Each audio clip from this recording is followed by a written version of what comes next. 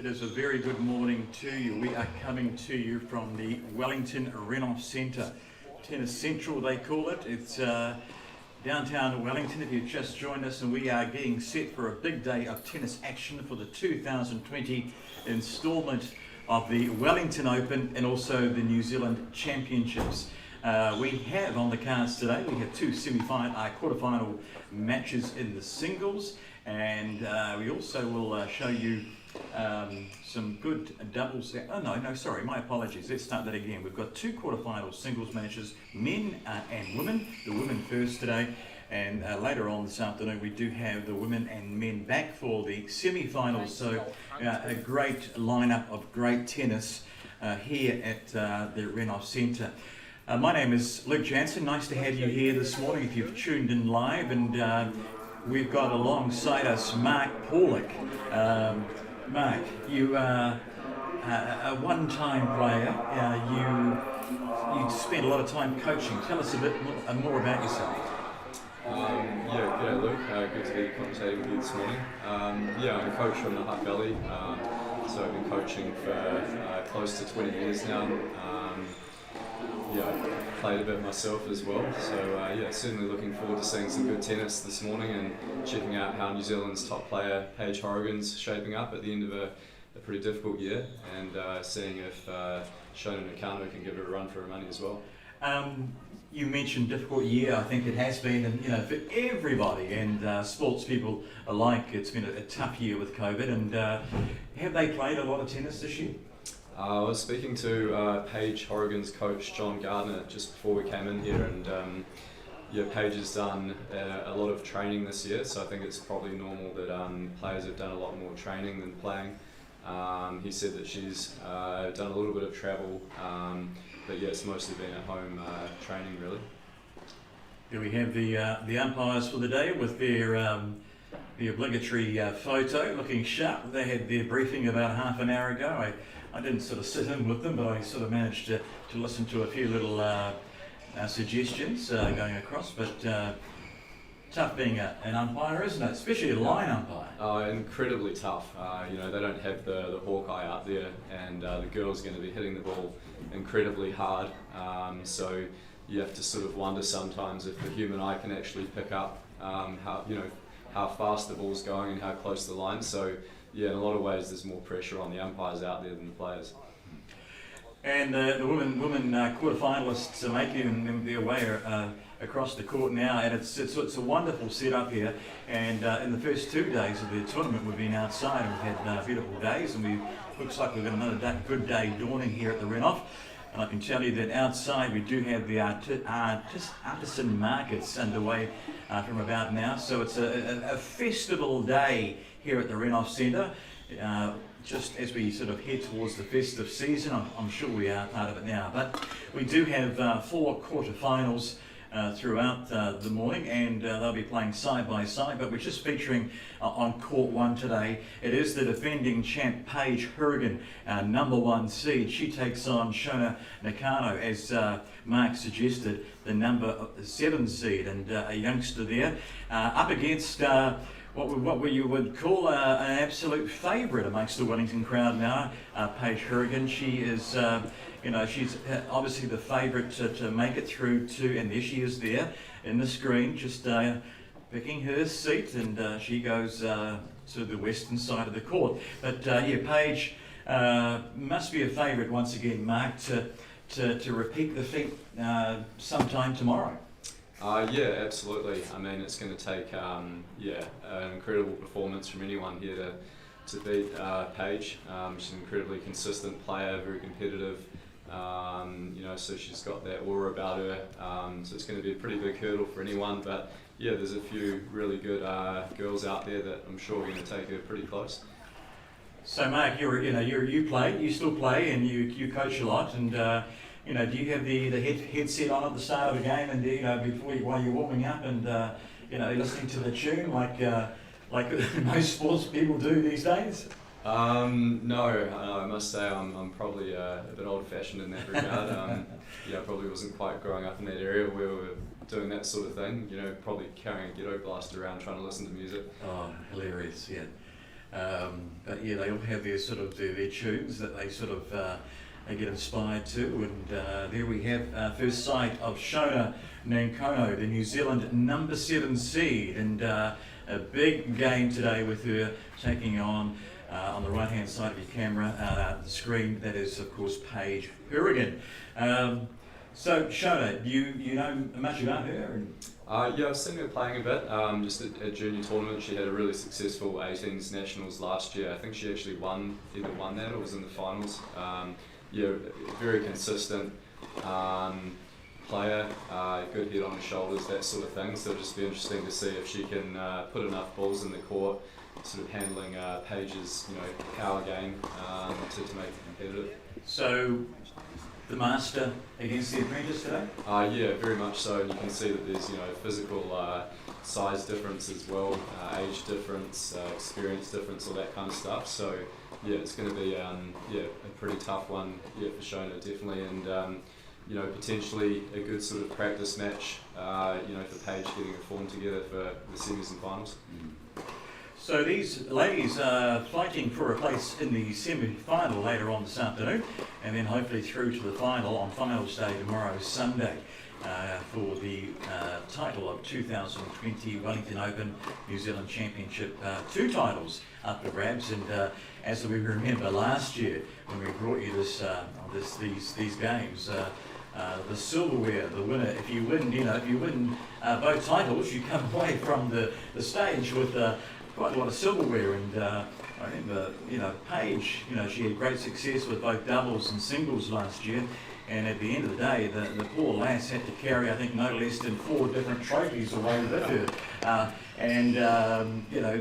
There wasn't a gentleman on hand to help out, but that's by the by, and she had a great tournament last year. So Christmas time, not too far away, Mark. You're all set to go. You're going to wind down yourself. Yep, pretty much winding down. Coaching wise, got a big holiday camp next week at Mitchell Park, so it's always something that the Hutt Valley kids enjoy doing just before Christmas. Yeah.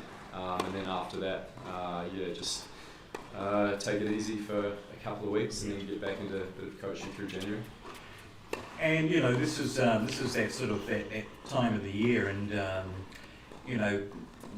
these tennis players, they're getting some of the age group tennis players are getting age championships going on at the moment, and during January in particular. So actually Tennis New Zealand's moved all the national age group events through December, sort of mirroring what they do in Australia with sort of a December showdown. So all the national events right through December, and part of that's been feedback from families wanting to have January for holidays, which I think's been quite a smart idea. So I've got a few students down at the 14 and unders about to start. It'll be interesting to see how they get on, and certainly a busy time of the year tennis wise for sure, but then everybody gets to have a bit of a break for a few weeks. And these high performing youngsters that we have in our country, they're also on the circuit throughout the year, aren't they? COVID permitting, I suppose, at the moment, and but they're playing tennis 12 months a year. It's not necessarily seasonal, just the summer, is it? No, absolutely. I mean, this year's been a bit unusual in that regard, but traditionally, your top players are pretty much playing right through the year. They have tier events that players try to accumulate points for a Masters event, which sort of kicks off the season, and then from there, players play into club, and then after that, sort of gear up to the nationals, and our very best players are also going overseas to Australia or even further. So, it's a sport that requires all year round dedication. That's for sure. We got the 2-minute call from the umpires on the chair, and not too far away. These sort of warm-ups they have. They were out and about this morning for quite some time on the courts. They have a good, decent sort of 3 to 4 minute warm-up before the game. What are the rules around that? It's 3 minutes, 4 minutes? So 5 minutes before the match. But these players have a hit up anywhere between sort of half an hour and an hour.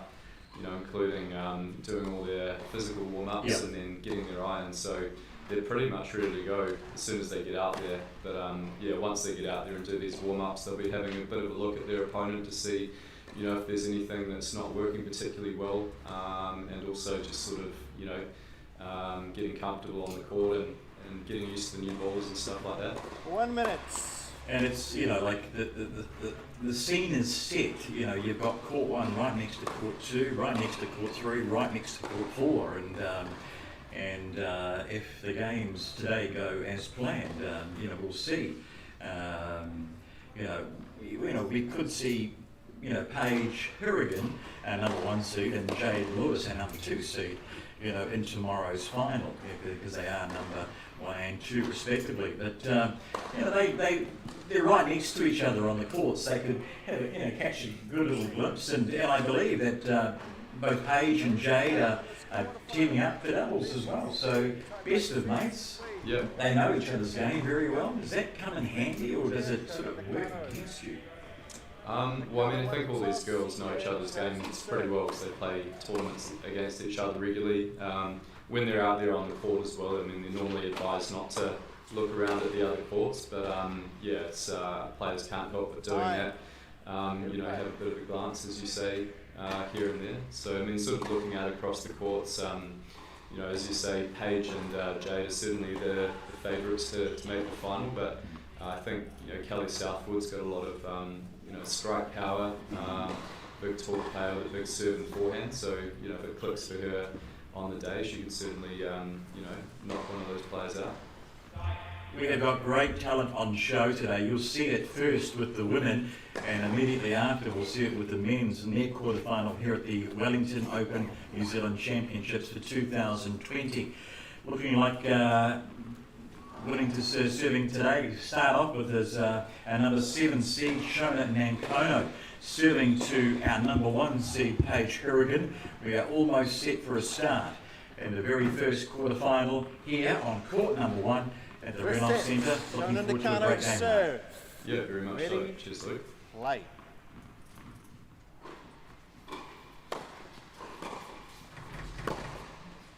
Out. And a nervous start there on the first serve there for Shona, and she's down 15 love 15.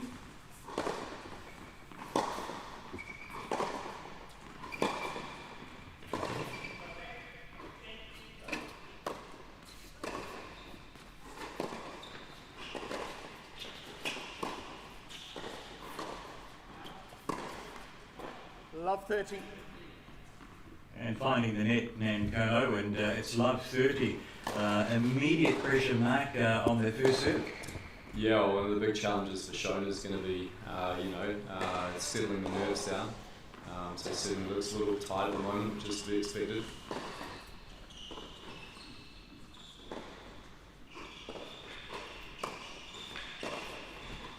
Out. 15-30. And Shona gets one back. NAKANO, it's 15-30 here in the first game, of the first set. Of course, they play the best of 3 sets in quarterfinal number 1.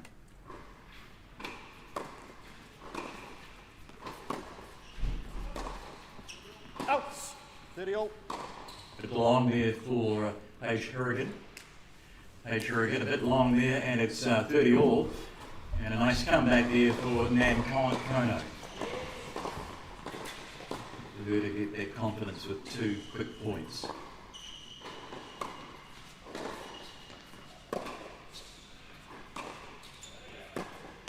$30-40. And once again finding the net there, mark on break point, first serve.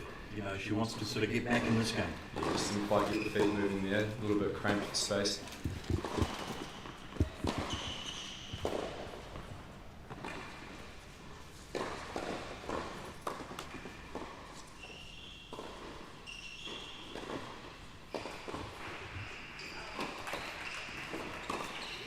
Out. Use.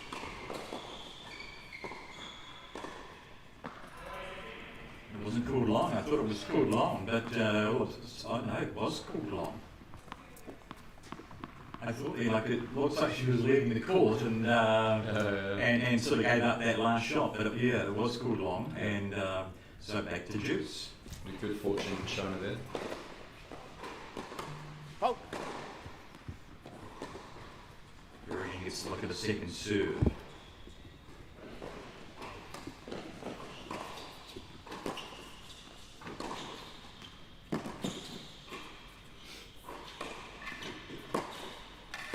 Yeah, great passing shot there from NAKANO. And those in front. Yeah, she looked really good there and nice. Yeah, just couldn't quite reach it. Advantage server.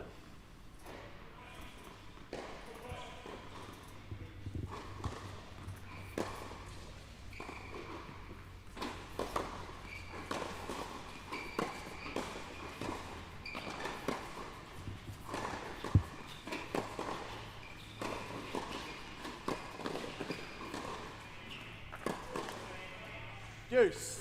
It was a good rally, and but once again, NAKANO finds the net. It goes back to juice. Yeah, NAKANO was looking pretty good there.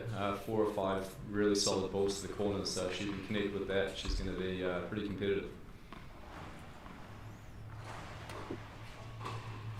Fault.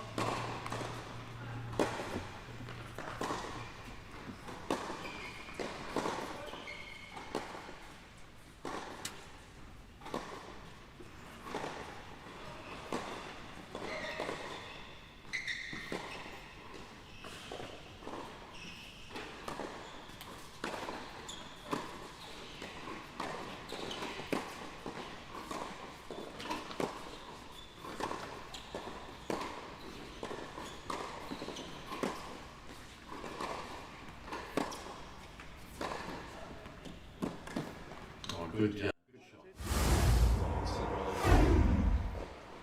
It was a great rally, and just that positioning on that court was just enough. And NAKANO, and all of a sudden now Paige HOURIGAN with advantage. Yeah, NAKANO's going to have to be careful not to hit the same ball too many times into Paige's forehand. Pay the price there.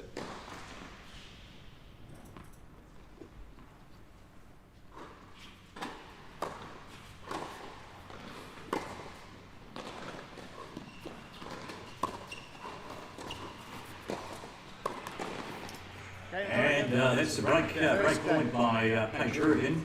Again, the net in the way for NAKANO. Did very well to come back into that match after trailing a few quick points at the start and early nerves. But yeah, it would have been a great hold for NAKANO and a very good psychological point one. But it is HOURIGAN. They go to the quick turnover after game number 1 and with a break already.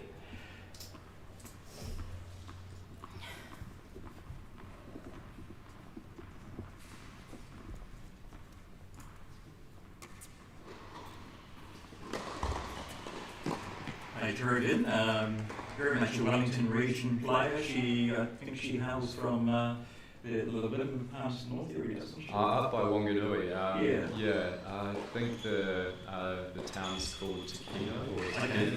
Paige HOURIGAN to set. Sort of farm town. So yeah, it's quite amazing that she's become a player on the world stage, growing up where she did.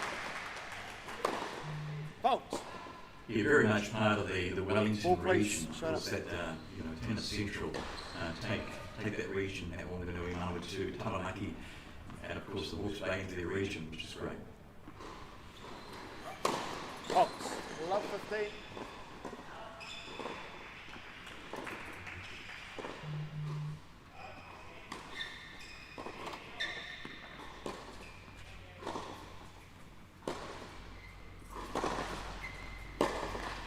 The first double fault of the match, and it goes to Paige HOURIGAN. It's love 15, game number 2.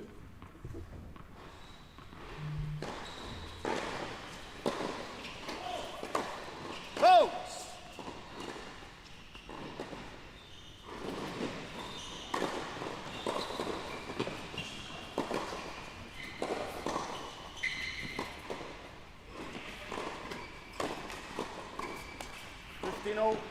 And 15 all. Huge concentration from those players serving, isn't it? You can see it. in their eyes, and their technique is absolutely perfect. You're a coach. What do you look for in a serve? What are you telling the youngsters that you're coaching? A lot of the kids that I coach are pretty young, so it's just getting the basic technique going initially. I think the cleaner you can make the swing, and the better you can use the whole body to get the power. You want to get those technical basics going, but then also work on your placement and your spins and the shots that you're going to be hitting, based on where you place the serve. But then when you actually get out on the court, so much of it's about performance and confidence and stuff like that. So, the early stages of the match, the players are a bit tight and might struggle with the serve a bit. So, it's the only shot, the ball's in your hand, and if you're nervous or that sort of thing, the serve can be affected a lot.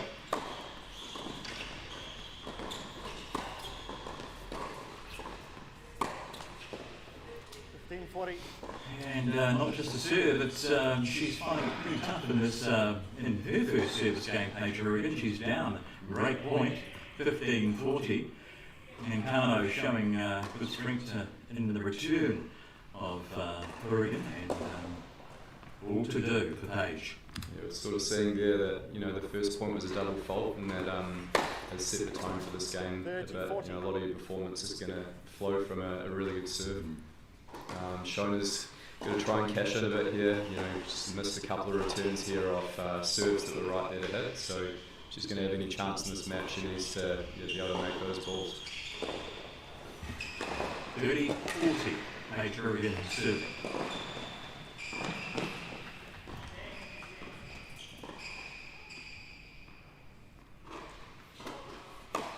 Votes. This is where she's really got to get a return and play and put some pressure on. First serve goes long.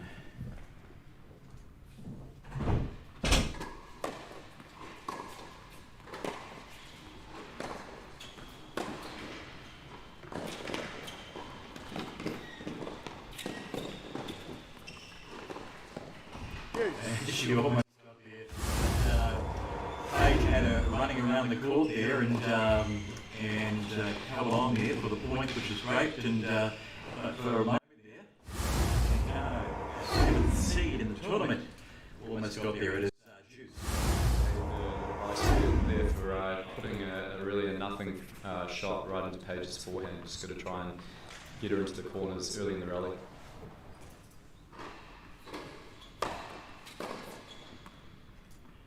Nice serve there for Paige Hourigan. Back on track, and it's advantage server. How did you see that one, Luke? Did you think that serve was in? Pretty close, wasn't it? I thought it was a little bit long. Look, I've learnt to not make those calls anymore, Mark, and I wear glasses for a reason.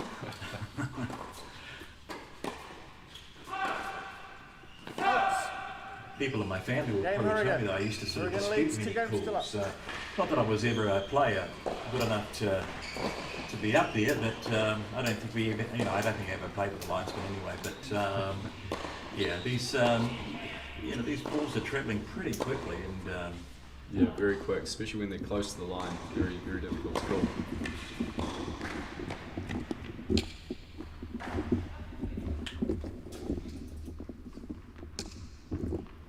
Shot there at the court, and the receiver about to face. So Paige Hourigan now 2 games up, 2 games to the better in the first game of the quarterfinals.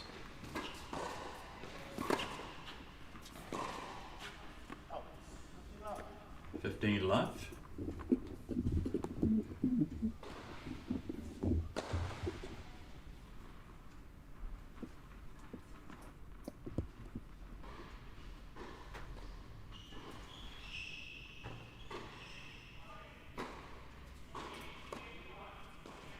Nice serve there. Yeah, really good placement on the serve. Got Paige right out by the doubles line there. So I think that's going to be key for Shona. She's got to be brave and really try to hit the ball assertively and get Paige moving. Not easy to do when you're the junior player out there, that's for sure. Indeed, 16-year-old Shona NAKANO, the number 7 seed in the tournament, up against the number 1 seed Paige HOURIGAN, up 30 love. So it was just a bit long there.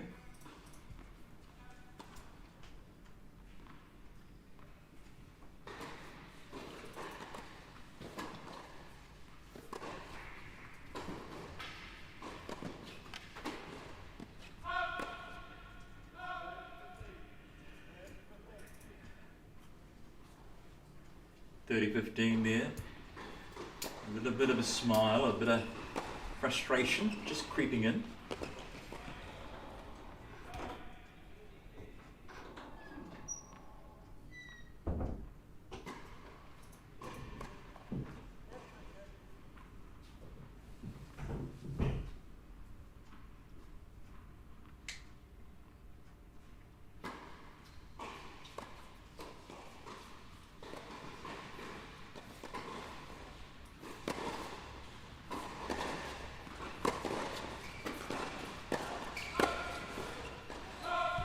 It goes 30 all. Come back for HOURIGAN in the third game. Leading 2 games to love.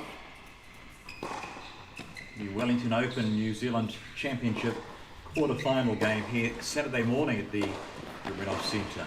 And all to do for NAKANO.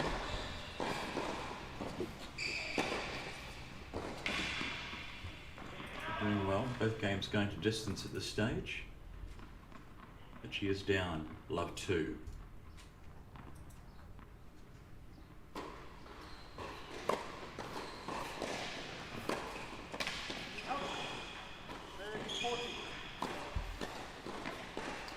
That's a great point. It'll be hard to come back from this one, this first set maybe. This 3 love would be a bit of a lead for any player. Yeah, absolutely. It'd be pretty hard to, you know, turn the set around from there, being down 2 breaks. So yeah, very important point here for NAKANO.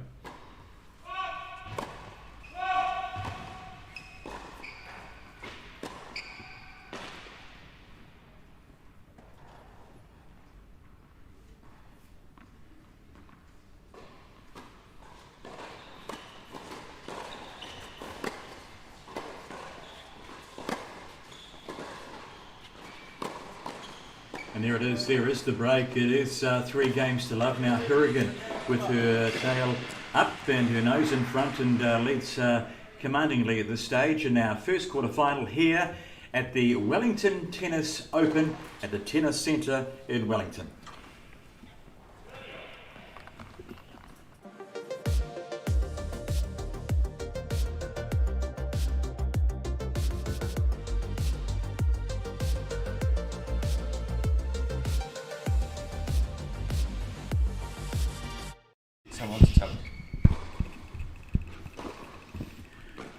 Welcome back to the Tennis Centre, Wellington Renouf Tennis Centre in downtown Wellington. There is Shona NAKANO, number 7 seed, and she is behind on the scoreboard at this stage, love to 3, up against Paige HOURIGAN.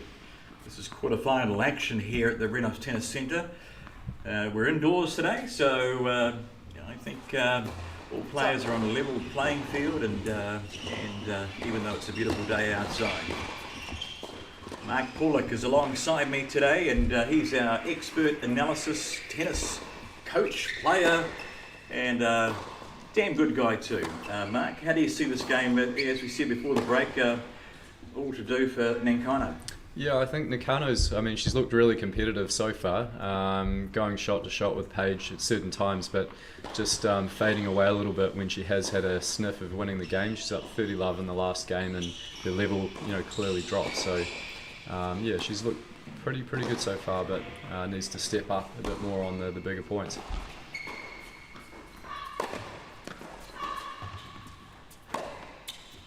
Ooh, that was nice. That was a good little shot, wasn't it?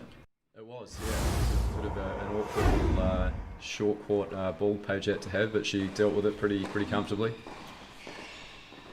Yeah, just position perfect, wasn't it? And, yeah. Too good for NAKANO.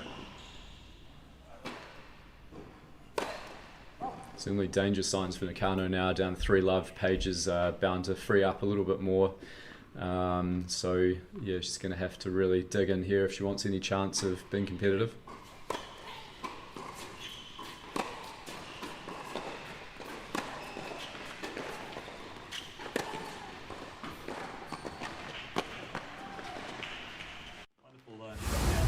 Down the sideline, and that was a lovely, confidence booster for NAKANO. Yeah, absolutely. She's able to do that at the sort of the beginning of each game, but just sort of as the game goes on and we get closer to the bigger points, the levels faded away so far. Yeah, I mean, credit to Paige. She's hardly missing a ball, moving incredibly well and hitting the ball hard. So yeah, she's posing a pretty major challenge.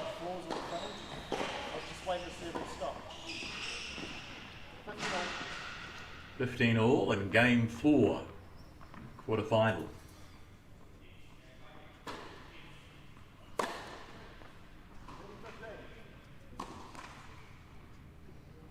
How'd you see that, Luke? Look, I saw that as... I think NAKANO was waiting for the late call to come back her way, but no, I found that okay.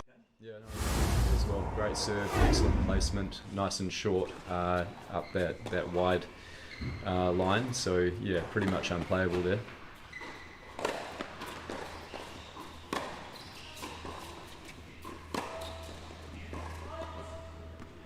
$30-15 becomes $40-15 to HOURIGAN now, and a point away from taking it to 4-love against the number 7 seed, Shona NAKANO.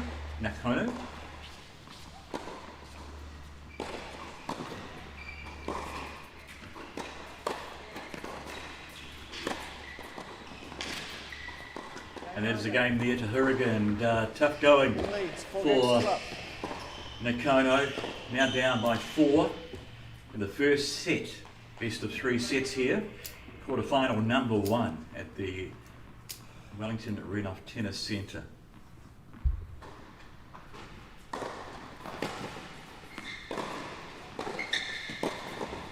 What's going through her mind now, Mark? To me, Luke, she looks probably the first signs of looking a little bit despondent at the moment. So, but you know, like it's a pretty major challenge for someone her age to go up against, you know, someone like Paige, who's New Zealand's top player, and you know, is obviously like a supreme athlete, very competitive. So it's obviously pretty intimidating for a young person.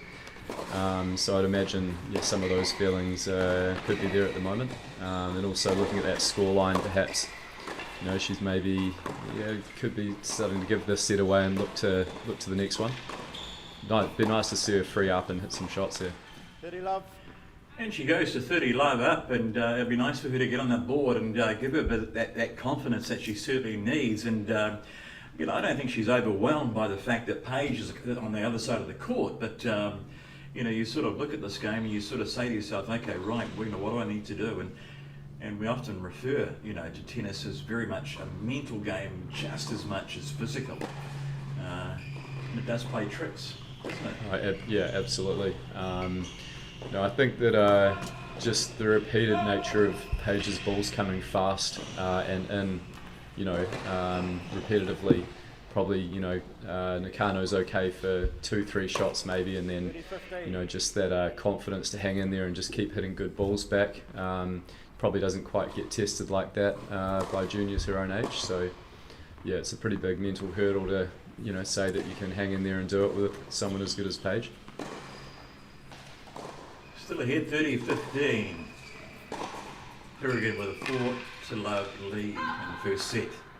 Yeah, NAKANO's sort of been up 30-love in a couple of games, and this is where, as you say, Luke, just that mental side's, you know, going to be the difference between her winning these games or fading away and losing them like she has done so far. Well, we'll see it now. We're on game point. And, it'll be great for NAKANO to get one on the board and. Outs. 40-30. Yeah, just and the footwork just sort of seems to slow down a bit when she gets a sniff of winning these games. So it's good to see her hitting the ball and going for the corners though. I mean, to have any chance here, she can't just put the ball into Paige's forehand and let her dictate the game.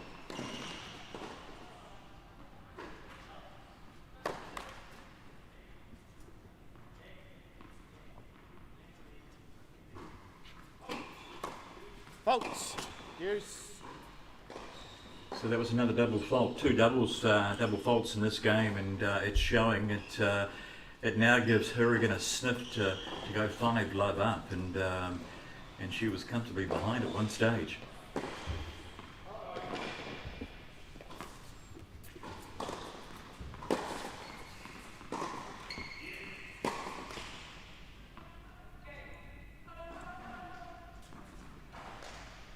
Just a slight hold up in the game. Thanks, ball girl.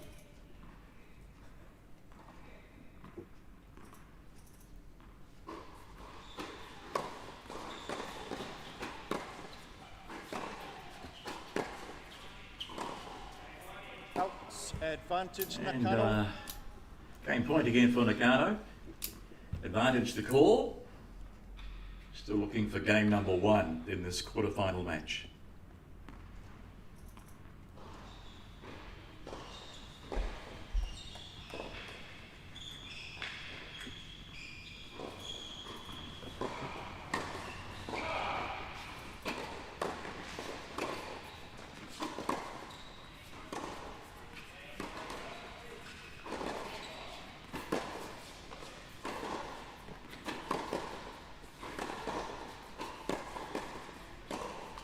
Game NAKANO. And that's it. That's for her and NAKANO. She gets that. She holds that serve nicely, and she is on the board now, 4 games to 1, and that's a good comeback. Yeah, absolutely. I think those last 2 points show that NAKANO's certainly got the tools to, to give Paige a very close match, but she just hasn't really been able to do that consistently enough. To win games so far, but the ground strokes technically are looking really good. When she does have the right energy, she's a really good mover. She's hitting the ball deep in the court into corners when she's being a bit more assertive. It's just whether she can do that for often enough to be competitive. Because Paige on the other side isn't really missing many shots at all, and when she does have time on the ball, she's hitting the ball very hard to the corners, which makes it almost impossible for NAKANO to win points from there. Taking a break in between the set, in between the games here. It's 4-1. HOURIGAN comfortably ahead at this stage, and will serve for game number 6.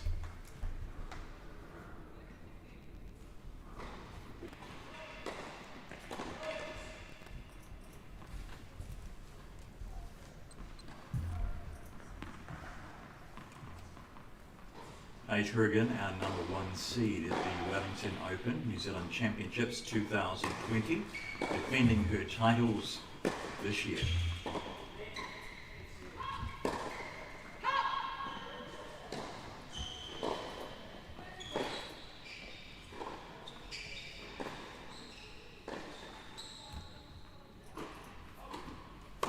Fault.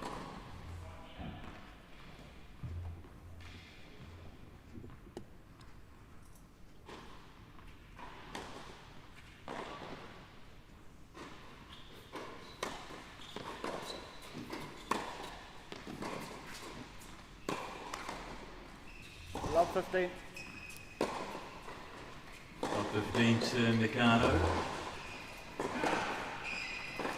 against HOURIGAN. There's currently 3 other games going on inside this venue. You can see the 3 players there on the top of your screen. And the players, do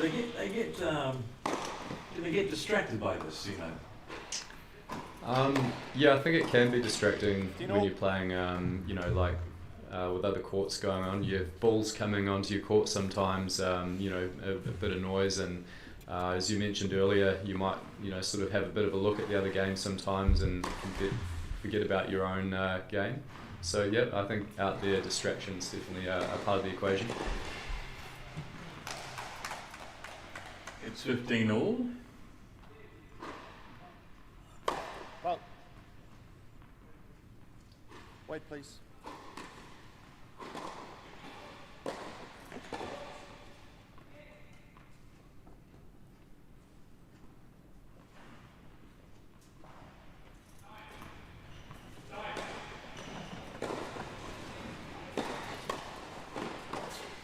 Out. 30-15.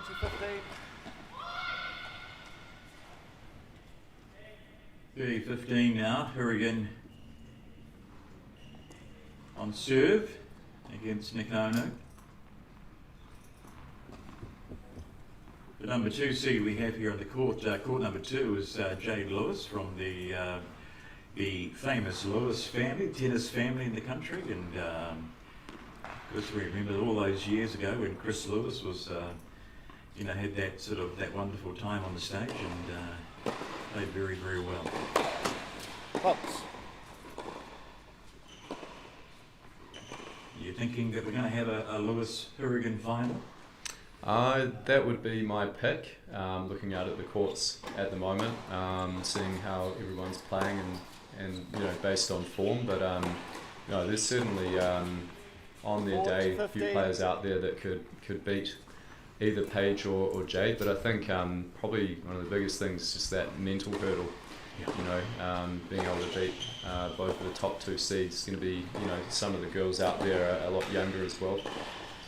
So even if they did have, the tools to do it, just that belief that they can actually do it's another big factor. Mm.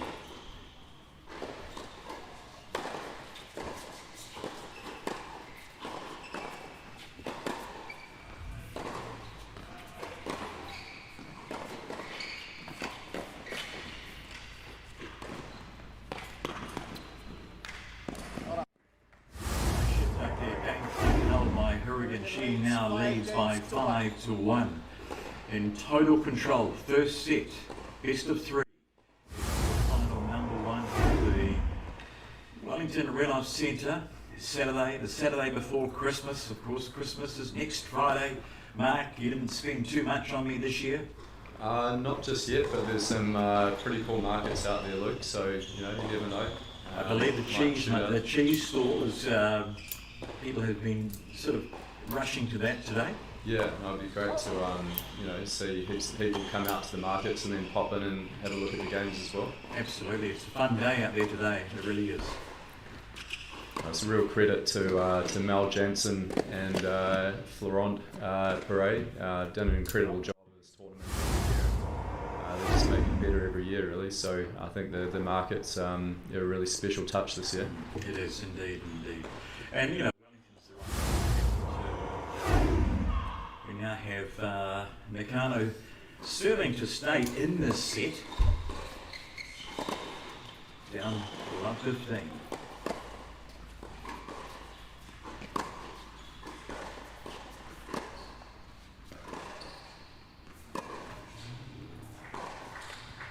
That's the ball that she just really wants to avoid giving Paige. It's right in the strike zone there. So it becomes love 30, a couple of points away from the first set for Paige Hourigan. In a commanding frame of mind today.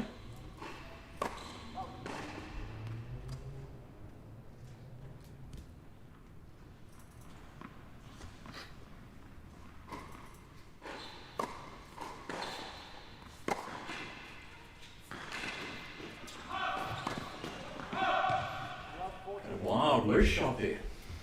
Yeah, it was. I mean, those shots, they look easy, but you're running forward fast. It's a shot that you're not hitting very often in the match, so it's pretty difficult. But I personally prefer to see a conventional slice volley there rather than the big swinging forehand. A lot more can go wrong. Yeah. It is set point. Hold there for NAKANO. Yeah, your eyes would light up, the point before with the court opening up, and you're thinking, wow, surely I can't miss. Yeah, totally. I mean, you just take your eye off the ball just a little bit to look up at the court, and that's enough to send the ball way out of the court.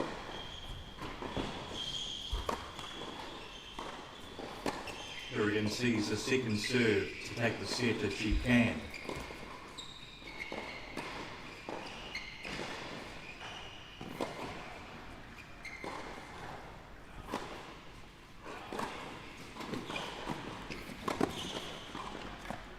And there you go, there it is, and she nails that point, and she takes the first set by 6 games to 1. Commanding in all respects in this first set.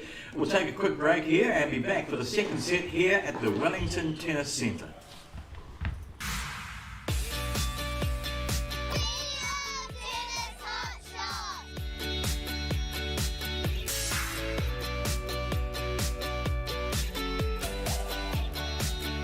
The stages red, orange and green are fantastic. It's much easier than playing with the old yellow ball.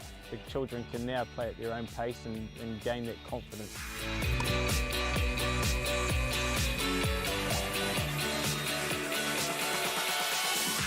The best thing about tennis hot shots is the modified system. Kids can learn the skills to play the game.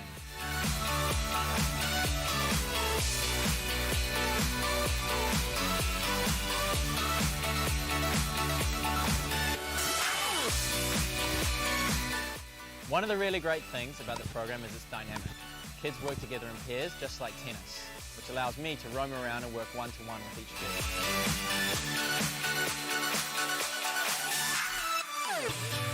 Well, hot shots tennis is great, it's fun, perfect for the kids. They're learning great skills that set them up to play a great social game they can use wherever they are in the world, however old they are.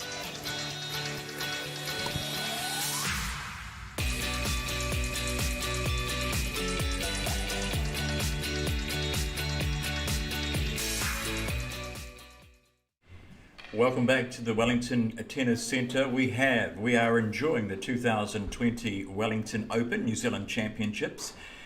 It is quarter-final time, and Paige HOURIGAN, a number 1 seed, on serve, and she basically took the first set and is now down a game.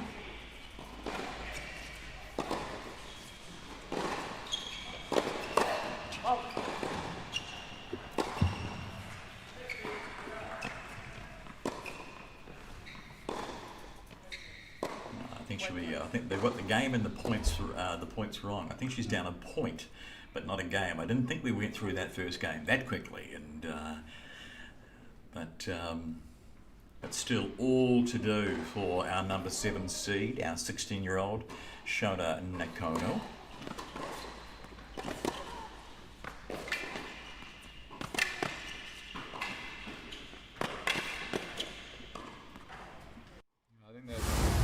Showing that NAKANO is a very classy player, got a lot of ability. So yeah, if she can play, that level for longer periods of time, this match could be a lot more competitive. But hasn't been able to do it so far.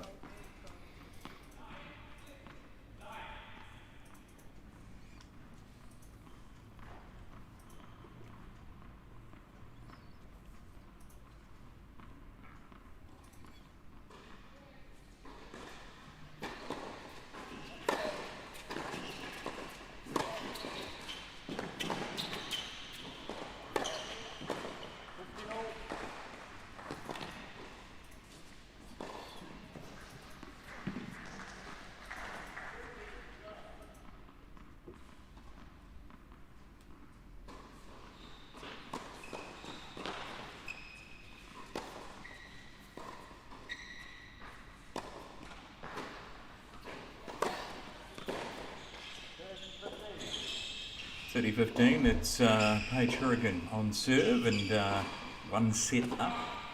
Mark Paulick with us today, and for guest analysis of both quarterfinals that we see this morning.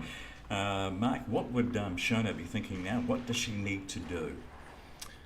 Yeah, well, I mean, hopefully she's losing that first set heavily gives her the feeling that she's got nothing to lose now. So yeah, I'd personally like to see her playing a bit more freely, and I mean the point she played at about 15 all, she'll be wanting to try and play that one as often as possible. But there could be part of her also sort of going into damage control mode, thinking, well, I don't want it to be a one in love or a one-on-one. How many games can I get? So yeah, perhaps some of those thoughts are there as well. It is game point for Paige HOURIGAN.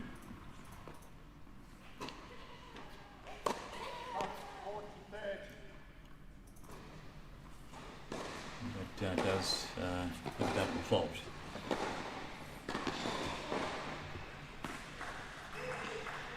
And watching Paige over the years in the tournament, she can get a bit animated on her serve. She's pretty tough on herself sometimes, isn't she?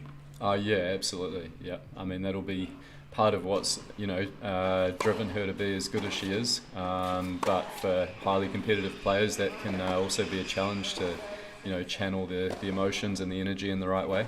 But certainly a deficit I'm seeing out here between the two players is Paige is animated. She's very physical when she's playing. She's bouncing on the toes, waiting for return of serve, that sort of thing. Whereas comparatively, NAKANO's energy seems to be a little bit flatter than that. So it sort of looked like it's been a factor, especially as we got to the bigger points. Paige has been able to lift her energy and stuff like that, and whereas Shona's sort of gone into a shell a little bit. So, I mean, not every player is as animated as Paige, but to my eye, that would be a bit of a work on for a young player like NAKANO. And it is Paige HOURIGAN ahead, one game up in the second set, one set up.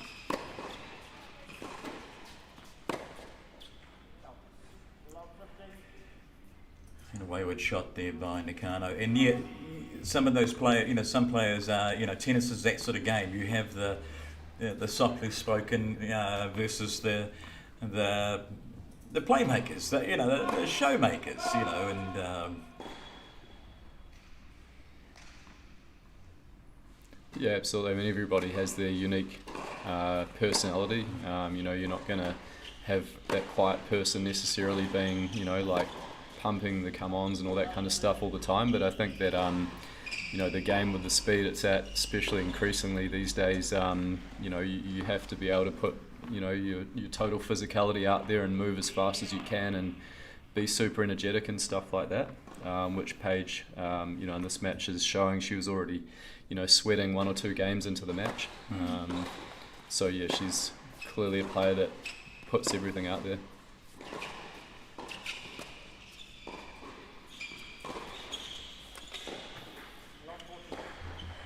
And just in this game, you see it on NAKANO, her body language, her, just almost a defeat look about her, and she is on break point. Yep, no, it's obviously a pretty tough situation for a young player. Yep. Once you start getting beaten up a bit when you're playing. It's got sort of the signs of becoming a bit of a bloodbath here, Luke, unless NAKANO can dig in and really fight. Yeah, the opponent is not really helping the situation at all, and apart from that, though, she does give away a point there, Paige, but very much in control, and it is 15-40. Game number 2, second set.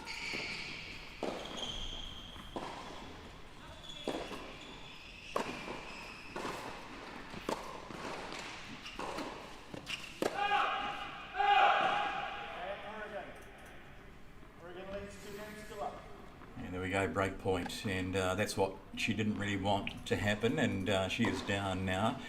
I love 2 in the second set, and it's HOURIGAN very much in charge. Defending champion here at the Wellington Tennis Open. And of course, in conjunction with the New Zealand Championships, once again held in Wellington, and it's always great to have both titles available for these players on this traditional pre-Christmas. Well, it's always the week before Christmas, and just adds to another part of that really busy December that we have, and but it seems to work very, very well.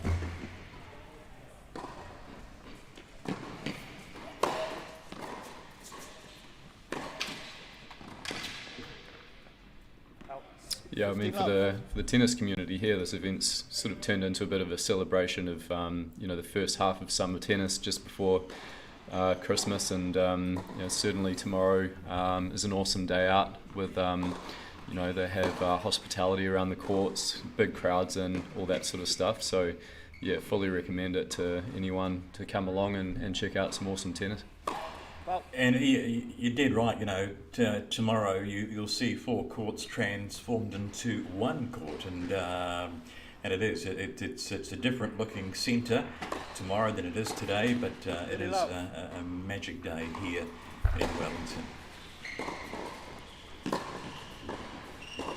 Very much in charge, Paige HOURIGAN on serve, 30 love.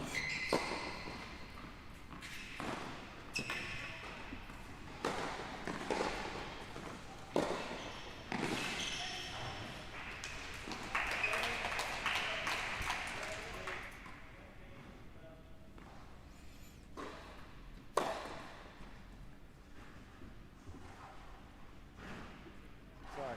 Out fault. Thank you, Paige. Thank you. Trying to get clarification on the call. Fault called.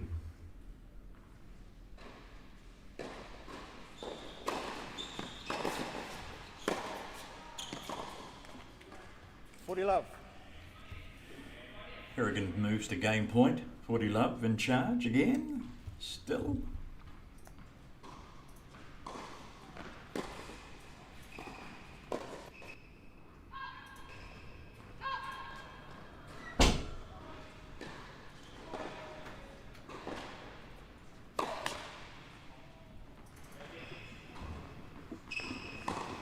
Could be seeing signs here too, Luke, with NAKANO playing the junior national events, 16s and 18s over the last couple of weeks. Perhaps a little bit of fatigue in there as well. Absolutely.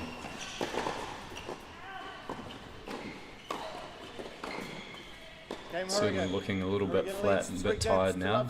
Not really expecting commentary to last too much longer, Luke. No. And it is Paige HOURIGAN who takes that game number 3, holds serve, and it is 1 set, 3 games in the second set to Paige HOURIGAN. Back in a moment here at the Wellington Tennis Centre.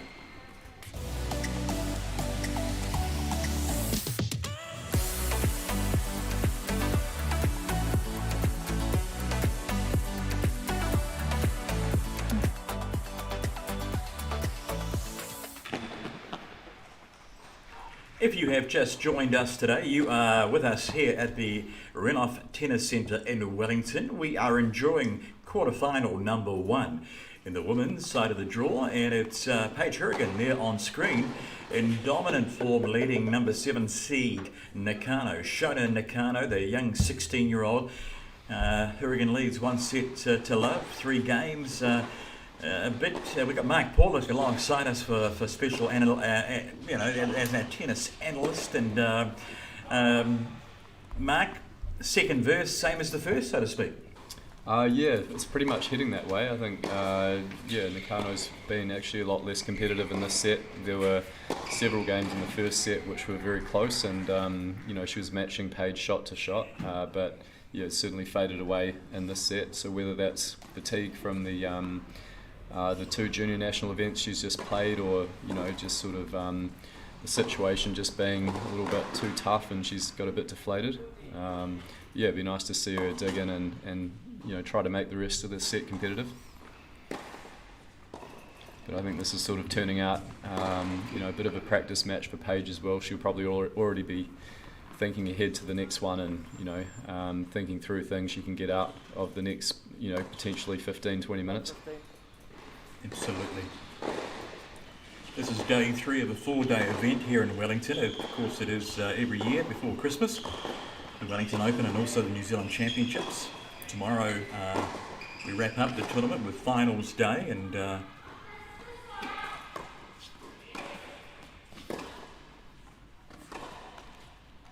always a fantastic event. And HOURIGAN there does the little dance and knows that she didn't do too well, a bit of a lazy shot there, and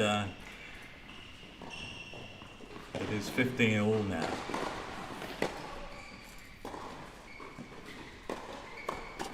Net first serve.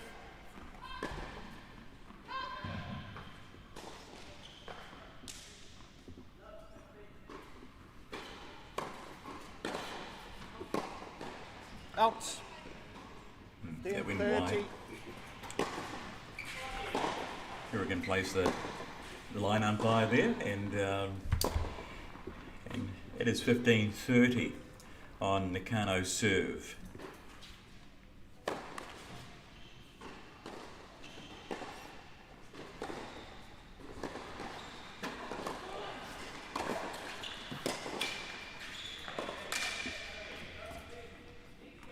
Out.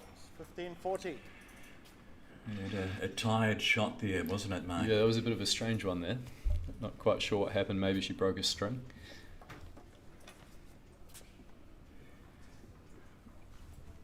But NAKANO, we can tell you a 2020 tennis junior under 16 masters. So she's got a great future ahead of her, and she'll see this game as a great learning curve.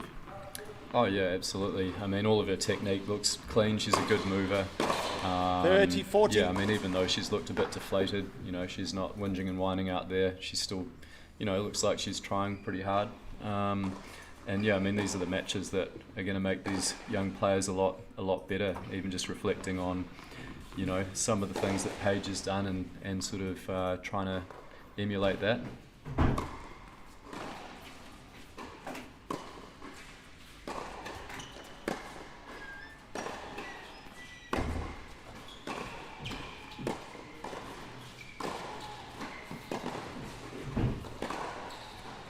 I think that's sort of Game Hourigan. a reality Hourigan with leads. tennis, 4 games still up, second set. and sport these days. Is you have to put a lot of time into your fitness, which Paige clearly has.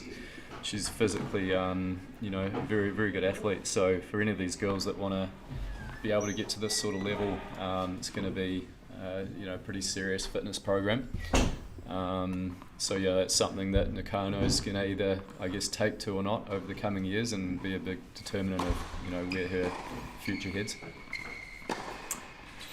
So very much in charge, our number 1 seed, Paige Hourigan, 4 games up. Goes a bit long with that serve, 4 games and 1 set to the better, in complete control.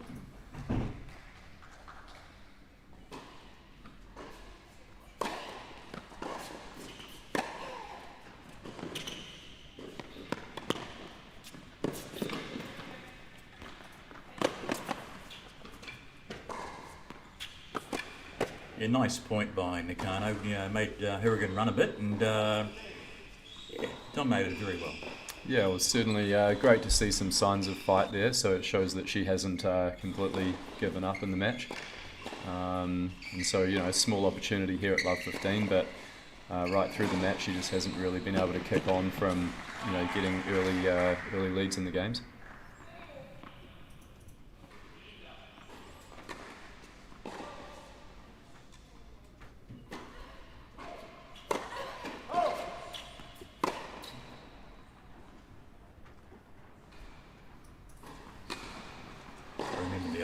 When we used to watch the tennis, and sometimes when the fault was called early on and the player sort of played another shot or two just to sort of play out the point, and much to the frustration of the opponent.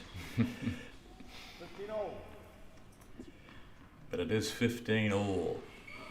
Hourigan serving in this game against the youngster Shona and NAKANO. As you see in the screen, other tennis courts in action. All 4 women's quarterfinals are in progress at the moment.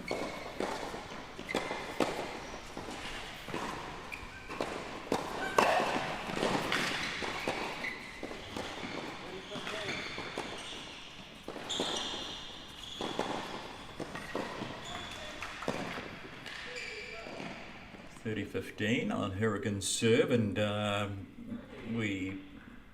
we'd be surprised if Paige didn't progress through to the semi-finals, and at this stage it'd be a tough bet to make against her. She will take on the winner of the match between Jade OTWAY or Sophia Shing. And Jade OTWAY, a local also in the Wellington region, she'll be a tough competitor if she gets through. Yeah, absolutely. Jade's just come off winning the 18 and under title last week. So, yeah, an awesome achievement for her and her coach Jacob Emery as well. They've worked incredibly hard, over a long period together, to get that result. And Jade lost in the final last year, so it's I know how happy she was to win that, and I guess she's got a bit of a free hit if she gets to play Paige now. She's got that 18s title in her pocket, going to be confident there and have nothing to lose against Paige. And I think Jade's certainly got a bit of a chance. She's got a really good serve and a good forehand, can come to the net, so it'd be interesting to see how that match goes.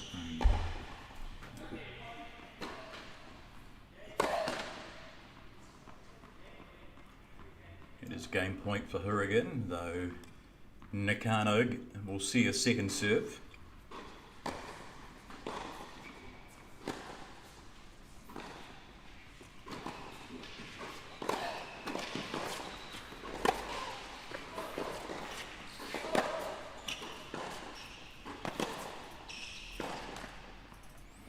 And she takes the game. It's 5-0 now, and when we come back, it will be Shona NAKANO serving to stay in this match. Here we are live today from the Wellington Tennis Centre.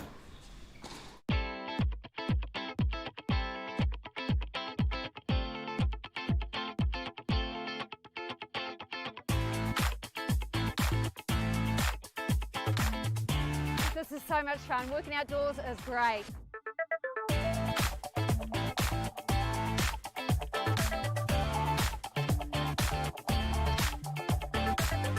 I don't even play tennis, it doesn't matter. My mum loves tennis though, and it's great to have something we can do together and then have a laugh about it afterwards.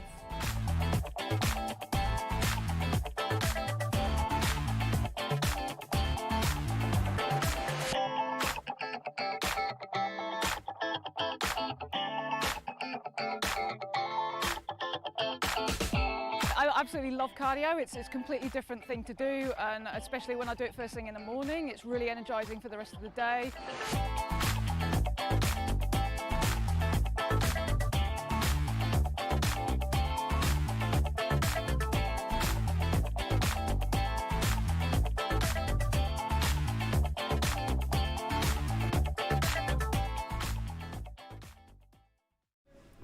Welcome back to the Wellington Tennis Centre, downtown Wellington, and it is NAKANO, Shona NAKANO on serve here.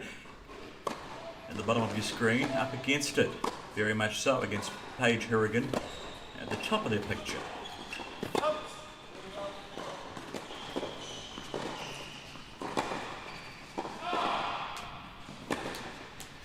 Love, serving to stay in this match. Nothing more, nothing less.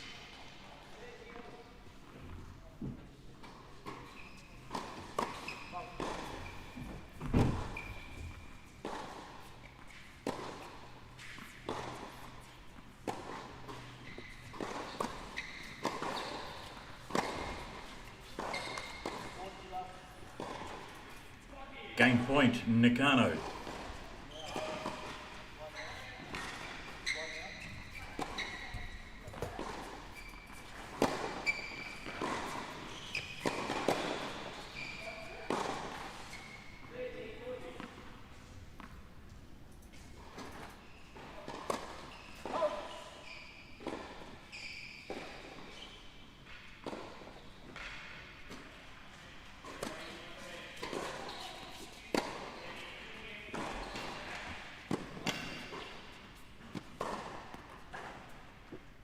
Good comeback there for Paige HOURIGAN on that game, and it's now 40 points to 15, 40-15. NAKANO lost the first set, 1-6. And, faring just the same, I suppose you could say, Mark, and in the second set.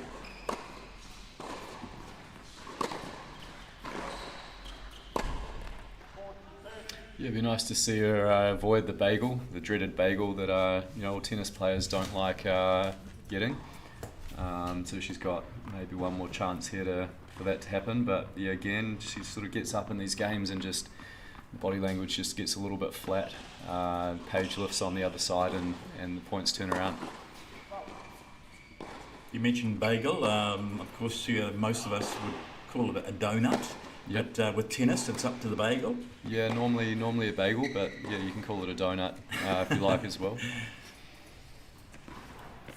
That's probably why you have the cucumber sandwiches and the punnets of strawberries too. Love it. Yeah, it's not looking good for NAKANO here to avoid the bagel here, Luke.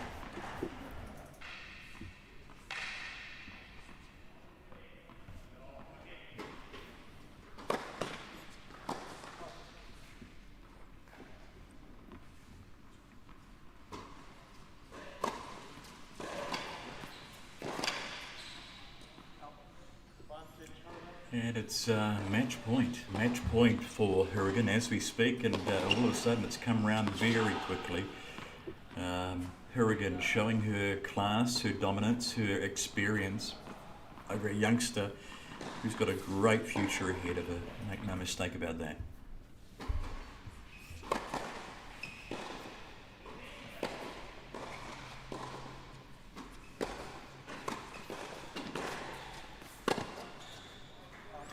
There we go, and that's it. That's the game, set, match for Paige HOURIGAN. She takes it in straight sets, 6-1, 6-love, and now progresses through to the semi-final a little later on this afternoon. And it's a wonderful result for Paige, defending her championship, and of course a learning curve for Shona Nakona, and she'll take a lot from this game, Mark Paulick, and will grow. Yeah, no, absolutely. I mean, this is the way to get better. You don't just get better just by training with your coach. You've got to get out there and have these matches. And realistically, when you're 15 or 16 years old and you're playing the top senior players in the country, it's going to be pretty one-sided. But yeah, for any of the players coming through, it's sort of what lessons they're going to take from it, and then make any changes they need to and improve really. But yeah, certainly Paige was extremely impressive, like seeing her physicality out there. It's hard to think that any of the other girls would be physically more capable than Paige, so I think she's got a huge advantage there in the tournament. She's moving really well. Probably a thing we're not seeing on watching it on TV is how heavy her balls are hit because of her low body position. She's a extremely competitive person, so going to be pretty hard for anyone to beat, I'd say. Absolutely so, and there's Paige with a bit of a smile for us here on the TV, and she takes her game as expected, showing commanding form, winning against Shona Nakano, 2-love, 6-1, 6-love. So she progresses through to the quarterfinals. Not too sure, the semi-finals. Not too sure who she comes up against, but we look forward to bringing that game to you a little later on this afternoon, early afternoon. But coming up next, we will be back here at the Renouf Centre with quarterfinal number 1 on the men's side of the draw. Look forward to catching you soon here in Wellington.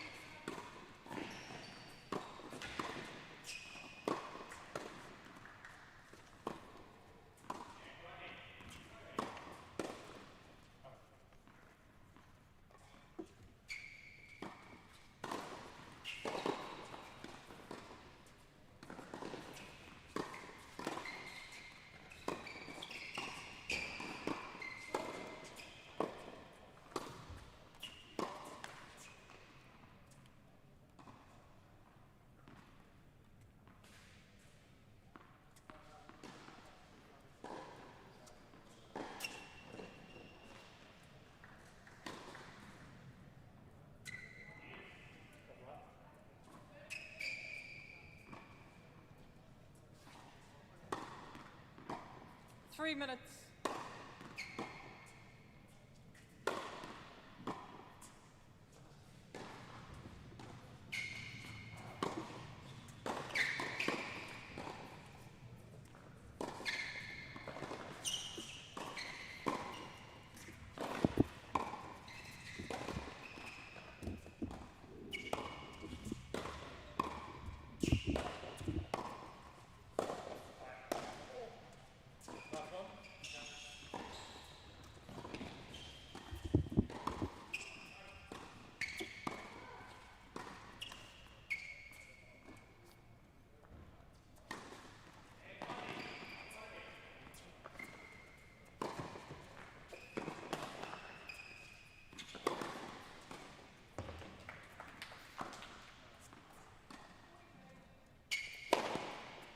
Two minutes.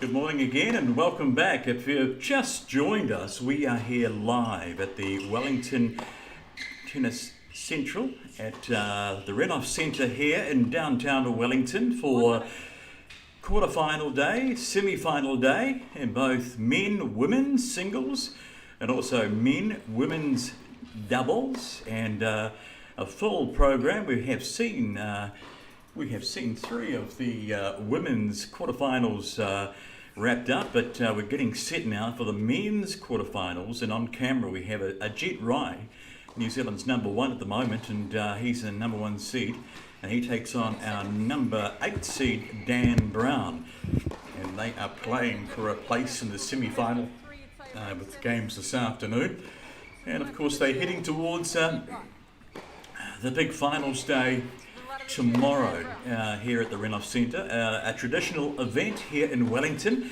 and over the last couple of years we've had the Wellington Open here in conjunction with the New Zealand Championships moving south from Auckland, and it's been an absolute pleasure to have them as well, and always a great tournament. My name is Luke Jansen. I will be assisting with commentary today. Mark Pollock will join us in a few seconds time, and he'll provide expert analysis on the players and the match itself. But you know, we do have a wonderful atmosphere here at the tennis centre today. If you are local, we can certainly confirm that it's everything's free today. You can come along and really enjoy, you know, New Zealand's best tennis players here under one roof. And even though the day outside is looking quite summery, and we are indoors, but and we do bring you this tennis today, and looking forward to it. So here we go. We're almost set for a start in this first game. It's the number 1 seed, Ajeet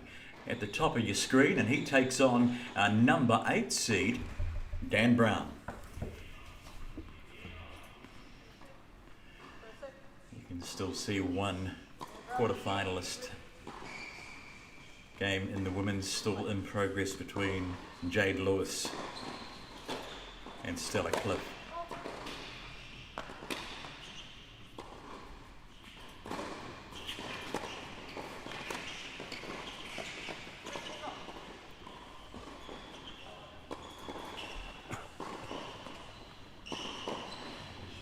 Dan Brown serving first in this game.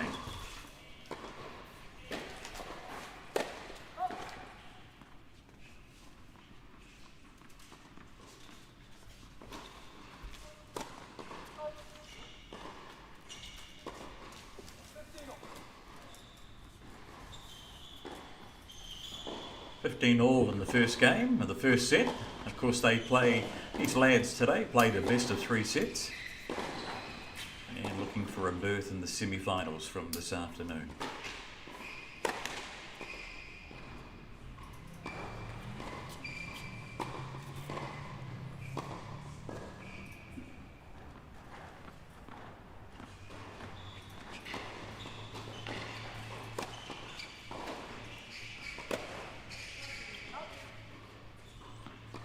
Called along in 15:30.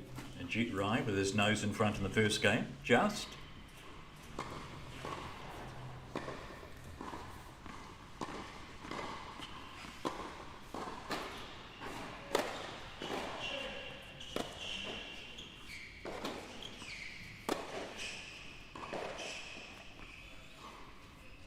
Ajeet, of course, a finalist here last year, 12 months ago.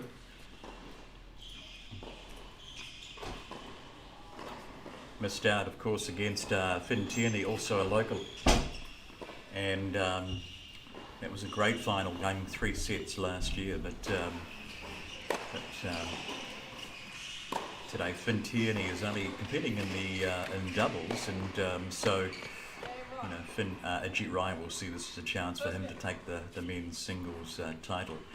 He is 15-40 up on this game. In fact, he's the serve has gone in favour of Rye, and he takes the first game. A quick little changeover in this early turnaround, and it's a wonderful chance to once again welcome back to our microphone. It is Mark Pollock who joined me in the first game as a local sort of Hutt Valley tennis or Wellington region tennis celebrity, coach, player, damn good bloke. And Mark, Dan Brown, what do you know about this fellow? Yeah, Dan's, you know, he's an incredibly good player, very tall.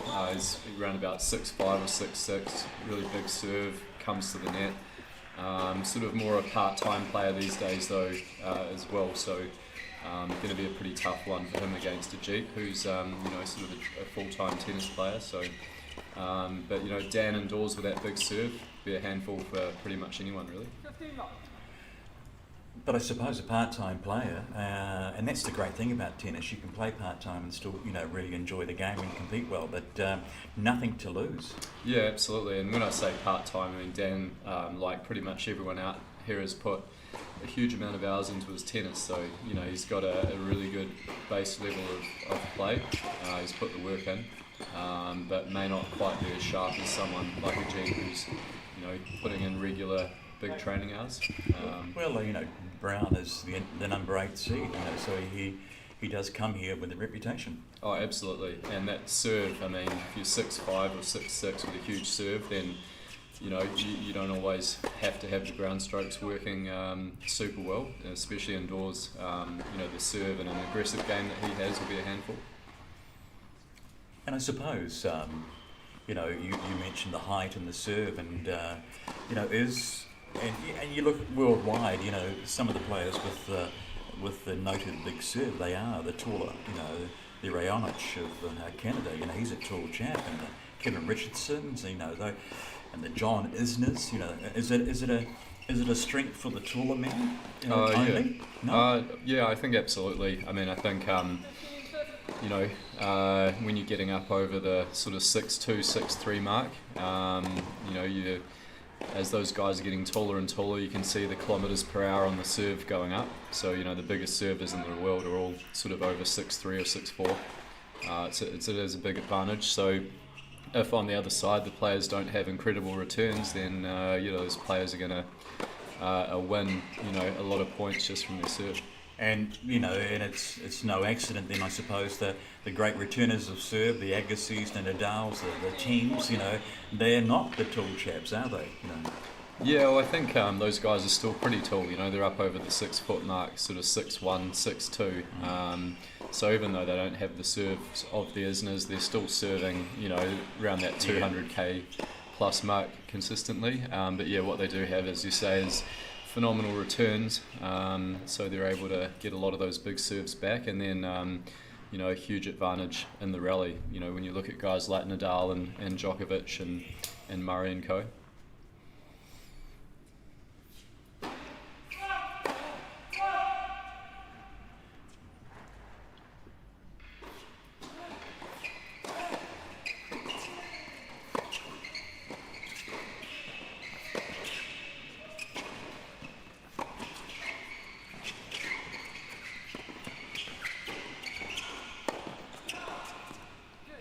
that's showing there why this is going to be a tough one for Dan. Like, Dan's showing obviously that he's a classy player. 3 or 4 big forehands to corners. Ajeet's still getting everything back and ends up winning the point.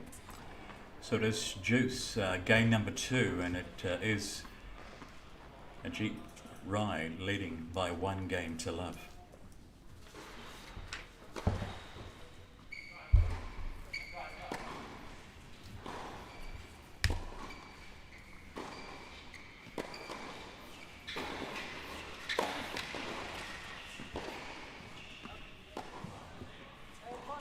Advantage Ajeet Rai to take a 2-love lead.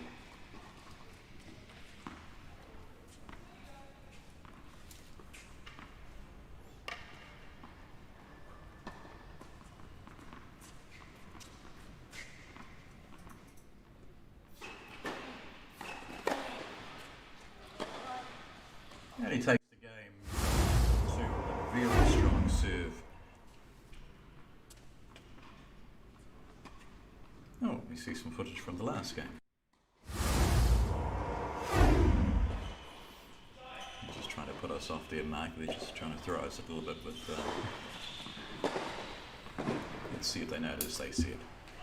And we did.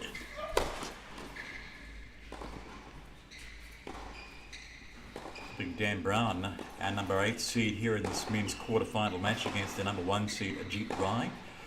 Serving in game 3, he's down love 2.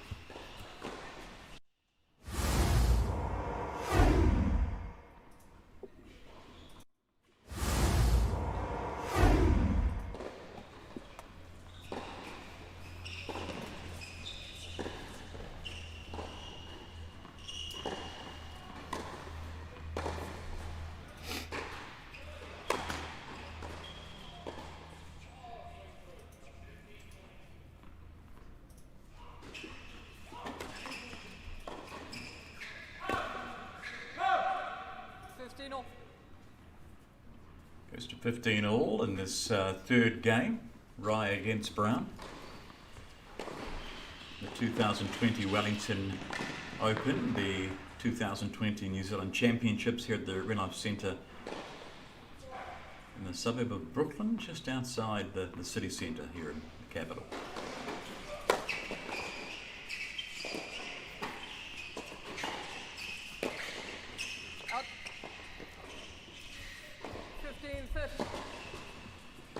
We've already seen from Ajeet his all-court game, so yeah, he can play really well from the back of the court, mid-court, and going to the net as well, which makes him a real favourite for the title. He's got so many different aspects to his game.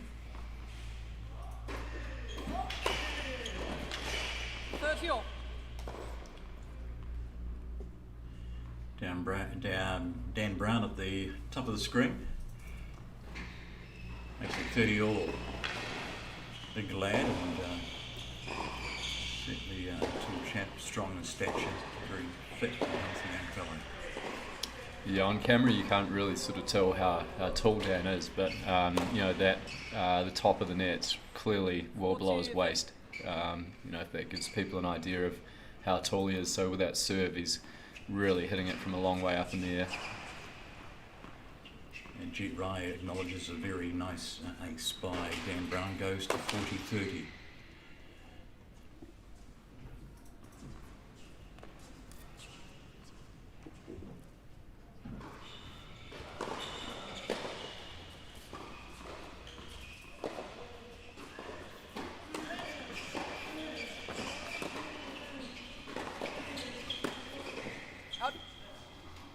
Out on court 3, there's a really good match on. It's just started between Finn Reynolds and CROWTHER. So Corbin's one of New Zealand's top juniors, sort of ranked top 100 in the world for under 18s, and Finn Reynolds, had an incredible junior career. Got to the final of the Aussie Open doubles, but really had a hot period when he was around 16, his New Zealand team beat the USA and Spain on clay in Junior Davis Cup, and Finn beat the number ones from both of those countries, if I remember correctly. So yeah, certainly a world-class player through his junior career. Good stuff. Brown looking to hold his serve.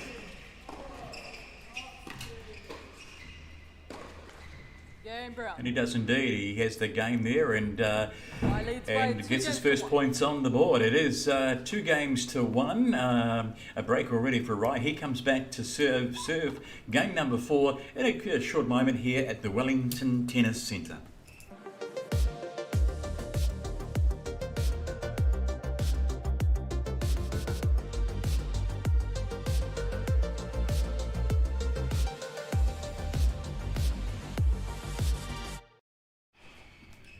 We are back with you live on a Saturday morning. Hope your weekend is going well. It's the weekend before Christmas, and it's also the weekend of the Wellington Tennis Open 2020 and also the New Zealand Championships 2020. And we are watching today. At the top of the screen, there he is, our number 1 seed, Ajeet. He's taking on big Dan Brown, our number 8 seed, and he has a service game up already. Rye, he's leading 2-1, and this is the first of 4 quarterfinals, and it's all go here at Wellington today. And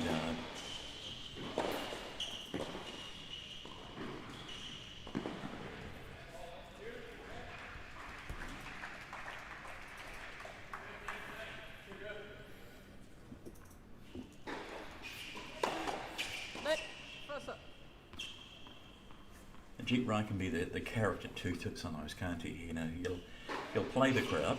Yeah, no, he loves a bit of banter when he's playing. That's it's certainly part of the tennis experience with Ajeet out there. You know, he's an incredibly confident character. Pretty wicked sense of humour, and doesn't hold that back on the tennis court, which is really neat. You know, I think our game's better for guys that express themselves out there like Ajeet does.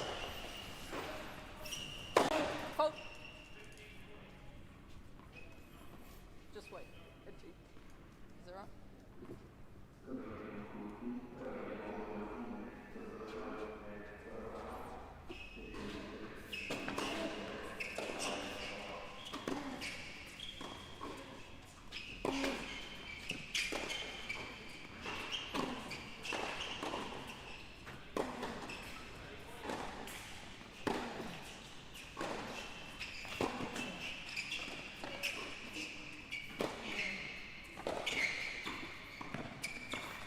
Or cheeky. Good stuff. Yeah, again, sort of shows that it could be a bit of a tough day for Dan at the office on Ajeet's serve. You know, he's playing his best point there, and Ajeet's getting to every ball. Point again. He's certainly in control on the serve, and he's certainly in control on the scoreboard early days in this best of 3 set quarterfinal match.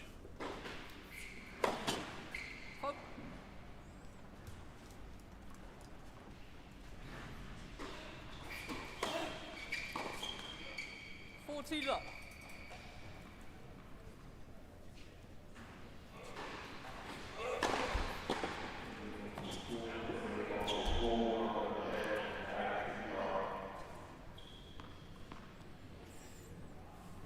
It's game point for Ajeet, our number 1 seed, to take a 3-1 lead. Fault.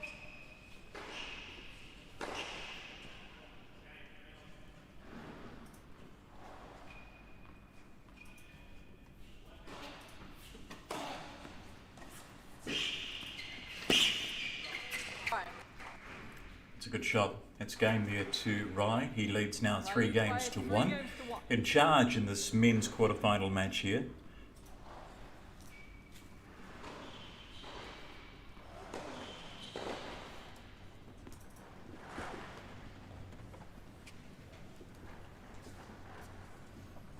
Dan Brown certainly with his work cut out today. He's a big lad. He hits the ball hard, and he serves very well. But he's got man that would chase everything down on the other end of the court, Mark.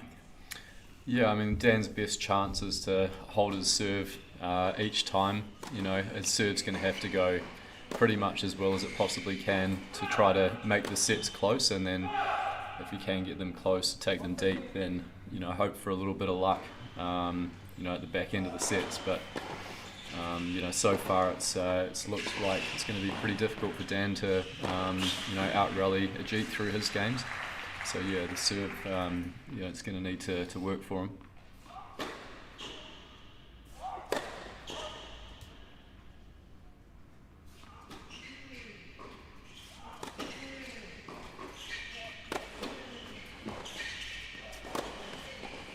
And love 30 now. Ajeet, Rye.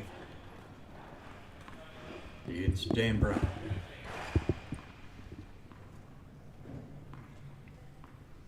So we've got Isaac Beecroft just coming out onto court 2, and you know, Isaac's the second seed and shaping up as Ajeet's you know, potentially the main challenge to Ajeet for the title. They've had a few really tough, tight matches at tournaments leading up to this one, and sort of split, I'd say, head to head. So yeah, quite intriguing, possibly, if those two play each other in the final. Nice coverage of the court there by Rye. He takes the point for love 40. All to do for Dan Brown. But yeah, Isaac Beecroft, a local boy, Wellington boy, and he has really found some form. You know, he's been a great tennis player throughout his career, but he's now very much on song, isn't he? Yeah, I mean, it's testament to, I think, his attitude and his coaching team here at the Renouf Centre, Planet Pro, so Clint Packer, Tristan State, and everyone else that helps him. Great family support as well, and he's a guy that, you know, really from 15 or 16 years old is he's worked really hard on his game and had a great attitude, and, you know, now as a 19, 20-year-old he's starting to reap the rewards.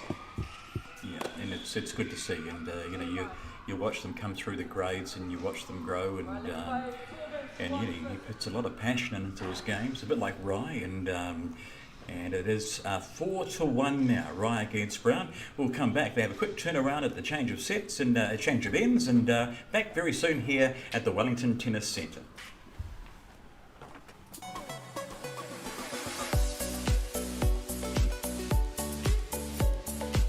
This program is a great way to introduce new players to tennis. It appeals to all kinds of people. I'm a complete beginner. It was a lot easier for me picking up with the softer balls. It just bounced off a lot easier, and, you know, I could actually play tennis.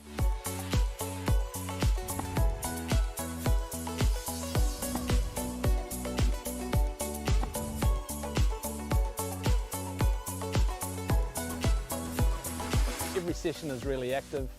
Everything we do is always related to the game, no matter what shot that we're practicing. And it's a whole lot of fun, and you know, I enjoy it more than going to the gym.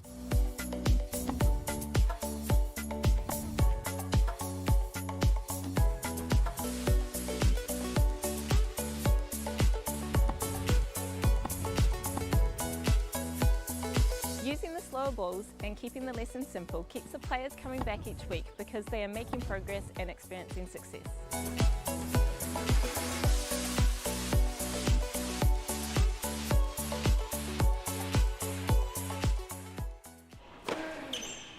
We are back live at the Wellington Tennis Centre for quarterfinal number 1 on the men's side of the draw. It is Ajeet Rai, our number 1 seed. He's taking on Dan Brown at number 8, and all to do for Dan Brown. He's down by 1-4 in the first set, and 15 love to the better for Ajeet Rai. He is at the bottom of your screen, taking on the tall 6'5" lad frame of Dan Brown, who finds it long. Mark Paulick is alongside us today. Mark's had a great season so far, and he's had a great time coaching good players like this, and you know, these players, they put a lot of work into it, Mark. Yeah, they certainly do. You know, have done from a really, you know, really young age. I watched Ajeet come up through the, you know, through the grades right from when he was about 10 or 11, and, you you know, him and his father, you know, have put a huge amount of time in, you know, training, you know, in New Zealand, but also travelling around to academies in the United States and playing tournaments around the world. So, yeah, huge amount of commitment. Yeah, good Taranaki lad, and I think he's based in Auckland now these days. Spends a lot of time up there, and but very much part of the Wellington tennis region. Yeah, no, I guess a pretty tough period in, you know, someone like Ajeet's career with, you know, the year that the world's had. Tennis has shut down. A lot of, you know, a lot of the tournaments that he would have wanted to play this year have shut down. So, you know, he's been sort of, I guess, in, like a lot of other people, a bit in limbo this year, with only really being able to train for large parts. But to his credit, he's played pretty much everything on offer in New Zealand, from the Premier League initially through to all of the money tournaments and all that sort of thing. So yeah, he's got himself in good shape to launch into his tennis once everything starts back up properly overseas. Dan Brown at the top of your screen, 8 seeds, serving to stay in the set. Love 50. All to do. Love Yeah, 15, 1-5 down. Dan's not the, you know, being such a tall guy, not the greatest knee bender out there, and Ajeet's exposing that a bit with the depth that he's putting on the shots and how hard he's hitting the ball. So I'm not quite sure how Dan corrects that. Maybe he stands back a little bit further in the court or pays a bit of extra attention to his knee bend. But yeah, a lot of errors coming in the rally there. Go.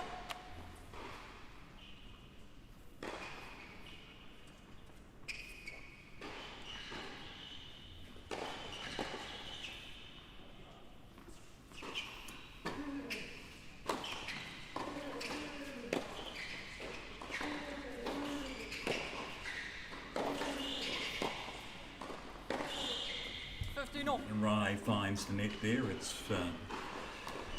30 to 15 in favour of Brown. Showed some good length in some of those shots.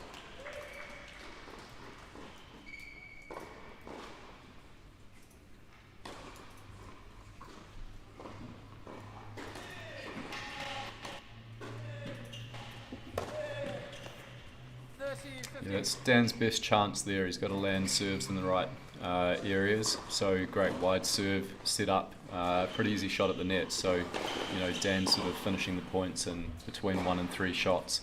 It's going to give him a chance. 30-15. Brown in charge in this 7th game of the first set. Let second serve.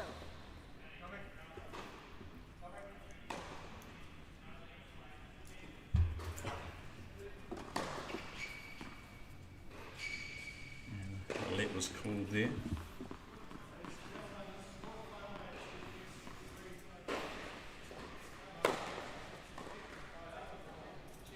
I didn't see space. I didn't see space. So we're talking about the scores. 14-15. And yes, that's what I thought. I caught it before at 30-15, and I don't know. Oh. I don't think a defining moment in the match at this stage, though. Game, Brown. But he gets to hold the serve, and they go to the ends with Brown on the board 2 now. 5 games to 2. Rye leads Brown here at the Wellington Tennis Centre.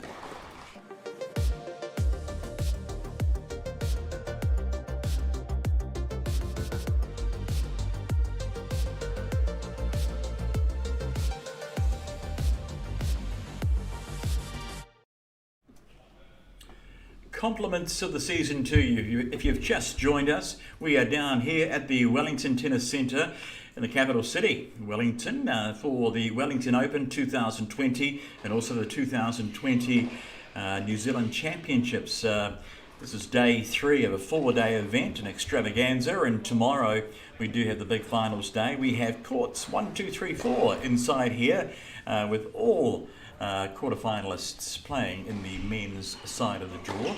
the game on camera today, we are showing you Ajeet, our number 1 seed, and he's taking on our number 8 fellow, Dan Brown, and it is pretty one-way traffic for Ajeet, 5 games to 2, and he is serving to take out the first set.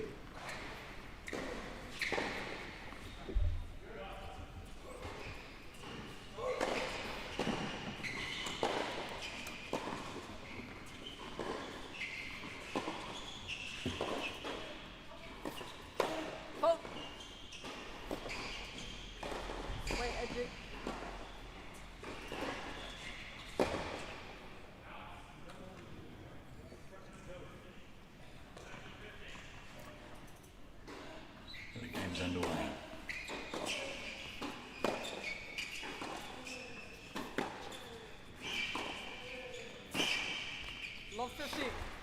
That's a good point from Dan. There's been a few times that he's got a bit of value for that backhand down the line, so I'm sure that he's noticed that and tried to use that as part of his game plan as the match goes on.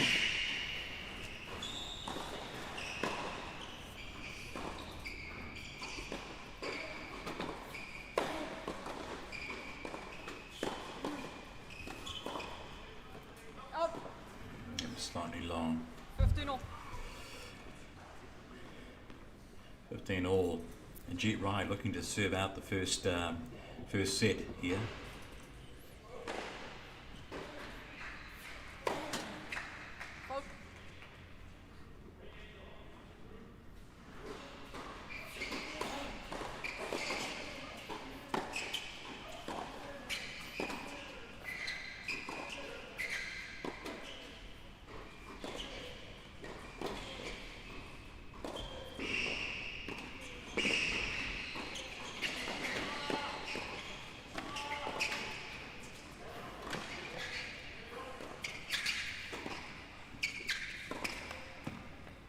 $30-15.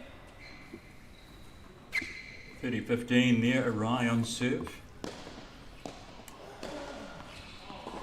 Trying to close out the first set here at the Wellington Open, New Zealand Championships.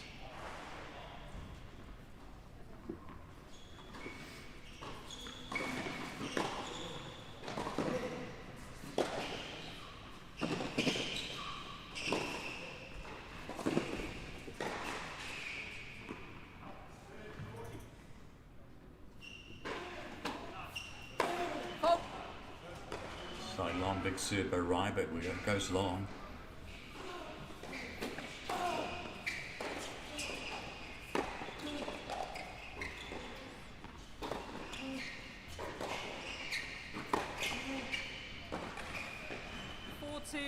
Just too strong, isn't he, with those forearm shots, running Dan Brown around, Mark Bullock? Yeah, no, absolutely. Ajeet's got a great forehand. Uses it really well, to dictate the points. Hitting corners, angles.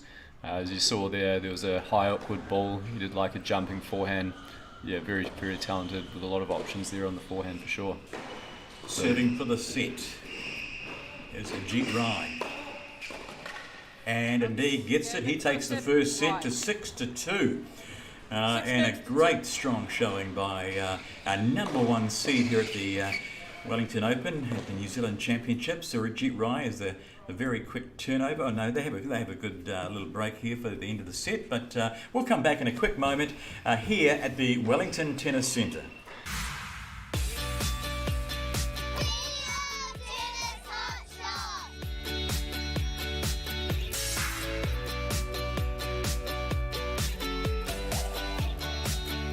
The stages red, orange and green are fantastic. It's much easier than playing with the old yellow ball. The children can now play at their own pace and gain that confidence.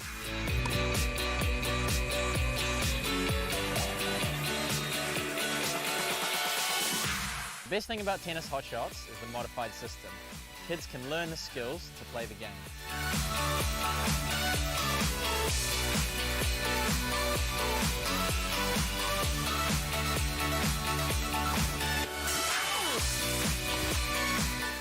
One of the really great things about the program is it's dynamic. Kids work together in pairs just like tennis, which allows me to roam around and work one-to-one with each girl.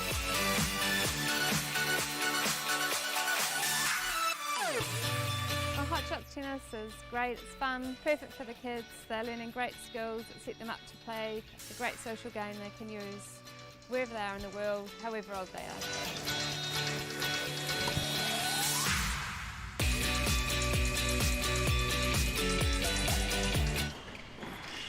We are back live with the men's quarter-final match. Dan Brown takes the first point of the second set, and on serve 15 to love against Ajeet Rai at top of the screen, our number 1 seed. It was our runner-up last year, Ajeet Rai, in the final here. And with Finn Tierney only playing doubles this weekend, and teaming up with Michael Venus later on this afternoon, I might add. It's good to have Michael in town and back from his overseas journeys. Had a few little question marks over his quarantine, and not in regards to his health, but maybe, you know, getting a chance to come back and play, which he, you know, I know that everyone wants to come back to this country at the moment, but he got back, and of course with a new child, with a baby. And congratulations to Michael Venus there on becoming a father for the first time. But it is Ajeet Rai in charge against Dan Brown.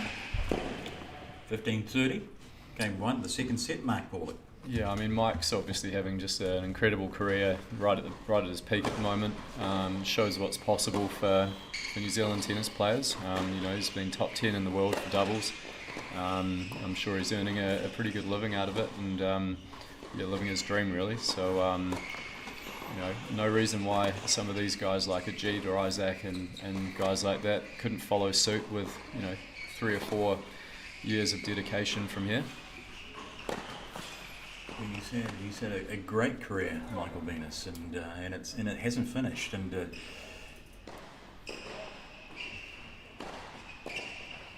I suppose you know, when we do, and we talk about this a lot, you know, getting back to normal, you know, it'll open up again for him. I'm certainly sure about that. Yeah, well, the great thing for the doubles players, they can extend their career for longer than the guys who are on the singles circuit. So I'm not exactly sure how old Mike is now, maybe 32, 33, but you know, you can see doubles players going right through to early 40s, and he certainly looks like he's in incredible, you know, physical shape. So I'm sure he's got another, you know, close to 10 years ahead of him. Yes, indeed. Not too much court to cover in the doubles, and let's say break point against Dan Brown. Nice serve though, great serve, good comeback, nice statement. Yeah, no, that's a big serve. I mean, that's Dan's strength there. So hopefully he's shaken off a few nerves in the first, and he can start making a lot more first serves like that in the set.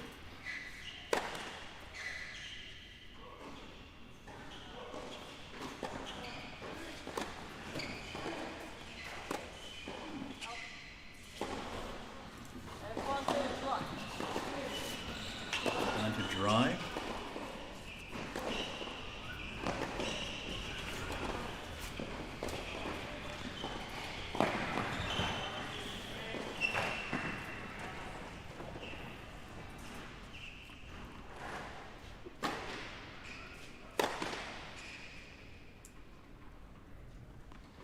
Rise sees a second serve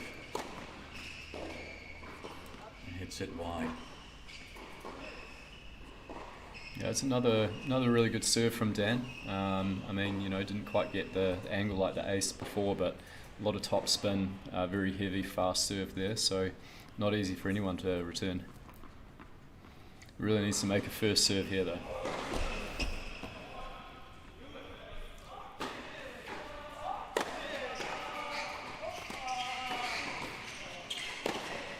Oh, nice shot. Great shot. Great shot. Thought Ajeet had done enough to win that point. Great return, very good approach. Yeah, Dan closed his eyes and hacked that one and went in.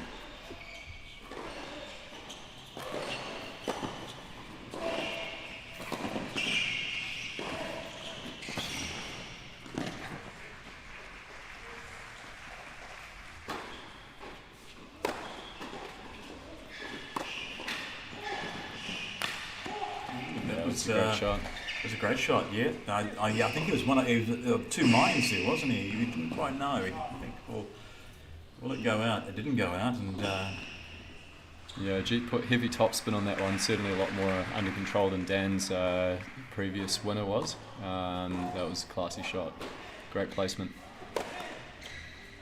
Back at juice.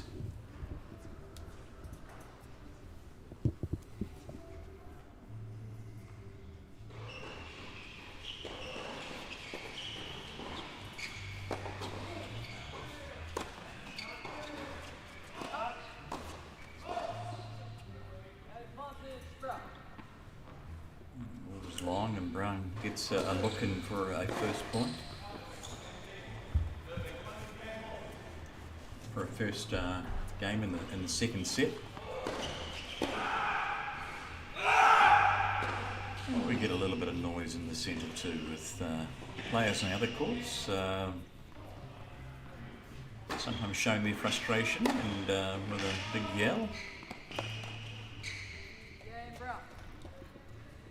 It was a good game from Dan there. I think it's got to be the formula for the rest of the set. You know, for him to have any chance, he's going to have to hold his serve every game through the set and try to take it right to, you know, either a tie break or that 5-all point where, with a little bit of luck, you never know, he might be able to snatch a set here. We're watching the men's quarter-final. We started the game off, it's the day off a few hours earlier with the women's quarter-finals, and after these games we had the women back on court and they're playing in the semi-finals, so a very quick turnaround for them. And we see both women and men's semi-finals, and then later on we see the semi-finals of the doubles for both men and women. And then hopefully by tomorrow we'll know exactly who will take part in the respective finals for finals day here at the Tennis Centre in Brooklyn.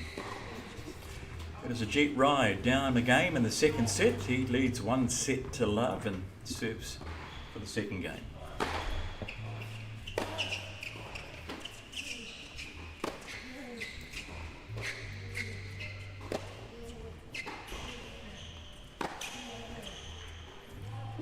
Dominance there.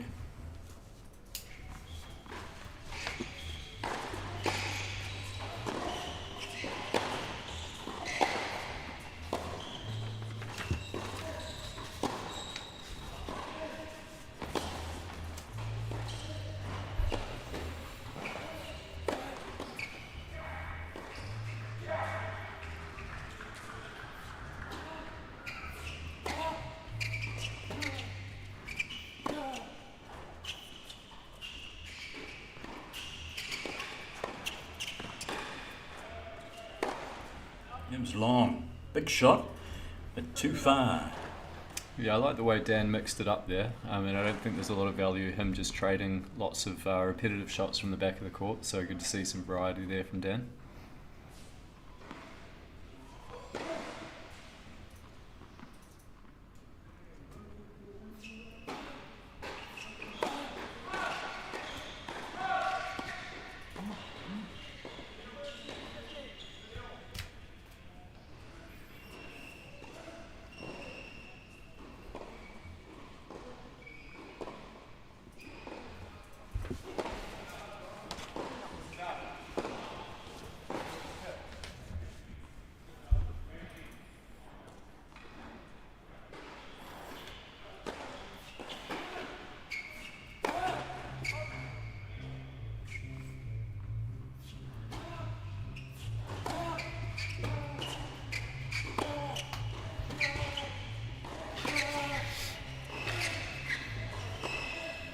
Those low balls catching Dan again, you know, that's certainly the main error that I'm seeing at the moment.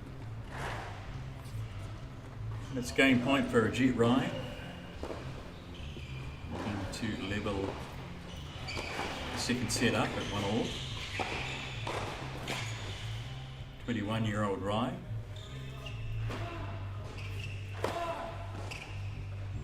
Good serve, and he does take the game, and it goes to 1-all now. Dan Brown, number 8 seed, is taking on Ajeet Rai, the number 1 seed in this 2020 Wellington Open, this 2020 New Zealand Championships. Of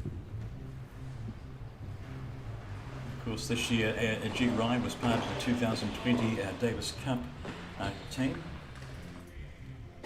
And he was a single and doubles runner-up at the Wellington Open New Zealand Championships last year.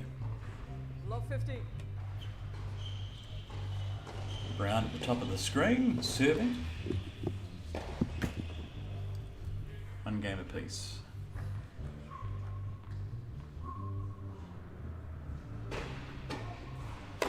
Oh.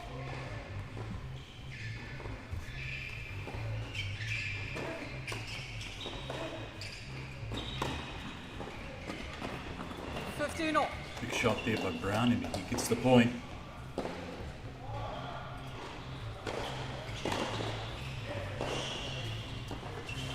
Yeah, again, that's Dan's best chance, winning the points, ending the points within 3 shots. He doesn't want to go much longer than that. Great serve. Starting to hit his spots a lot better in this set.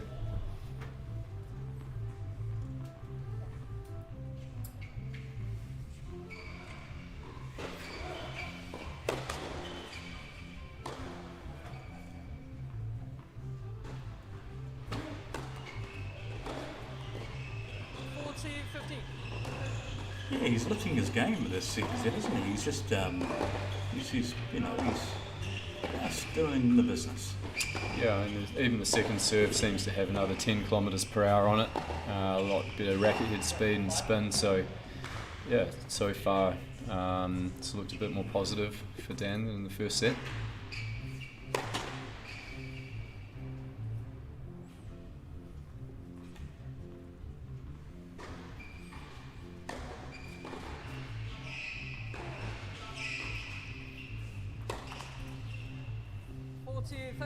That was the commentator's curse, really, wasn't it? You know, and then you give him the double fault. You know. Yeah, apologies, Dan. Still game point though for Dan Brown.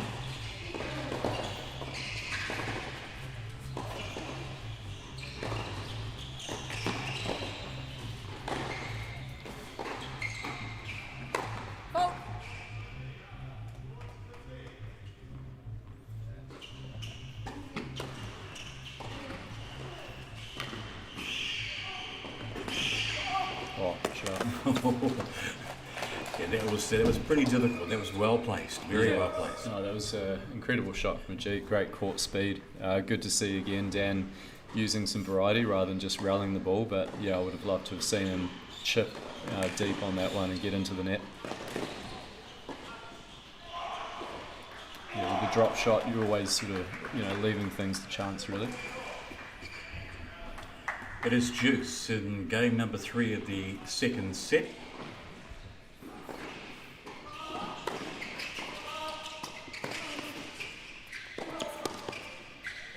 Yeah, well done, Dan. Maybe just too much of a frame over that net, isn't he? And when they come forward like that, it's a big wall to get past, isn't it? Yeah, no, it's good to see that he's starting to take the rally out of play. Smart tactically from Dan.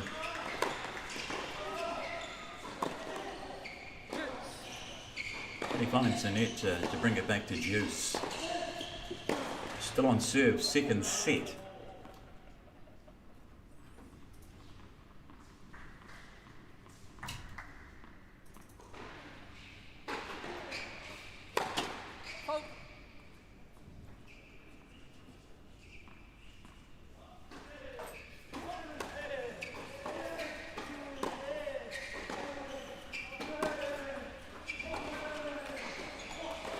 Nice play. Caught him off, him going the wrong way, didn't he, Ajeet? Yeah, no, did well there. Dan was expecting the cross-court rally, so good variety as well from Ajeet going behind him.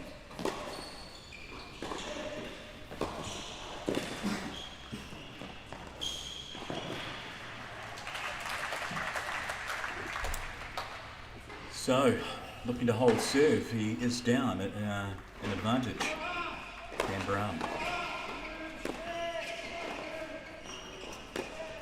And we have our first break in the second set. A little bit of frustration there from Dan Brown, and he doesn't hold the set. And we go to the ends with Ajeet Rai up 2-1, and comes back to serve in a quick second here at the Renouf.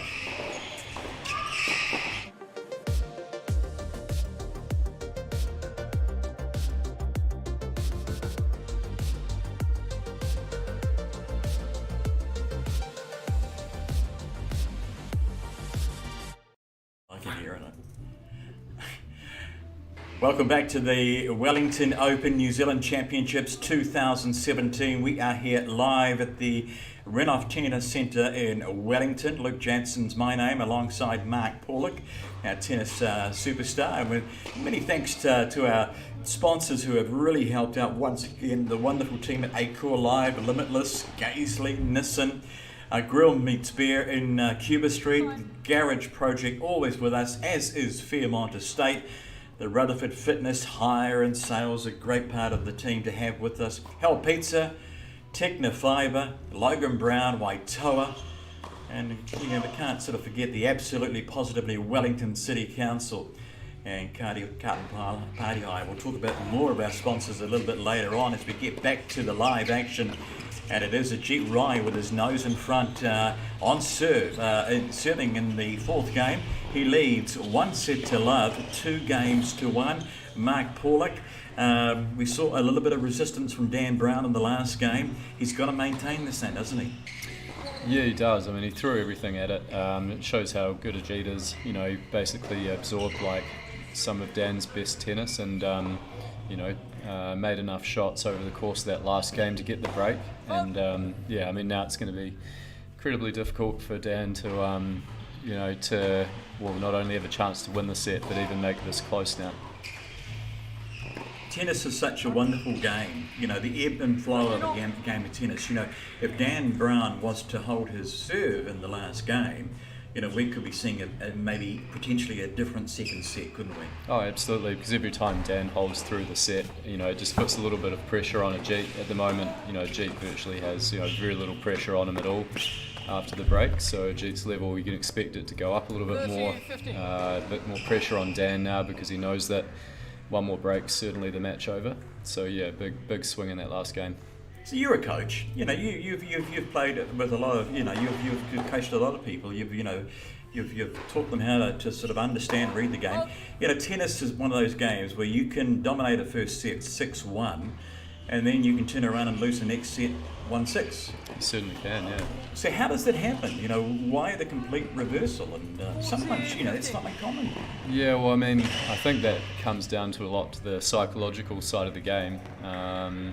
Which, it's hard to have, any real strong opinion in that regard because everyone that you coach has a different psychology and, there's different factors that as a coach you're not aware of in the lead up to events and all that can be impacting how people turn up on the day and all that sort of thing. So, I mean, as a coach I've learned to probably put my expertise more in the area of the tactics, technique and the fitness side, they're a lot more controllable, and then in a lot of ways kind of things are down to chance for that individual on the day to show up or not, and from a coach's point of view anyway. It only takes a player to drop their concentration 10% and the other one to lift theirs 10-20%, and you can get these massive swings in the matches. But you also get tension playing into that. Someone like Ajeet now is playing with very little tension. He's well up, whereas Dan's going to be a little bit tighter. So that's a huge part of it.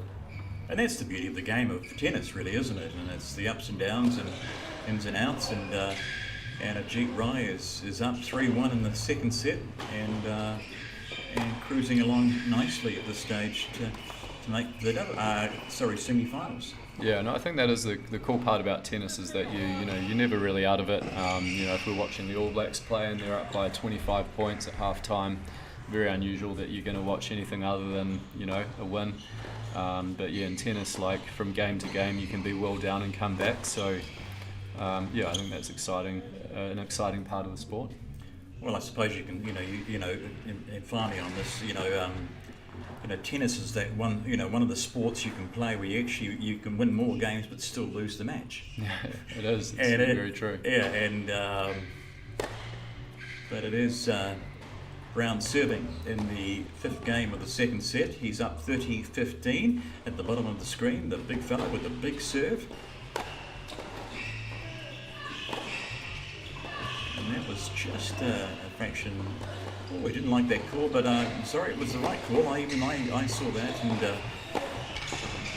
I suppose like the height of the man, he can see out of the net quite easily, and he makes his own judgments a lot of times.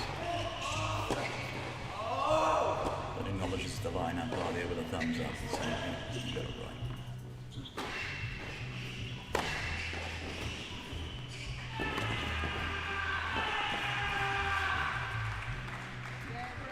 I heard in the background Finn Reynolds busting out a huge scream when he won a good point against Corbin Crowther. Looks like those guys, they've both got their hands on their knees now. They're having a very tough battle. It's pretty warm out there in that stadium, isn't it? And yeah. Yeah, it's the thing you get playing indoors, especially in summer. It's really humid in there, so the thing that we won't sort of see on the screen is how much these guys are sweating, and the grips will be a lot more slippery and that sort of thing. So there's a bit of a factor out there. As Dan Brown takes a toilet break, we have a change of ends. It is Ajeet on serve with a break up 3-2 in the 2nd set here at the Wellington Tennis Open.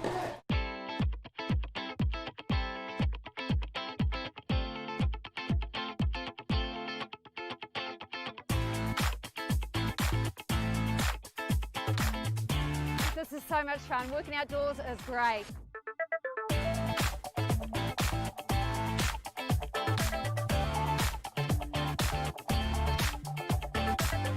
I don't even play tennis, it doesn't matter. My mum loves tennis though, and it's great to have something we can do together and then have a laugh about it afterwards.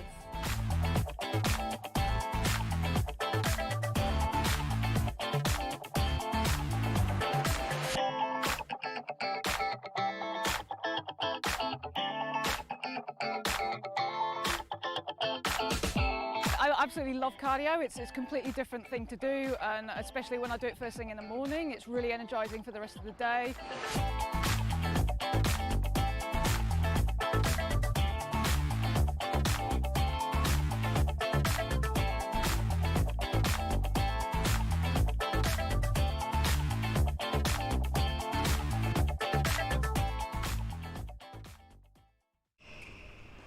We are here at the Wellington Renouf Centre for the 2020 Wellington Open. It's love 15. Ajeet serving the foreground against Dan Brown. And all to do for Dan Brown. Down a set, down a break in the 2nd set. And a cheeky little between the leg poke. Is that one of your favourite shots there? No, I have to say I don't try those too often. Don't try them at home. No, but yeah, good to see Dan going for that one. He really needed to win that point. Go love 30. You wouldn't recommend that with some of your training? I don't recommend it, but yeah, most of my students still do it. Yeah. 15 all in the 6th game. Ajeet serving against Dan Brown. Ajeet the number 1 seed, looking to go one step better this year after coming runner-up last year. And that goes wide. I was lucky enough to coach alongside Oni Parran, who's one of New Zealand's best ever tennis players. I coached with him for about 5 years, and the between the leg shots were absolutely forbidden, with the students. So I guess that's something that's kind of stuck with me. Yeah, you didn't see it back in those days very often, did you? Yeah. No, definitely not.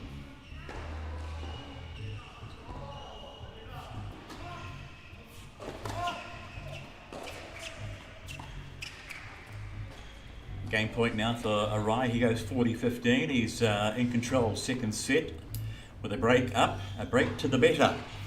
and after taking the first set over Dan Brown.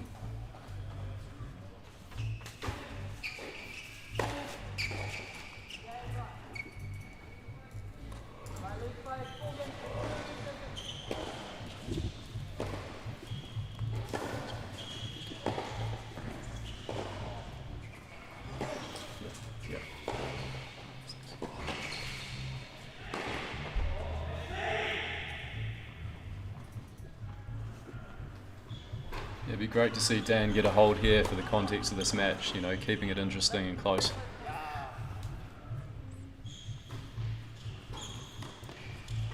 Yeah, like his other service game, the other one prior to this one, and you know, he competed very well. Yeah, if he can hold here, and then he just gets a little bit of luck in Ajeet's next service game. He was able to get a break and make it 4-all, holds again, then you know, you've got a game on. But yeah, if Dan loses this game, the match is virtually finished.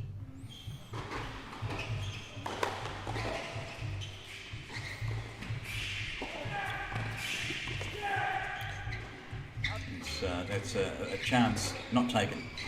Yeah, no, that was a bit unfortunate there. I'm sure Dan would like to play that point again and just hit more assertively. 15-all, 2-4. Brown behind in the second set, and also behind 1 set to love.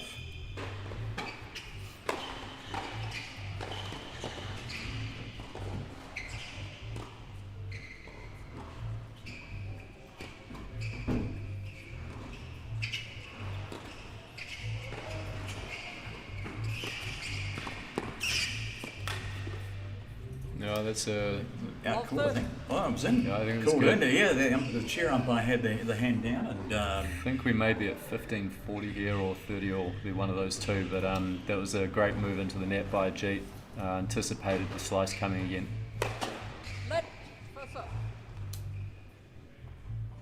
we'll soon find out after this this point.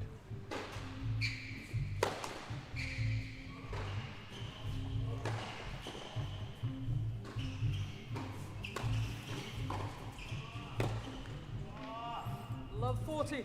It's that knee bend getting exposed again. He likes that backhand down the line because he got a bit of value for that in the first set, but he's tried it a few of the wrong times this set.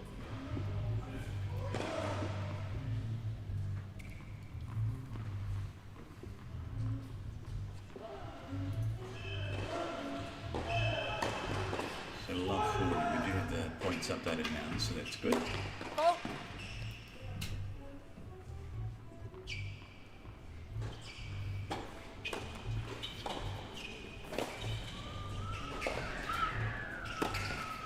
Right. And he finds the net, and that is Right leads by 5 games to 2, second set. the game to Rye. And by 1 set to He love. now races away to 5-2 in the second set. He leads 1 set to love in total control, and he comes back to serve for the match right after this break.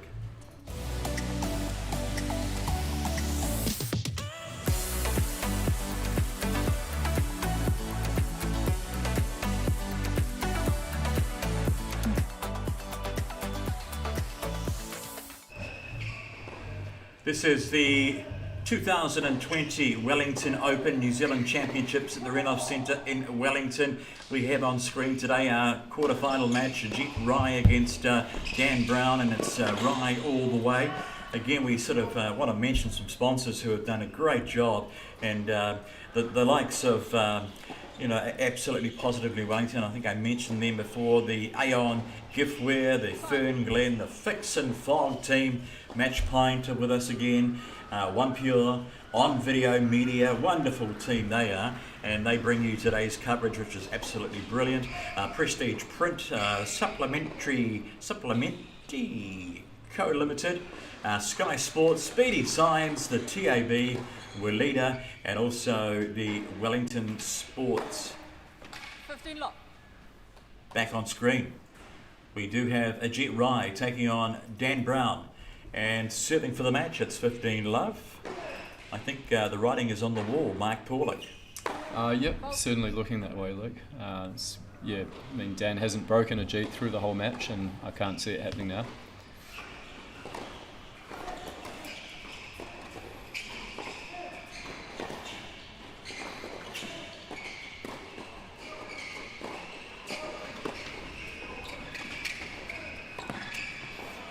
this would suit Ajeet Rai. Get this game over with. He's got another one today. Oh yeah, absolutely. He'll take a lot of confidence from this one here for sure, and keeps a little bit more energy in the tank as well than if this match was to be a lot closer.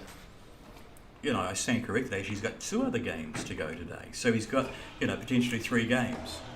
It's a big day for a tennis player. Yeah, that's a big day. Ajeet's extremely fit though, so yeah, as you say, like with this one not being a very long match, this won't take too much out of the tank. There was your between the legs shot that didn't work. Yeah. It's a hero or zero shot, that's for sure. Yeah. This coach alongside me would say, "Don't try this at home," but I say, "Go live on the edge." That's why I was never a good player. 40-50. And all of a sudden, we go to match point for Ajeet Rai. You've got there very quickly in that second set. There was a little resistance at the start of the second set.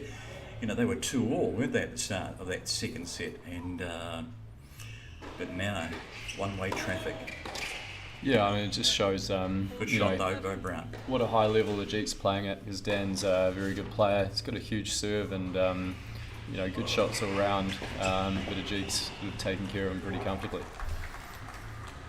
Still on game point.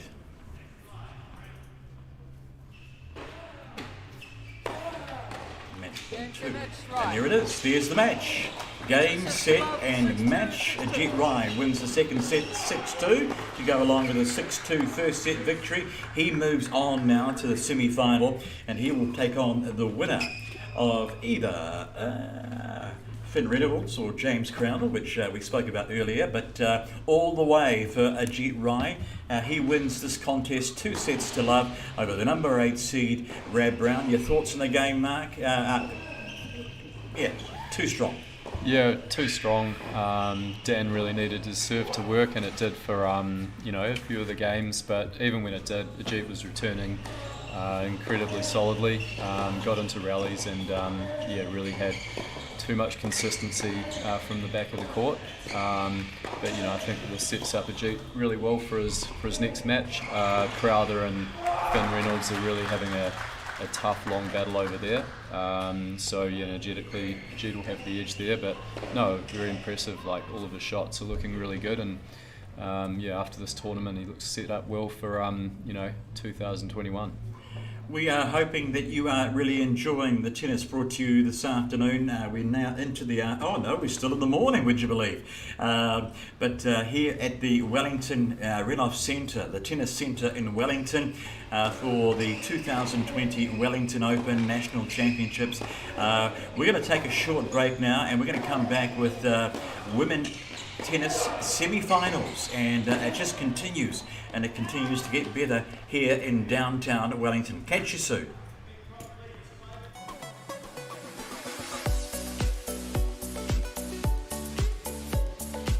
This program is a great way to introduce new players to tennis. It appeals to all kinds of people. I'm a complete beginner. It was a lot easier for me picking up with the softer balls. It just bounced off a lot easier, and I could actually play tennis.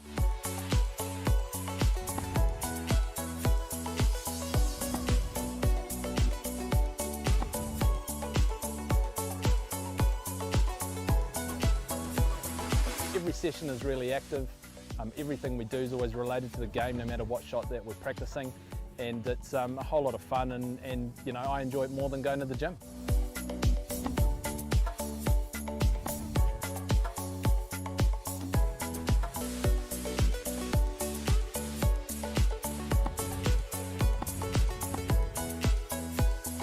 Using the slower balls and keeping the lesson simple keeps the players coming back each week because they are making progress and experiencing success.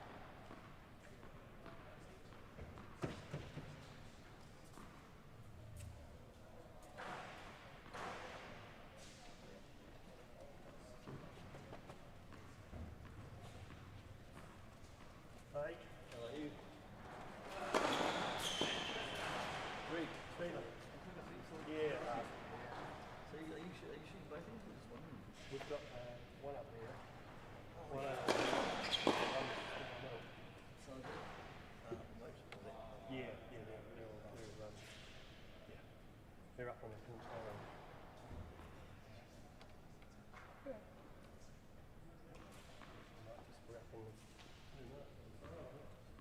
Last minute toilets.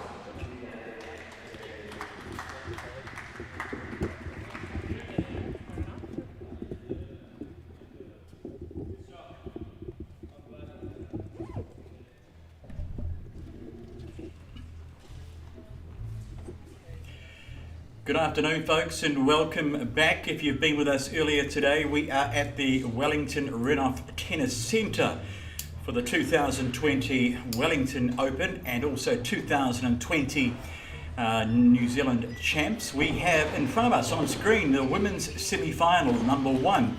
To get underway in a few moments' time, we have on the right-hand side of your screen our defending champion, Paige HOURIGAN, and up against Paige is the number 4th seed, Jade OTWAY. And so the form book is going to form at this stage. 1 plays 4, 2 plays 3, and we've got a really good afternoon in store for you here in Wellington.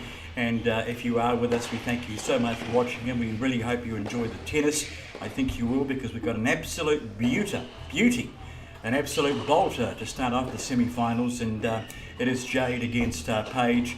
You know, the not so young versus the young, and it's like we had in the earlier game, it's the master against the apprentice, but both players are showing very good form.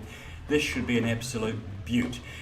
With me this afternoon for the next 2 games, we do have Dave Knight, a Wellington regional coach, and he works in conjunction with the wonderful team at Tennis Central here at the Renouf Centre. Dave, nice to have you here. Merry Christmas. Yeah, good afternoon, Luke. Merry Christmas to you as well. Looking forward to watching some good tennis here. We've got Jade fresh off the back of her junior title, which she won last week, and obviously against Paige, the defending senior champ.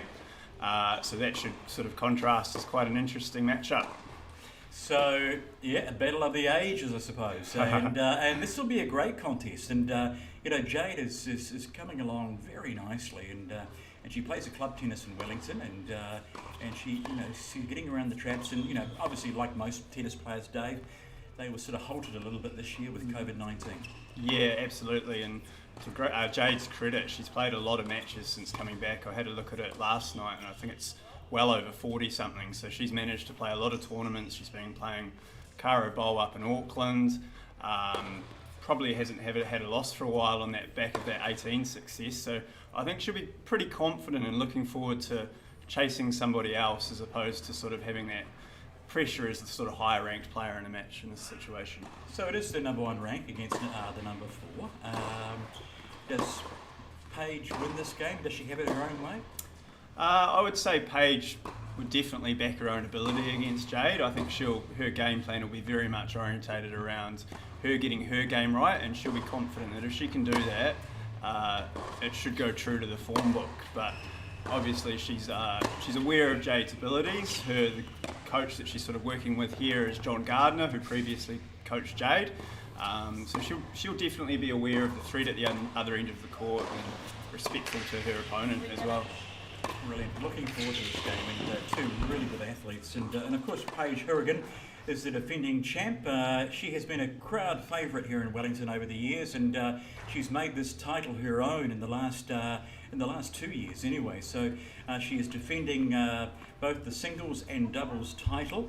And of course, as we mentioned earlier today, you know, they are playing for 2 titles, both the Wellington Open and the New Zealand Championship. So Paige, like she did last year, has the ability to try and walk off the court with no less than 4 trophies, which is a pretty decent haul for your cabinet, isn't it? Yeah, it's pretty significant. There hasn't been many opportunities to win trophies, obviously, this year. So for some of these top performing athletes, they might actually be peaking for an event like this more than what you'd usually see. So I'd actually expect the level of tennis from players like Paige to be perhaps even higher than what we've seen before, which I guess is exciting for everyone involved. Well, she's scoring points and some aren't. Yeah. Yeah. And I think her loyalty to the Wellington tournament it doesn't go unnoticed, does it? No, not at all. I think there's a few of the central players that have always played the Wellington Open and now the Nationals, as well as Paige, sort of the Ajeets, the Marcuses normally. Obviously, some challenges in doing so this year, but that means a lot. And I think Flo and Mel here especially, they put in a huge effort. So when the players rescind and really support something like this, it's a pretty cool thing, and it just adds to the whole event. So this is the first game in our women's semi-finals, and the next game, once that, which it shouldn't be too far away because there is an available court, that is going on between. It's Finn Reynolds and Corbin Crowther out there still battling it out. And so the other semi-final will be between Jade Lewis and also Vivian Yang, and that will be on court number 3. They're keeping them apart today. So, but yeah, that will be another good game too. And Jade Lewis, of course, from the Lewis family tennis fame, certainly does look like a Lewis, and she had a long game in her quarterfinal this morning, but still, you know, I was surprised to see the score was set at 6-1-3, and so whilst it did, you know, obviously most of the points went to basically juice and then advantage, and it was a long game, but still quite a comfortable winner. She's up against another top junior, Vivian Yang. She'll be a tough ask for Jade. Yeah, absolutely. Vivian will have a lot of confidence from taking out Kelly Southwood this morning, who's obviously was in the Fed Cup team that played in the event here this year as well. I can see them actually, they've just gone on to court 4, so maybe hoping to start on another court with that elongated men's match going on. But yeah, again, I guess Jade this morning must have won those big pressure points despite the scoreline, and yeah, it's a different environment to what they had yesterday shifting indoors, so that can change things a bit for some players as well. I briefly spoke to Paige yesterday, and she was very much looking forward to the shift and getting away from the Wellington Northerlies. So, and she found these courts to be, she thought they were a wee bit faster than outside. So that suits her game. Yeah, I think she's a pretty physical, aggressive player, and she'll be looking to sort of open up the court pretty quickly. So as we said, it's 1 versus 4 and 2 versus 3. Both games today are playing for that place in the final tomorrow, the women's singles final. Of course, Sunday Fun Day, we call it, is the big finals day, and we're looking forward to having both men's and women's doubles starting off the day at around 11 o'clock, 11:30 tomorrow morning, and then concluding with the women's singles and men's singles to wrap up once again what's turning out to be a pretty successful Wellington New Zealand champ weekend or week before Christmas. Always a busy time, Dave. You're on a plane later on today. Yeah, I'm actually flying out to the 14s Nationals sort of this evening, so looking after a few players down there, both whom I coach, and I think you had Mark here this morning, so I'm looking after a couple of his kids for him as well, and 1 or 2 others, so that'll be an exciting time for those kids, and hopefully we can hold them all together for a few days towards the end of the year. But yeah, looking forward to that very much. Almost set for a start now in semi-final number 1. In a moment, Dave, I'm going to release you from the chair just for a moment, because a certain Grant Elliott has come into the studio, and you know, he'll take the chair for a couple of games to explain us exactly how well our teams today are working in regarding to bringing this event to you. But the game is on now. The number 1 seed, Paige HOURIGAN, she's up against Jade OTWAY, the number 4. Paige, of course, at the bottom of your screen, is serving in the first match.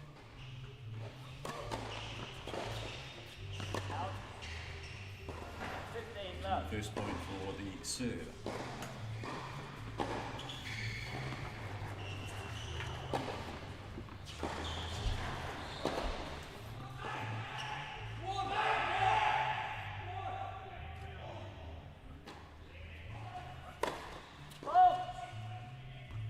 It's a bit long, that serve.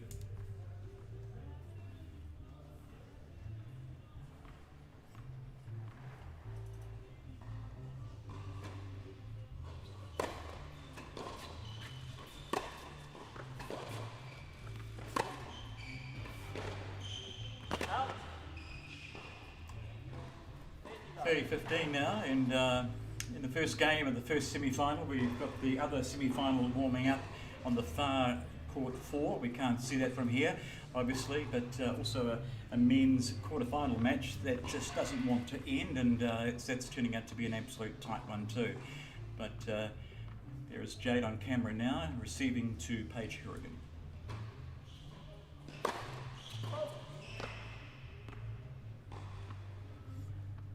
Fault call there. So Dave, where's the strength for OTWAY today? What can she bring to upset this young lady in front of us?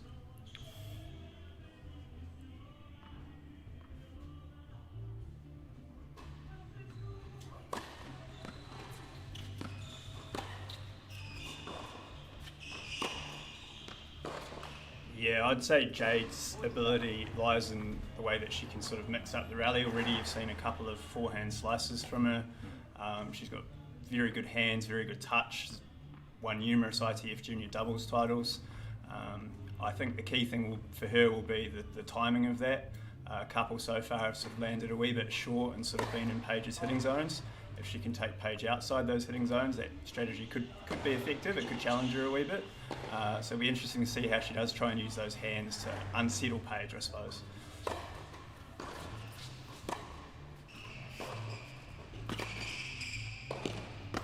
And it is Paige HOURIGAN holding the game number 1 and holding her serve.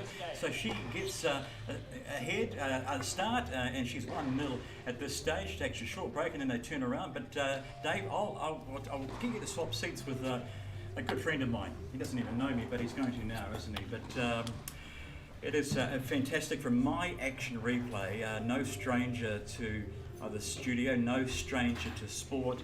You know, he is almost a Kiwi. I think we can complain. He is apparently Grant, you still have a little bit of an accent there, but it's lovely. Grant Elliott with us today from My Action Replay. Grant, as a cricket player, ex-cricket player, you like the tennis?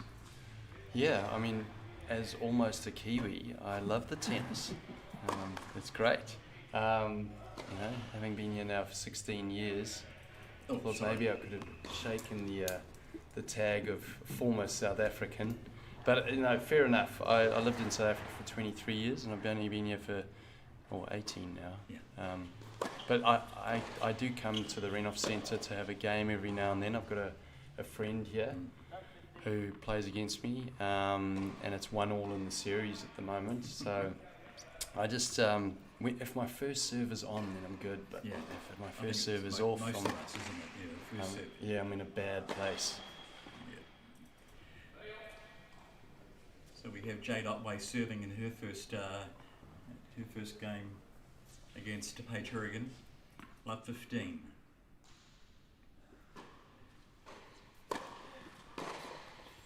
Just watching for the brief moment that I have been, the quality of tennis is great, and as you mentioned, we're sort of involved in the streaming side of it, so on video media, and I'm more on the My Action Replay side, where they're using a lot of our tech, where we try and look at streaming grassroots sport. This is a sort of like a level up from what we normally do, and it's just great to see how it comes together, but also to give people exposure, or athletes exposure, and we've got some great stories about it. We've had parents who are in hospital and unable to see their children play, and we've also got, on a grand scale, we've got county cricket teams where we have multi-camera operations going, where it just requires one person to be doing the mixing between it. So really good to be able to give coverage to all these different sports around the world now, thanks to the digital era. Yeah. But as you see in this game, and you'll see it throughout this match, that the camera angles are quite varied. But there's not a lot of camera people out there in the audience that you can see. No, it's great. I mean, this rally now that we're watching, the ability to get all those different angles, and without manned cameras, it obviously makes it a scalable solution. And I think the cool thing is you could come to the Renouf Centre here and you could say, I want to stream my game. So you and I could get on the court, and it'd be ugly, I'm sure, but we could stream it and have a laugh afterwards, and have your mates and your family to log in and go and have a look at it on YouTube. You could, sort of apply some imitation background ambience that they do for the football matches in the UK these days, but in a way you could sound like, you could be like a star. Still break point, HOURIGAN looking to get the ascendancy early on in this match.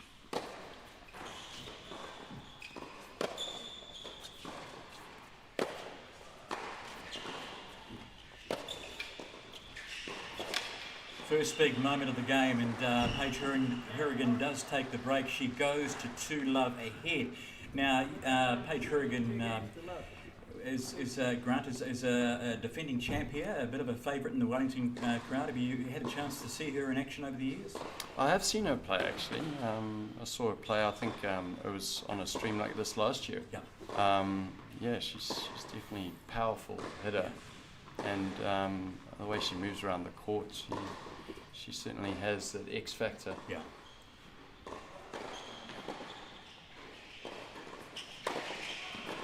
Also the number one in the country as well, and she's having a great run with it, and deserving so. Yeah, well, as I know, it's a tough surface to play on. The Renouf. It's a bounce. It's a little bit like Eden Park. Recently. Like you're finding excuses about your game. Fast and bouncy, yeah. Well, Dave Knight's in the studio with us. He can help you out in your game later on if you so wish. Yeah, I'll need help on my game and also my tennis jargon. I'm sure there's some people listening that'll be cringing. Thinking this guy knows nothing about tennis.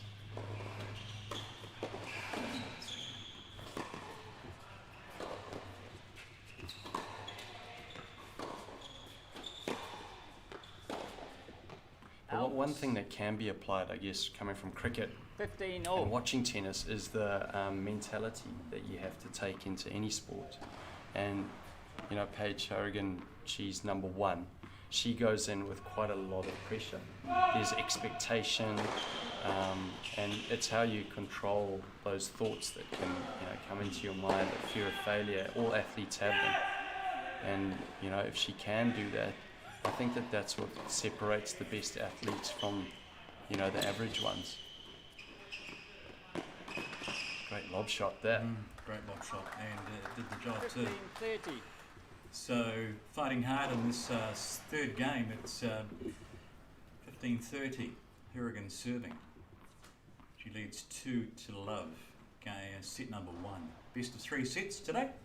Not a long 5-setter, Grant, that you're probably used to, and it's it'll hopefully go the distance. I'm sure it probably will.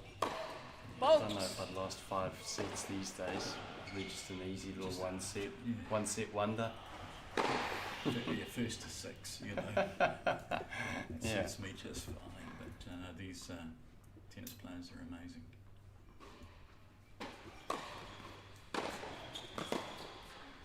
Going back to that mentality, I also think that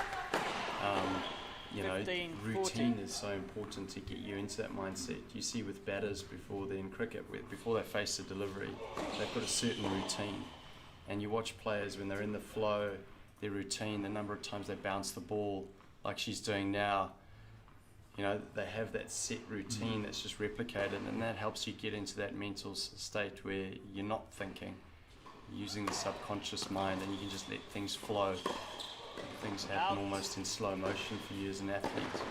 All the training, all the hard work that you've put in, just starts coming naturally to you at that moment. And a little bit of sort of concern about the calls on behalf of Paige HOURIGAN, but they go to the break, and she has her serve broken, but at the end of the day, it's Paige HOURIGAN 2-1 ahead of Jade. Back in a moment.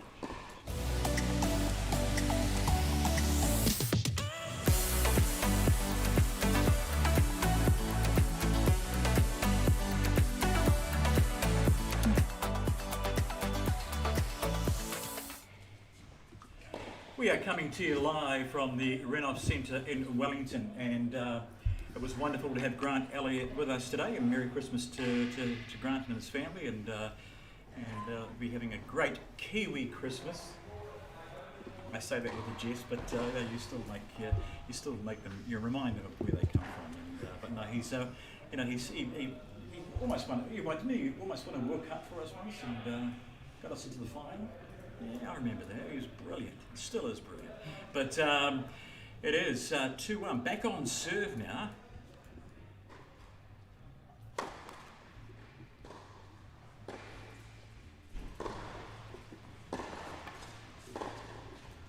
We might have the ball kicked into the finals day tomorrow, and have to collect them themselves.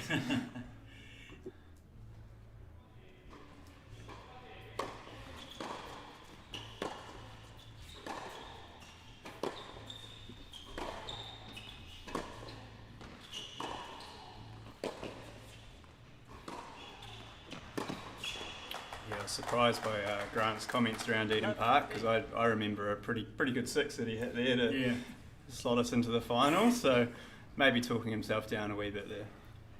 But it's a great stadium to play at, but maybe there is a track but they've certainly got a few pitches up there, I think.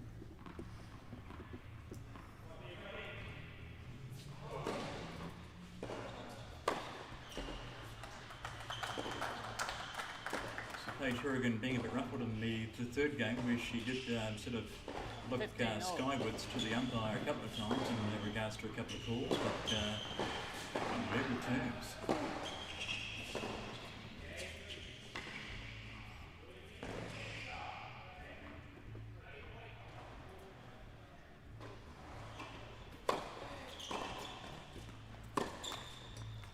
Yeah, back on serve here, and I think that'll be a really key thing for Jade as well today. At the Junior Nationals in that final, her first serve was going very well, and that will need to happen again if she's to have any chance against Paige.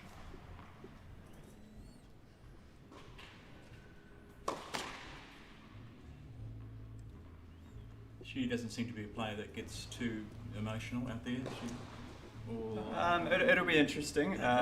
Yeah, she's. Maybe I haven't come across it yet, but yeah. It's a pressure environment, and it can bring out all sorts of things in all players, I suppose. Big second serve there from Jade. Paige was not anticipating something like that, but brave, and I think that's probably what she needs to be today. She needs to be brave, she needs to go for her shots, and it might not work all the time, but if she's going to beat someone of Paige's calibre, then that's what she's got to bring to the table.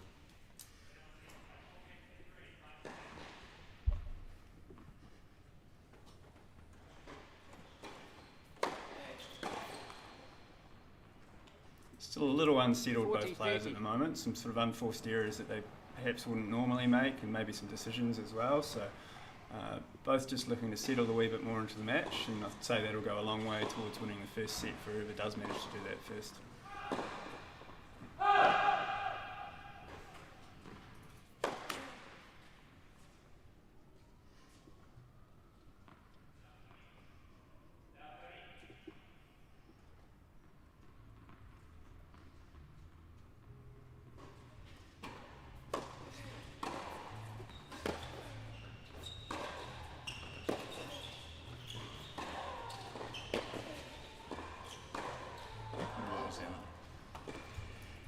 Game. It's the game. Jade OTWAY 2-2. It's set number one in the first of two semi-final matches, and it really is a good contest. Jade coming back into the game. Jade OTWAY back in the game, down 2 love at one stage, but now it's the key is for HOURIGAN to get back with some control on her serve and maintain that sort of.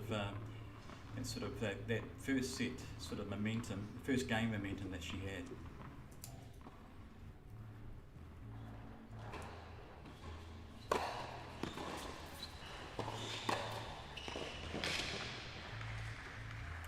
Good powerful shot there.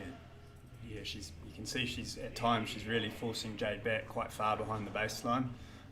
It's not an area of the court that Jade will be wanting to spend too much time in this match, because if Paige does find her rhythm, obviously the angles open up and it will be a pretty hard zone to consistently defend from.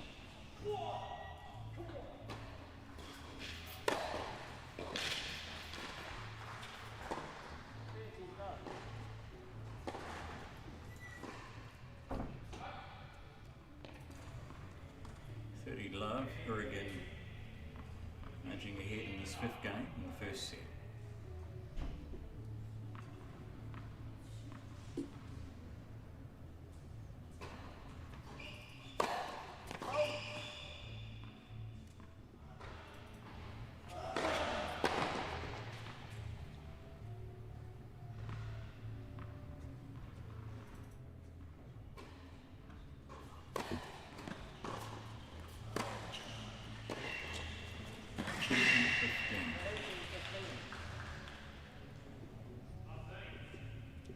Couple of early unforced back-end errors from Paige. It'll be interesting to see if Jade's picked up on that and whether she looks to sort of pressure that wing a little more.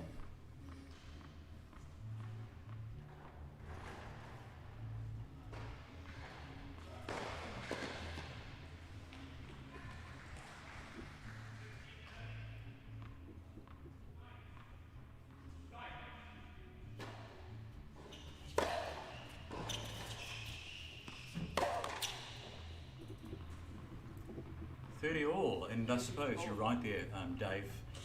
These players, they know enough about each other, and they know their strengths, they know their weaknesses, and they look to revisit them and exploit.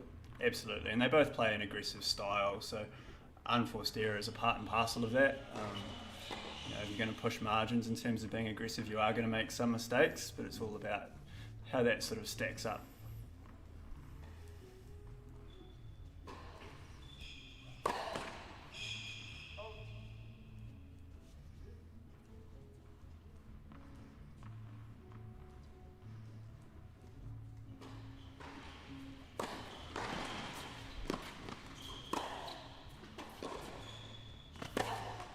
Quite often in coaching you'll talk about a player's aggressive ratio, so you'll look at the winners and forced errors they're producing and sort of deduct the unforced errors or mistakes that they're making, and that'll sort of give you a good indicator of I guess the risks they're playing with and whether it's worthwhile and how that sort of ratio is stacking up in a certain situation. Once again, OTWAY looking to break the serve of Paige HOURIGAN.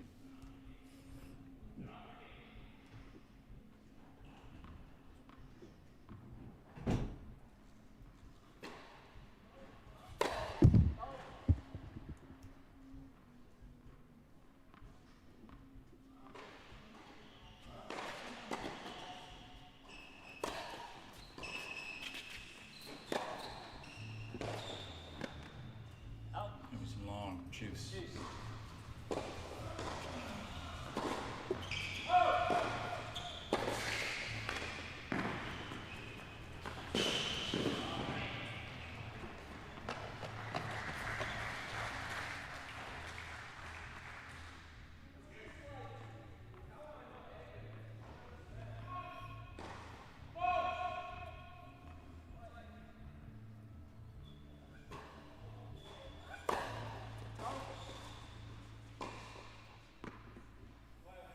Again, a question mark from Paige HOURIGAN. To the umpire.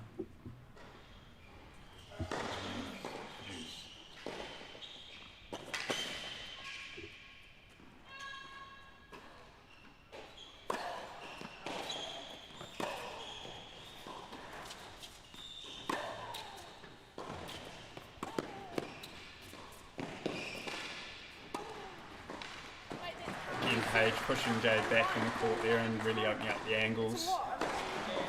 Still obviously a little bit unsettled. So hopefully this point will go a long way for helping her with that. Yeah.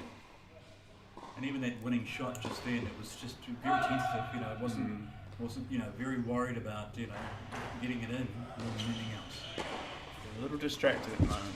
Sort of looking elsewhere. The calls are perhaps sticking in her head, and that's where the routines that Grant talked about will come into play.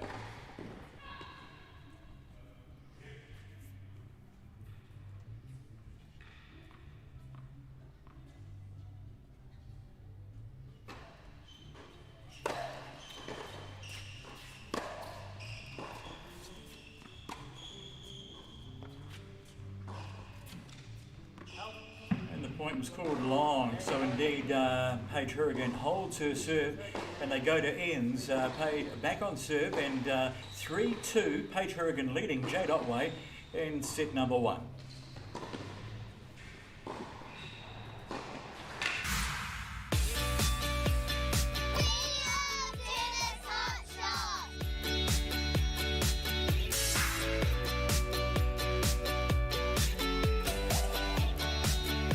The stages red, orange and green are fantastic. It's much easier than playing with the old yellow ball. The children can now play at their own pace and gain that confidence.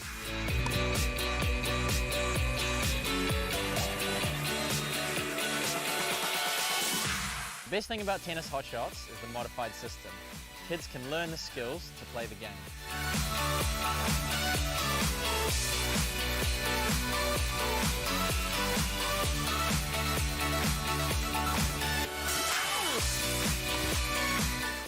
One of the really great things about the program is it's dynamic. Kids work together in pairs just like tennis, which allows me to roam around and work one-to-one with each kid. We are live at the Renouf Tennis Centre in Wellington, the 2020 Wellington Open New Zealand champions. It's semi-final number 1, where Paige HOURIGAN receiving to Jade OTWAY serve.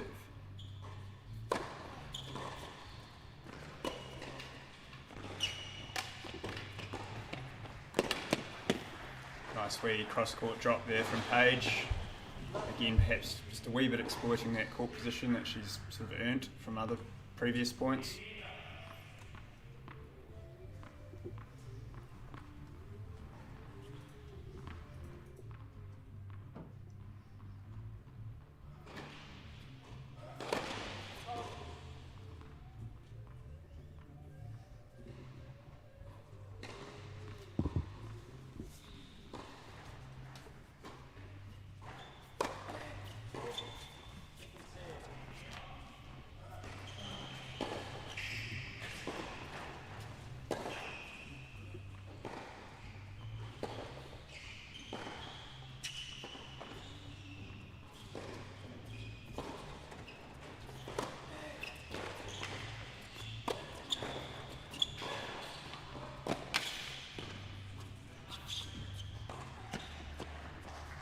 Strong point there by Paige HOURIGAN, 30 love in game number 6, and Jade OTWAY there on camera. Of course, you know, she's been around for a few years now and playing very good tennis. It's I think we start to forget every now and again that she's only still just 17 years old, and what a future she does have in tennis. And you know, Paige HOURIGAN is you know, just 23.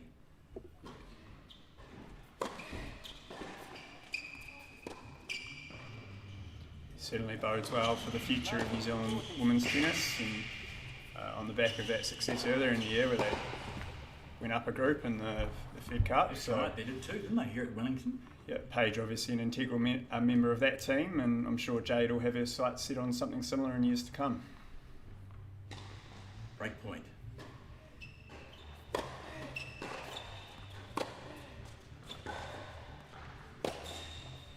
And it goes along, and Paige HOURIGAN now regains that 2-game buffer that she had right at the start of the contest, and breaks Jade OTWAY's serve to go 4-2 ahead. It is the number 1 seed taking on the number 4 seed. You sometimes can see on shot the game, the action at the other end of the court, the Renouf Centre here in Wellington.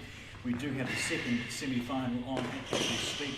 It is Vivian Yang up against Jade Lewis, the 3rd and 2nd seeds respectively. Paige HOURIGAN to serve to take a 5-2 lead.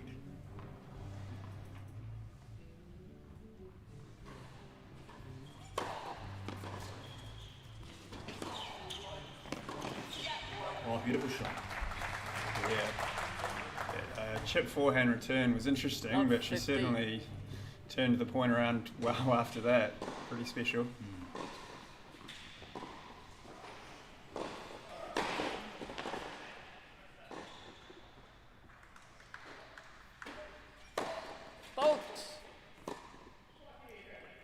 It was caught a little bit long. OTWAY gets a second look.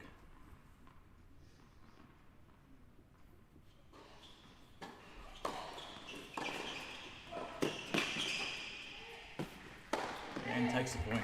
Yeah, great return there from Jade. She's quite compact on that backhand wing, so can return very well and just managed to control that up the line and take charge. Jade OTWAY looking for an immediate response to being broken a game before. She's up love 30. HOURIGAN down love 30. 4-2 again.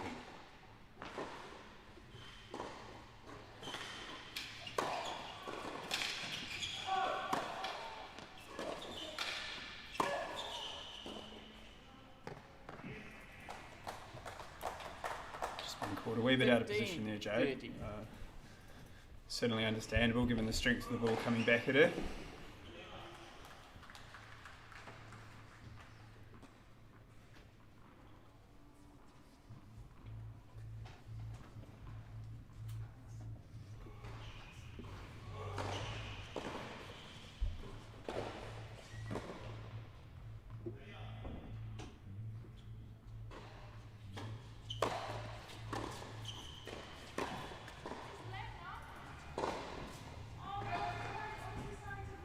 Paige Hourigan asked the question again, the 15, umpire. 40. I'm not too sure what she was asking for, but she is down break point now, and sort of talking away there, and a chance for Jade Otway to break back immediately to get it back on serve.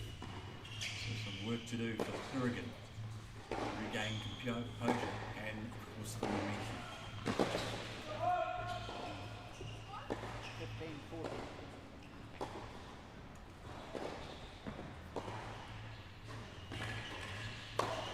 Fault.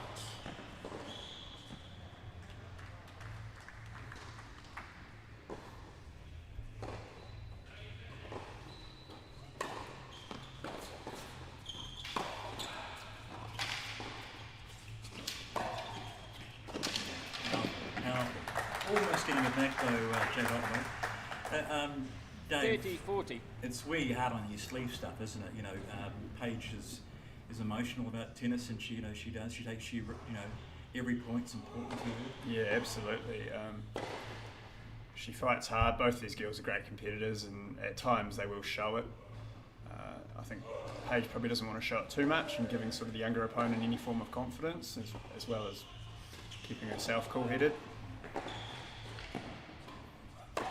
Fault. She's having some problems with the service game, isn't she? Yeah, both girls still probably finding some rhythm there.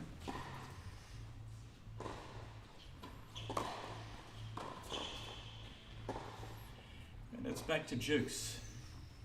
Juice. Yeah, I'd say Jade would be pretty disappointed at that. She's sort of very tentative of those big points. Like we sort of said before, I'd really like to see her being quite brave and looking to take those opportunities. But even if that ball goes in, it's sort of putting the point on Paige's racket and maybe depending on her fluffing something. So let's see what she does in the next couple.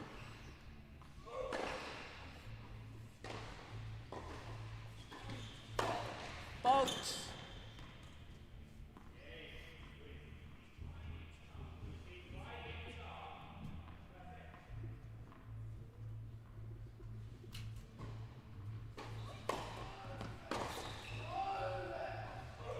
And the racket aloft for Jade Otway knew she could have done better with that, and it's advantage server now, and Paige Hourigan looking to take it to a 5-2 lead in the first set of the semi-final.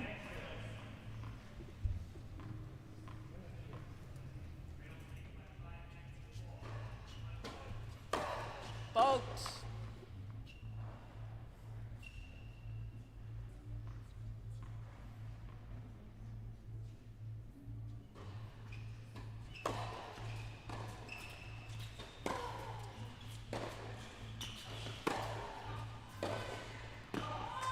Goes wide, and it goes to 5-2 now.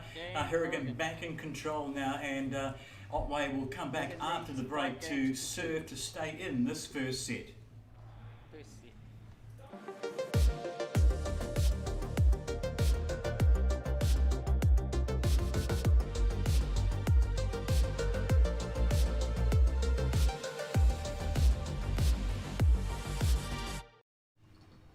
Nice to have you along today, live for the Wellington Open New Zealand Championships 2020 instalment. We are watching the first of two semi-finals. It is the number 1 seed, Paige Hourigan, against the number 4 seed, Jade Otway. Otway, one time from the South Island, and now plays a lot of her tennis in Wellington, and of course Paige Hourigan also part of the Tennis Central franchise as well, so local to a degree. And it is the number 1 seed, the New Zealand number 1, 5 games to 2, better against Otway. And Otway, like we said before the break, is now serving to stay in this first set. Dave Knight, can she do it? Well, she's certainly got it all in front of her now. But like I said, she can serve very well. I'd say the challenge for Jade, just by the looks of those last few points, she's lost a wee bit of confidence in her forehand, which was particularly strong at the 18s, and she looked like she was hitting it really well in that final. So I'd say that finding that confidence again will be pretty key as well.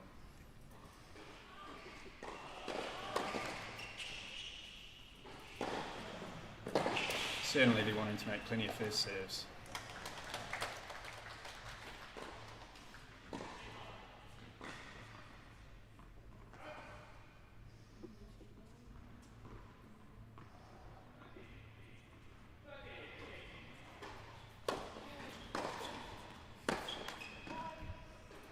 She goes behind early in this 7th, 8th game. Jade now the one a little bit unsettled, and just needs to take her time here and just rethink things. Jade.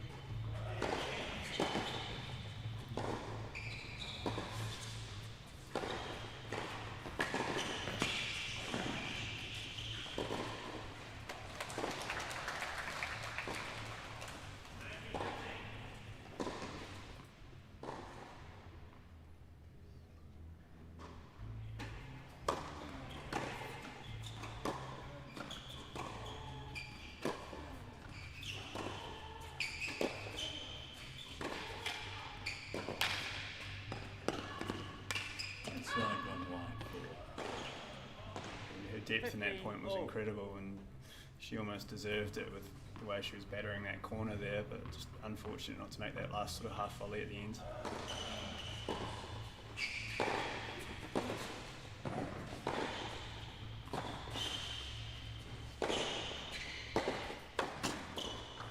Fault.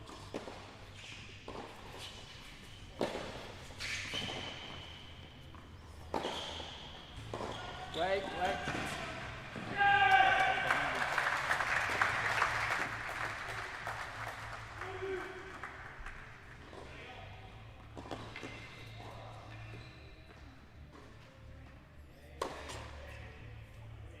Double fault, not very happy is Jade Otway, and understandably so.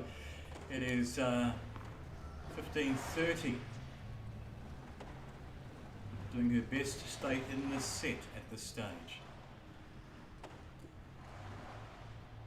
Two Wellington regional players in one semi-final on the far courts that you can't see at the moment. It is the battle for Auckland honours with Jade Lewis and also Vivian competing against each other to see who plays the winner of this game in the final tomorrow. Paige HOURIGAN finds the net, 30 all.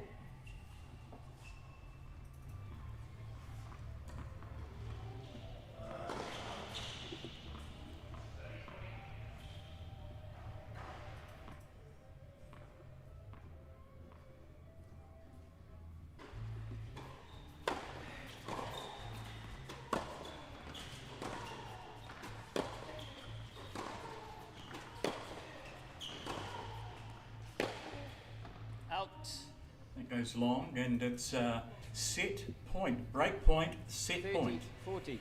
The longer these rallies go, Dave, would you suggest that it's playing more into Paige's hands than Jade's? Yeah, well, Paige is such a physical player. She spends a lot of time in the gym, and obviously a little more developed than Jade. So, having said that, Jade's made big improvements in her own fitness. So. It will be interesting, but indoors again it's very hot, so they'll be working hard on those longer points.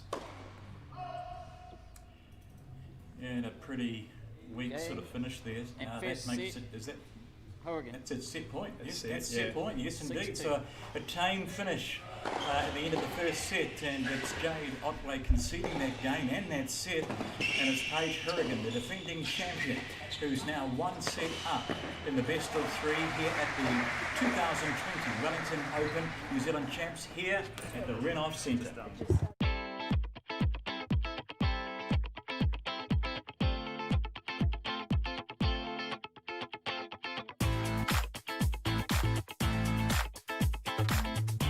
This is so much fun. Working outdoors is great.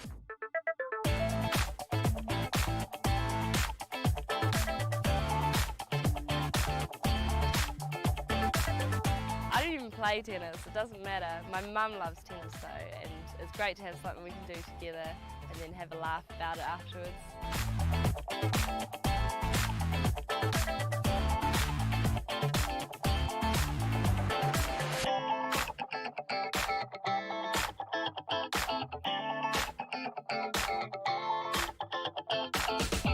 I absolutely love cardio. It's a completely different thing to do, and especially when I do it first thing in the morning, it's really energizing for the rest of the day.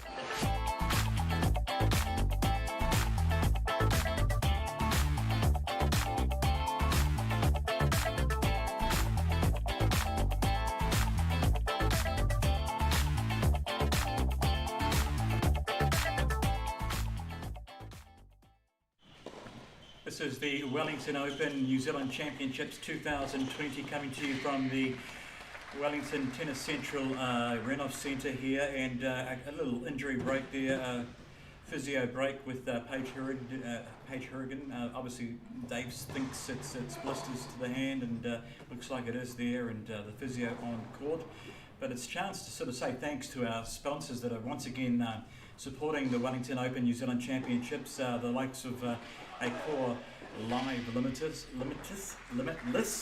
Gagely Nissan, Grill Meets Beer, Garage Project RO Street there, always with us as our Fairmont Estate, the Rutherford Fitness Hire and Sales Team, Hell Pizzas, Logan Brown, Technofibre, lovely to have you here folks, Waitoa, the Social Club at Waitoa, the Absolutely Positively Wellington City Council. Haven't heard that for a long time. Absolutely Positively. You can't beat Wellington on a great day, and it's not a bad, great day. I think summer's finally come, Dave, to Wellington.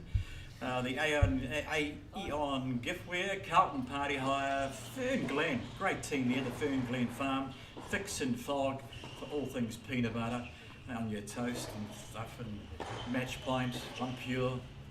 Wonderful team. I've got to say the wonderful team on Video Media. If I don't, they'll throw something at me at the moment. And Prestige Print, they're always good to have on side. Sky Sports, Speed Signs, Supplement Co, the TAB, Will Leader, and the Wellington Sports Med team. They're obviously here with us today, looking after the players that do sometimes struggle a little bit. We're back on song. Second set.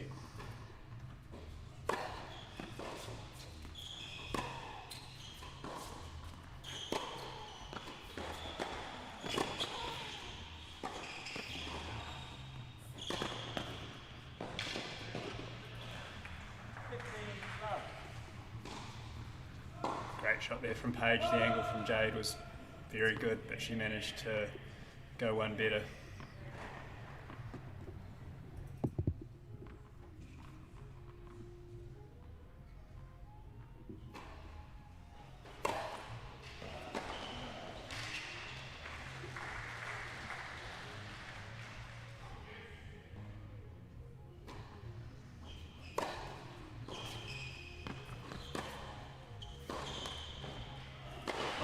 Absolutely love to Paige HOURIGAN in the second set, of course taking the first set 6-2. I'm sure Jade would love a few more of those, or to have those down the line forehands again. She's missed a few of those when the court's relatively open, so she'd be a little disappointed in that.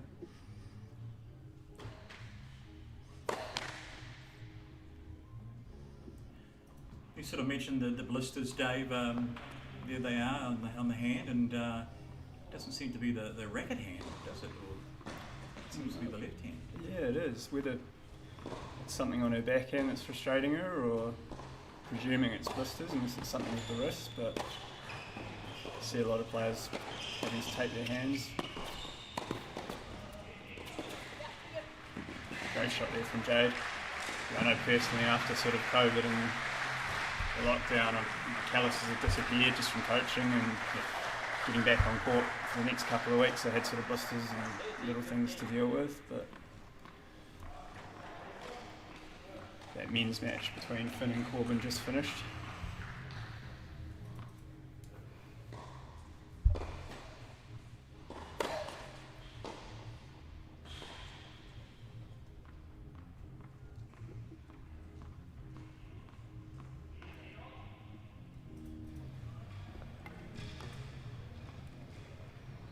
Paige HOURIGAN back in control in this game, it seems, leading 30-15 in the first game of the second set, best of three.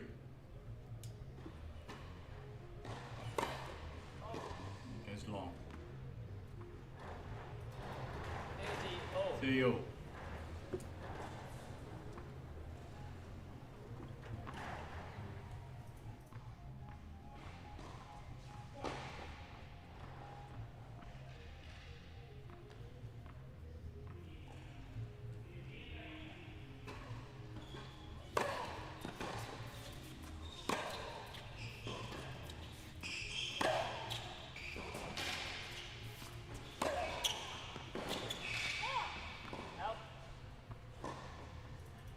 Game point for HOURIGAN, leading 40-30. No more words for word. The hands seem to be all okay at this stage, not affecting her game too much, Dave. No. She settled pretty well after those early few games.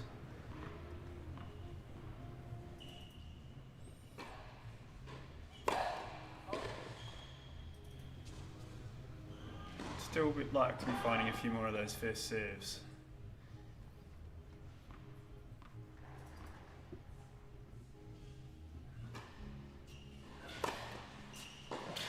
There's one on her second serve. And she takes the game. It's 1-2 love in the second set of the three-set contest. It is Paige HOURIGAN leading Jade OTWAY in the first of two semi-finals.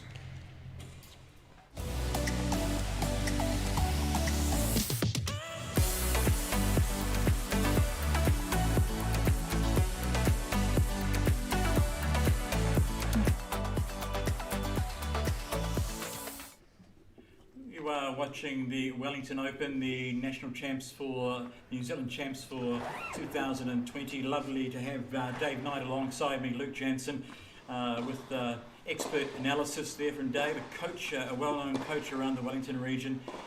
Has sort of watched these players progress over the many years. Well, not many years. You're still a young fella yourself, Dave, and but he's watching with interest the development of these players. Jade OTWAY is behind in this game so far.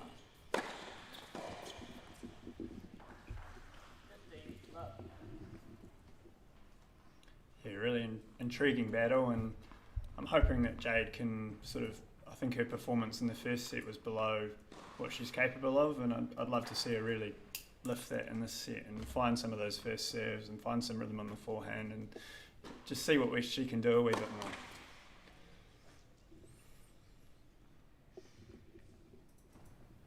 You mentioned those sponsors before, though, Coach. You had a couple of players that pretty much play the tournament for some of those sponsor packs that they get given at the start. They're pretty happy with the Fix and Fog peanut butter and taking in the whole experience.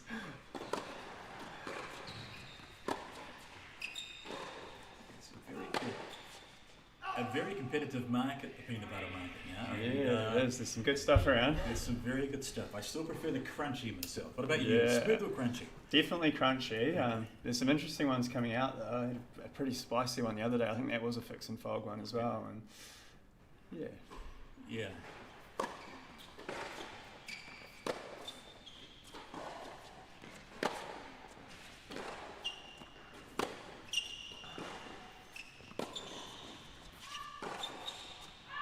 Went wide and long for HOURIGAN. Yes, the Fix and Fog. I think my daughter had a spread that she said almost everything's on there, and makes sure everything. And it was incredibly tasty. It was beautiful. Yeah, I think I've had that one as well. It's full of seeds. Yeah, very healthy food. We like to think so. 30-15. Second game, second set. Jade finds that first serve that we know she's capable of. 14-15.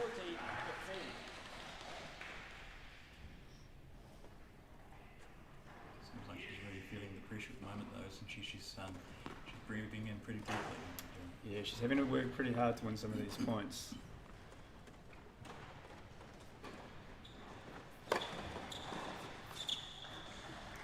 That'll give her some confidence going forward. A couple of good first serves there, and I think if she can keep finding those, she could push Paige.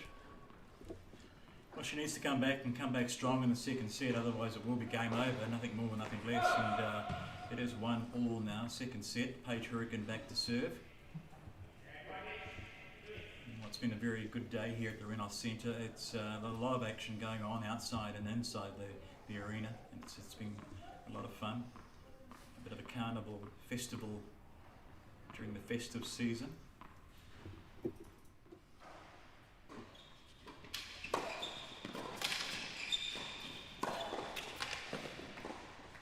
Better finishing from Paige there. 15 love. Tomorrow we'll transform this complex into one court only. We'll get into the finals arena. If you're watching tomorrow on Sky TV, you can actually see a totally different spectacle. team at Centre Central do a great job, Dave. Yeah, I'm sure they'll be in for a late night again.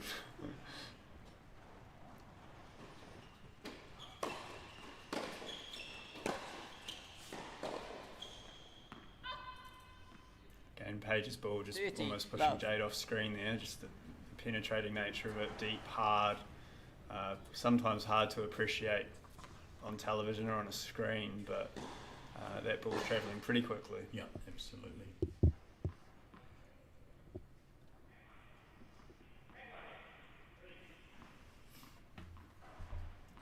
Thirty love on serve, second set.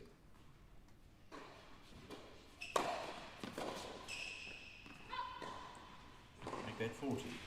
40. Yeah, tomorrow finals day, and of course the fans are on corporate tables getting really up close and personal, and they can really appreciate the speed of the serve and of the volleys, and you know, sometimes you have the odd, you know, beverage spill, and but you know, it all adds to it, and it's a great day. But yeah, being that close, 2 games to and 1. you know, Second set. and at the same level as the ball, it's amazing. But it is 2 games to 1. It remains on serve. Paige HOURIGAN leading 1 set to love, and we'll take a short break. Be right back here in Wellington.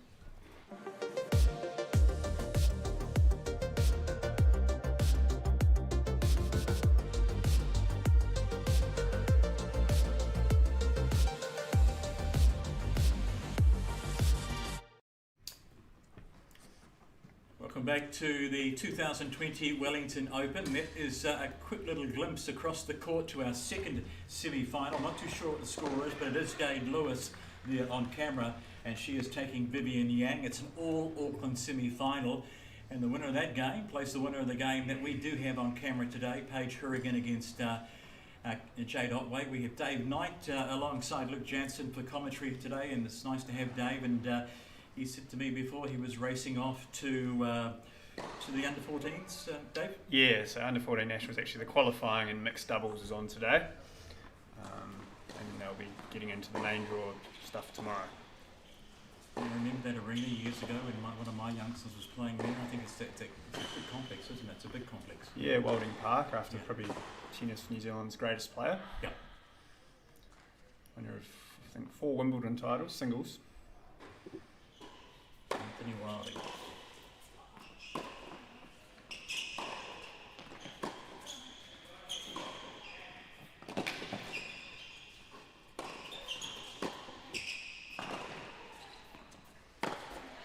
Jade rewarded for some good defence there. 15. 17-year-old Jade Otway up against the 23-year-old Paige HOURIGAN on serve in the second set. A must-win set for Jade Otway to take it to 3. Can she do it?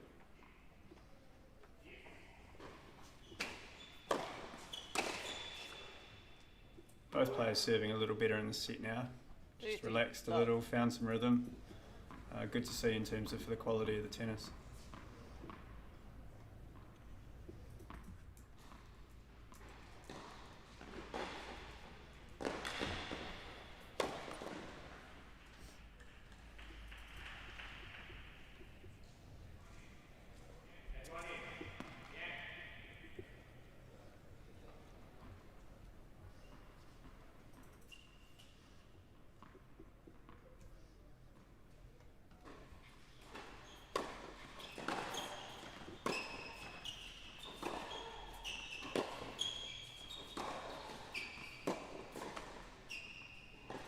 Yeah, I sort of understand 30, her questionable sort of actions here. It did look long, didn't it? It did on screen, yeah. It did, and looked up to what I presume was her coach, Jacob Emery, up there, or I think she's got some family here for the week as well, which is nice for her. It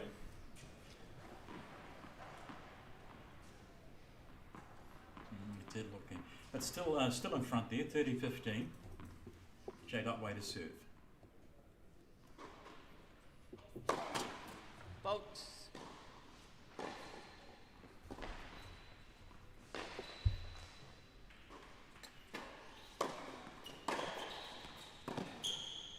It's a at this stage of the event. I think there's 2 linespeople on each court with the chair umpire, so a difficult task for them as well. Obviously no Hawkeye here, but the players just need to accept that generally, and it sort of works out relatively even.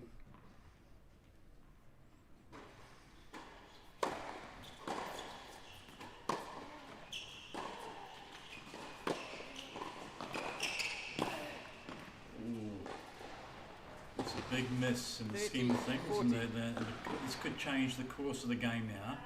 It is a break point to Paige HOURIGAN, and that will give her a 3-1 lead with the serve to come.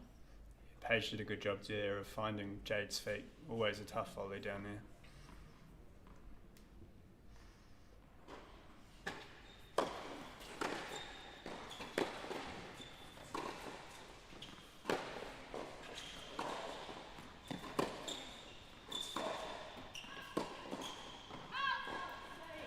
The break is forthcoming, and it is Paige HOURIGAN now with a break on Jade Otway, and for a great advantage, and a chance now for the #1 seed to kick on and take this game. But a lot to do for the lady on screen. It's Jade Otway, the #4 seed, up against Paige HOURIGAN.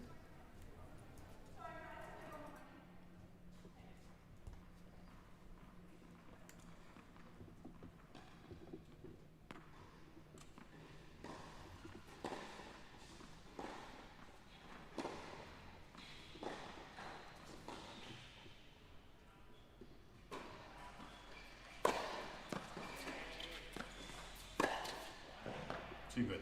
Yeah, great backhand there from Paige. Again, Jade opting for that sort of chip forehand, and just needs to be a little more accurate if she's going to play that.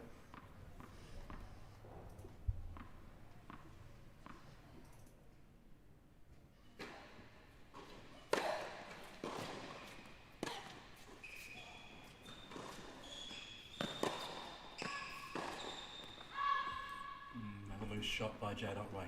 Yeah, another down the line forehand. She's missed quite a few of those, and it'll be something that she'll go away, and I'm sure she'll work pretty hard at.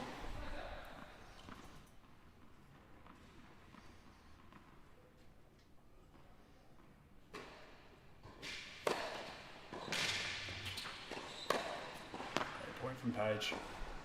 Yeah, now the mojo returning for Paige HOURIGAN, just in the last game or two, and it is game point for Paige HOURIGAN, the defending champ.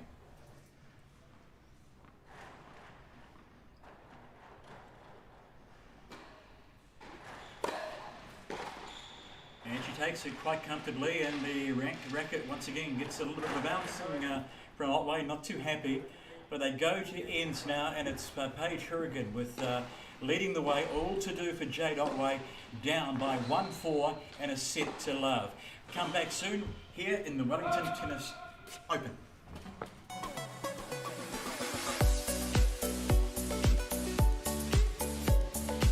This program is a great way to introduce new players to tennis. It appeals to all kinds of people. I'm a complete beginner.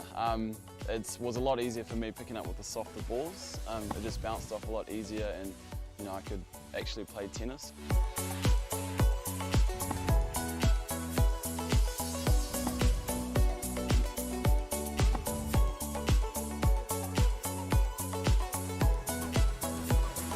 Every session is really active. Everything we do is always related to the game, no matter what shot that we're practicing.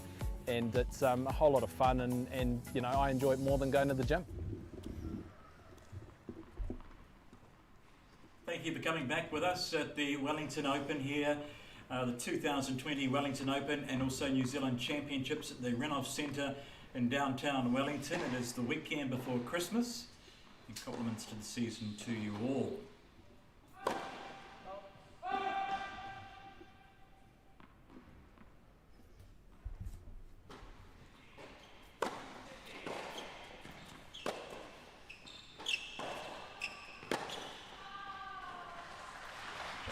Clinches the fist, gets a good start in the sixth game. Dave Knight, what does a Wellington tennis coach do for Christmas? Do you get a bit of downtime? Yeah, I am getting a wee bit. We'll go to 14s and sort of finish up there Tuesday, Wednesday, and my family's actually based around Christchurch, just slightly rural, West Melton, so we're going to meet up in Coromandel this year, which we've never done before. Lovely. So that should be nice. I remember the old West Mountain too. Yeah, it's still there. A few more in taverns and whatnot around there now, with the sort of Christchurch city moving west, and sort of moved west, didn't it? Yeah, there's a Foursquare and a new pub, and sort of the facilities have followed the people. OTWAY doing their best to come back in the second set. I think these two actually played last year around this stage, and the scoreline was something like 2-1, or so. I hope for Jade's sake she can improve on that. Certainly she's improved as a player, and it would just be nice to a wee bit more of a showing from her towards the end.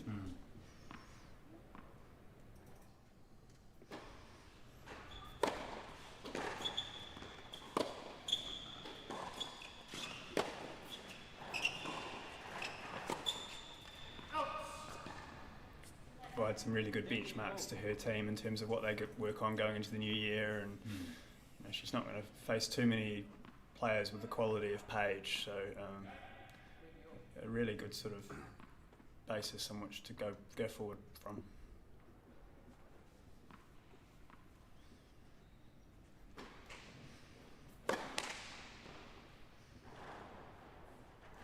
Would she be a contender for the Australian Open junior tournament?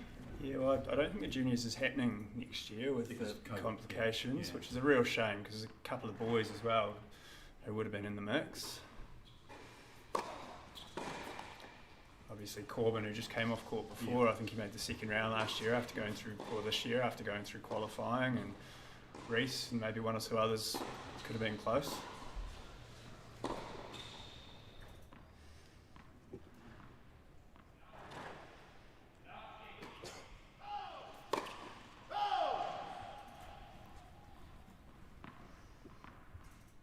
Tight call.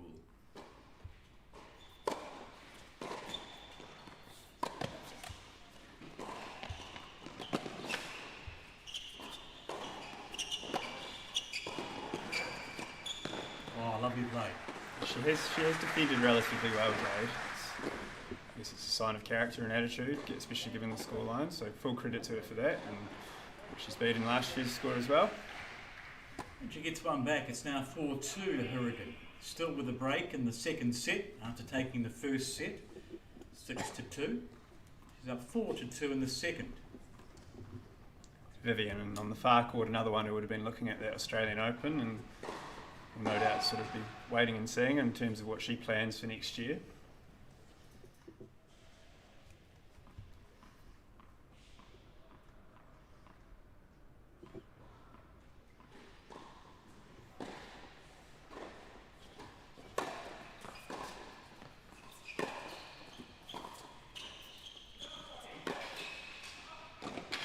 Great shot. Yeah, she's really finding her mark now. It's 15, love. the quality of the second set, I think, certainly exceeded the first, and it's impressive tennis to watch. Paige HOURIGAN there. The number one seed in the tournament, number one in the country at the moment.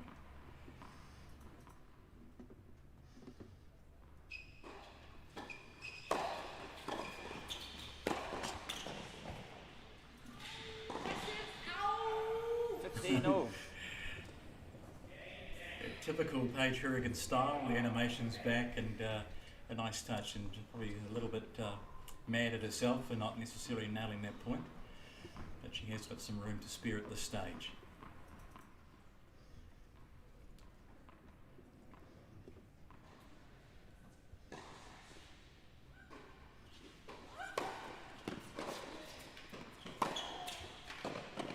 Good 1-2 point there from Paige.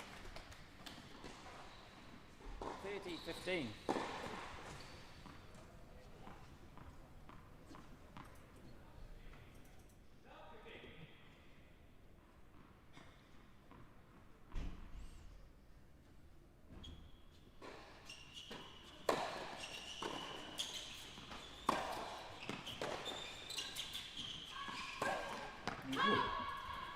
away with that shot there by Hourigan. She knows that. 30. Yeah, so maybe one thing that she'll be looking to work on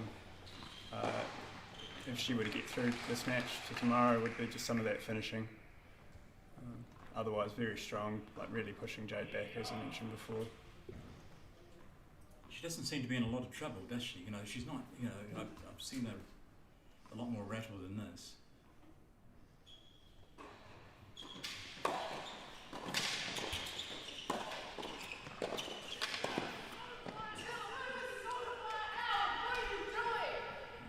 OTWAY is going to say in a chat to the umpire. It's not even close, it's so far out, there's no reason we should play that point. So it's so far long. Roles reversing. It's game point anyway for Hourigan to take it to 5-2.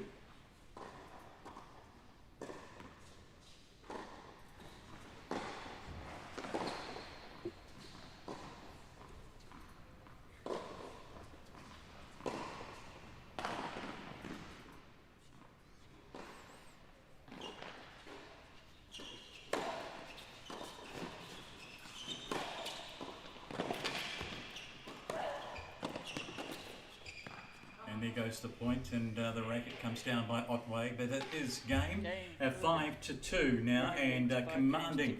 And OTWAY will come back after the break to stay in this match and in this set, and all to do for Jade OTWAY here in Wellington.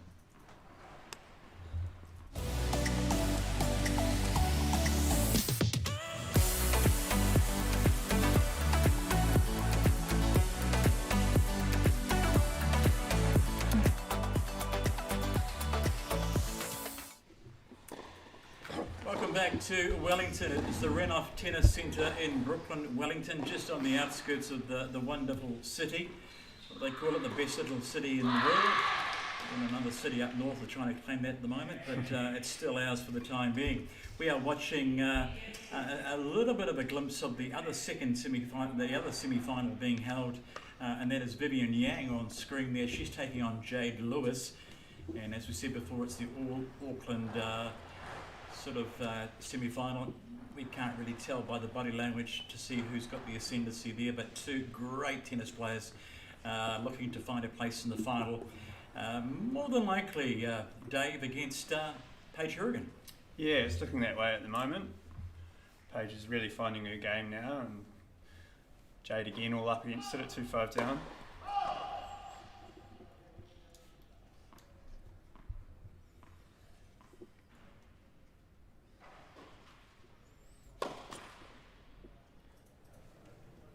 Love 15. Plenty of interest in both these matches. Just got a message from George Sturt, based in Australia now at the moment. Unfortunately couldn't play this year. It would have been good to see him along, but his girlfriend's based over there, and I think he's spending some time with her before hopefully heading back to college. I think he was on a yoga retreat last I heard, so brilliant. Enjoying some time off perhaps. We miss old Georgie here. Yeah. Would have been another one of the contenders for the men's final, I would have said. Yeah, absolutely.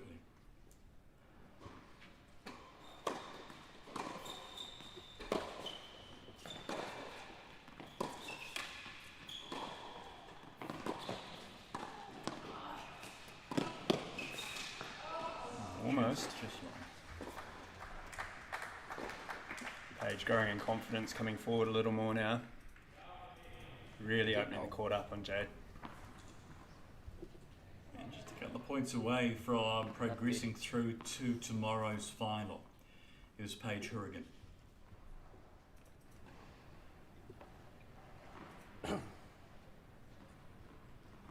Almost defeated, you would suggest, is Jade OTWAY.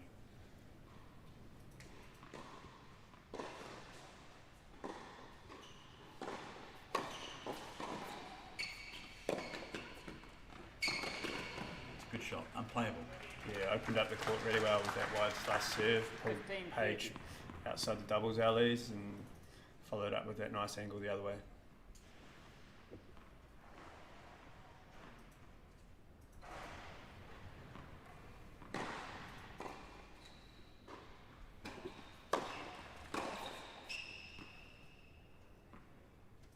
30-all.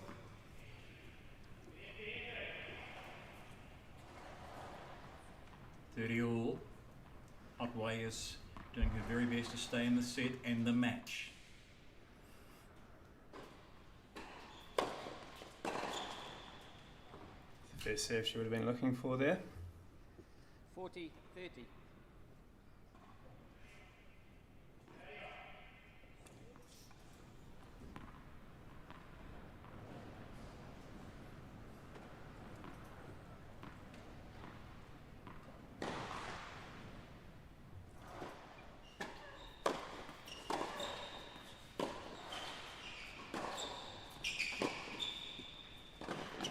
Yeah, once again another great shot. Yeah, she's hanging in there. I sort of mentioned at the start, both of these two are great competitors, and Game, Otway. she won't go away, I don't think, Jade, and full credit to her for that. So a chance for Paige HOURIGAN to settle this matter on her own racket, and if she holds the serve and she wins the match, as simple as that. It's 5 games to 3 in favour of the young lass on the screen at the moment. Our number 1 seed, Paige HOURIGAN, up against the number 4, Jade Otway.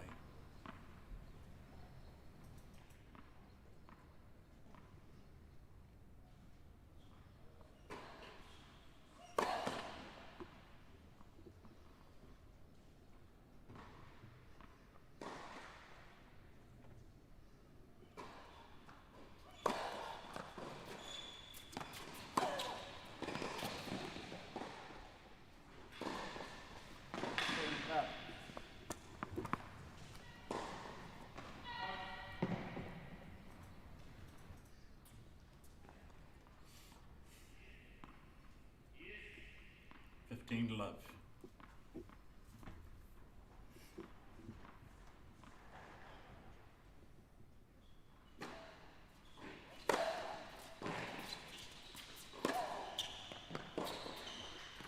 It's a great shot by Jade Otway. Yeah, one of those chip turns sort of worked for her there. She's missed a few of them, or set up Paige pretty well on a few of them, I think you'd say, but managed to set up the counter, which is, I guess, what she's trying to achieve off that play.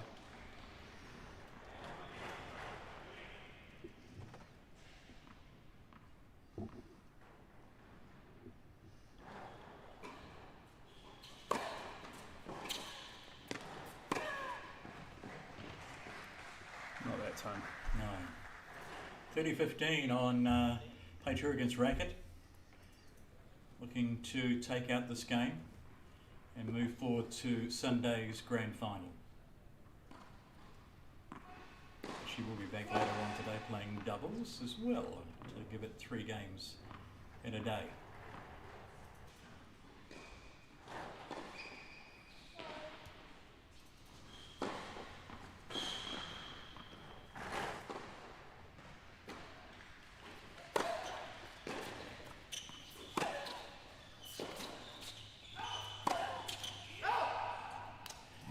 Out.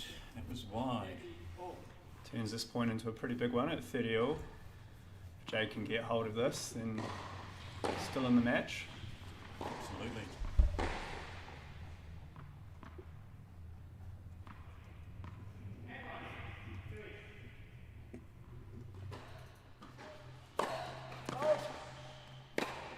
Let's look at a second serve.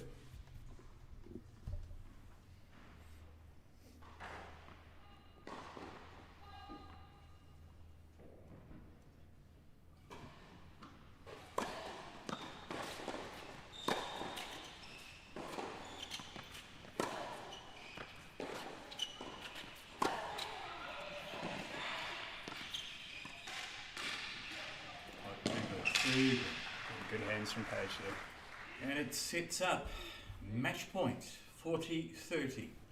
Advantage HOURIGAN against Otway. The first semi-final here at the Wellington Open NZ Champs.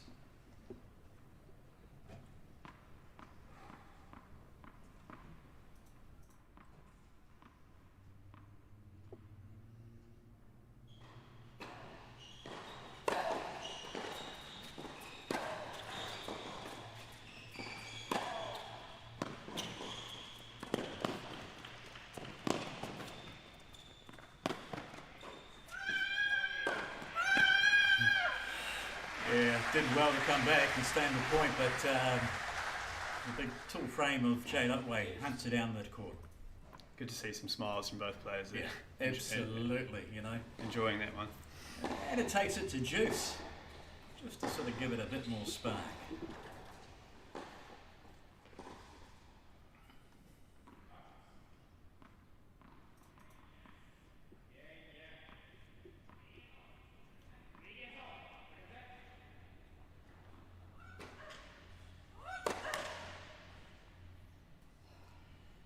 First serve finds the net.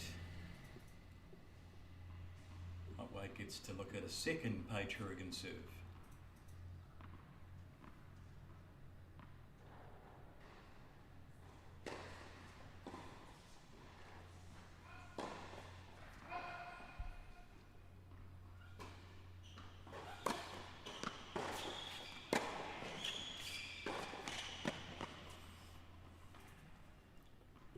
Return back to match point.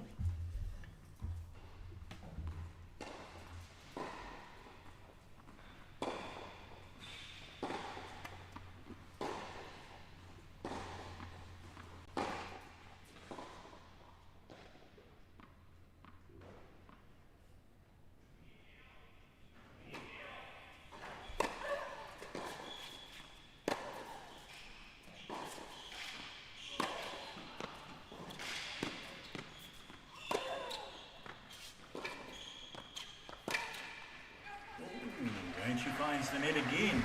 Back to Juice we go.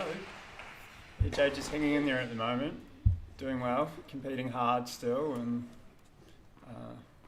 Paige has had a couple of opportunities, but Jade not going away. It's not over till that last point's finished in terms of Paige's favour at this stage.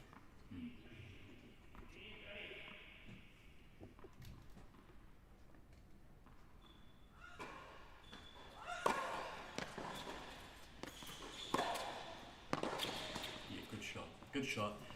As Otway finds the net, it goes back to advantage HOURIGAN. Set point again, the third set point, the third match point. Yeah, much preferred. She played a couple of nice cross-court returns from that Juice side and a couple of points previously in this game, and then she went back to the chip there. I liked the way she was hitting that cross-court forehand, more confident, and certainly putting her in a better stead in terms of the point.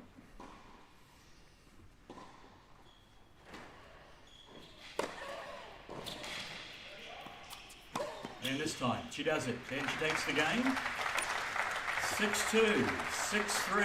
Paige HOURIGAN advances through to the final to be held tomorrow afternoon and against the winner of either Jade Lewis and Vivian Yang. Dave, that was a good game, and even though comfortable straight sets, Otway, you know, she was there for a while, wasn't she? Yeah, I think she obviously had Paige under pressure at stages in that first set, I think 3-2-ish. Paige was showing some cracks, and there were probably some big points that if Jade had picked up, it would have been interesting. Obviously playing with a tight scoreboard is very different to having a couple of game lead, and Paige did manage to get leads in both sets, and credit to her, you know, her ball was deep, it was strong. Jade was often at the bottom of the screen, having to use her defensive skills and craft where she could, but probably just not in the front parts of the court as much as she'd have liked to have been. So there we go, the young lass from up in Whanganui. It is Paige HOURIGAN, part of the Tennis Central gang, and winning this first semi-final 6-2, 6-3 against Jade Otway. There was a smile at the end there, and she just sort of just thinks about the game that she just had and just thinks about what's going to happen tomorrow. But for the moment, she can relax. She does have a doubles game, like we said, probably a good hour or so away. But for the moment, she can take some stock and sense a sigh of relief that she will go back to the centre, the final stage tomorrow to defend her Wellington title, women's title final here under the roof here in Wellington. So Dave Knight, thank you so much for your help in the first game, and I look forward to getting you for a little bit in the second. We'll be back with the men's first semi-final in a short while.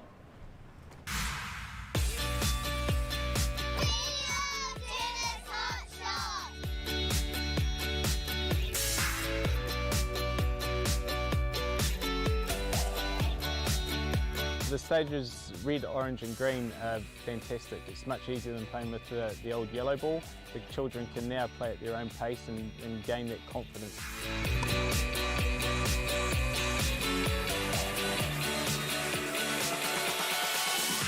The best thing about tennis hot shots is the modified system. Kids can learn the skills to play the game.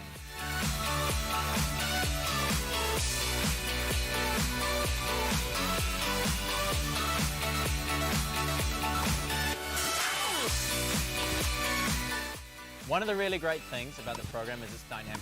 Kids work together in pairs just like tennis, which allows me to roam around and work one-to-one with each kid.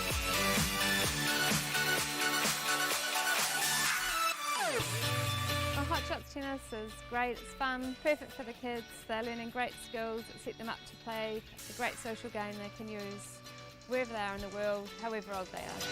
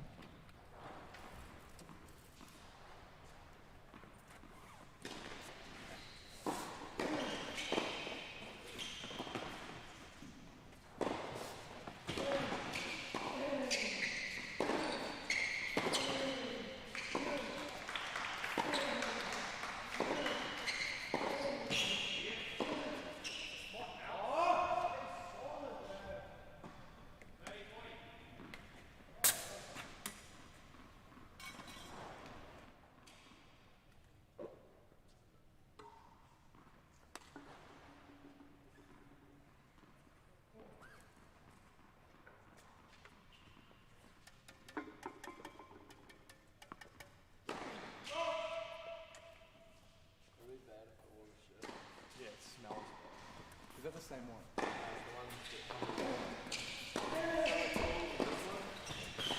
Good afternoon and welcome back. If you've been with us throughout the day, it's nice to have you back here at the 2020 Wellington Open and also New Zealand Championships. And my name is Luke Jansen. I'll be with you for much of the day, and we are about to watch our fourth and final match today, and it is a men's semi-final.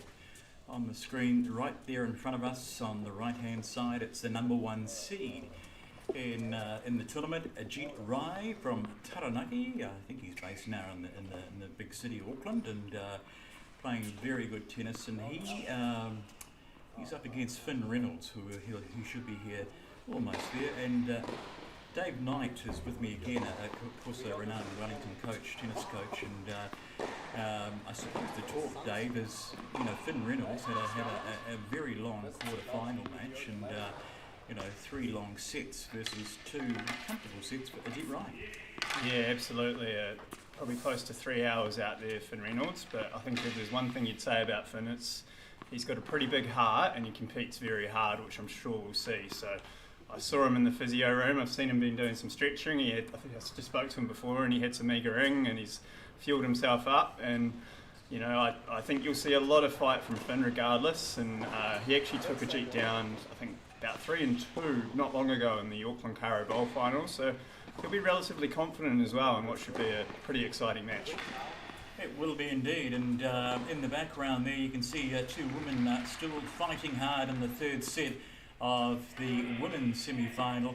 On our left-hand side of the screen we can just see Jade Lewis, and she's up against on the right Vivian Yang. They're into the 3rd set now. That's becoming a bit of a tussle, and in between the women and these 2 guys here we do see both Ivan Beecroft on the left hand side of your screen up against Anton Schiff, and they're playing for a spot in tomorrow's men's singles final.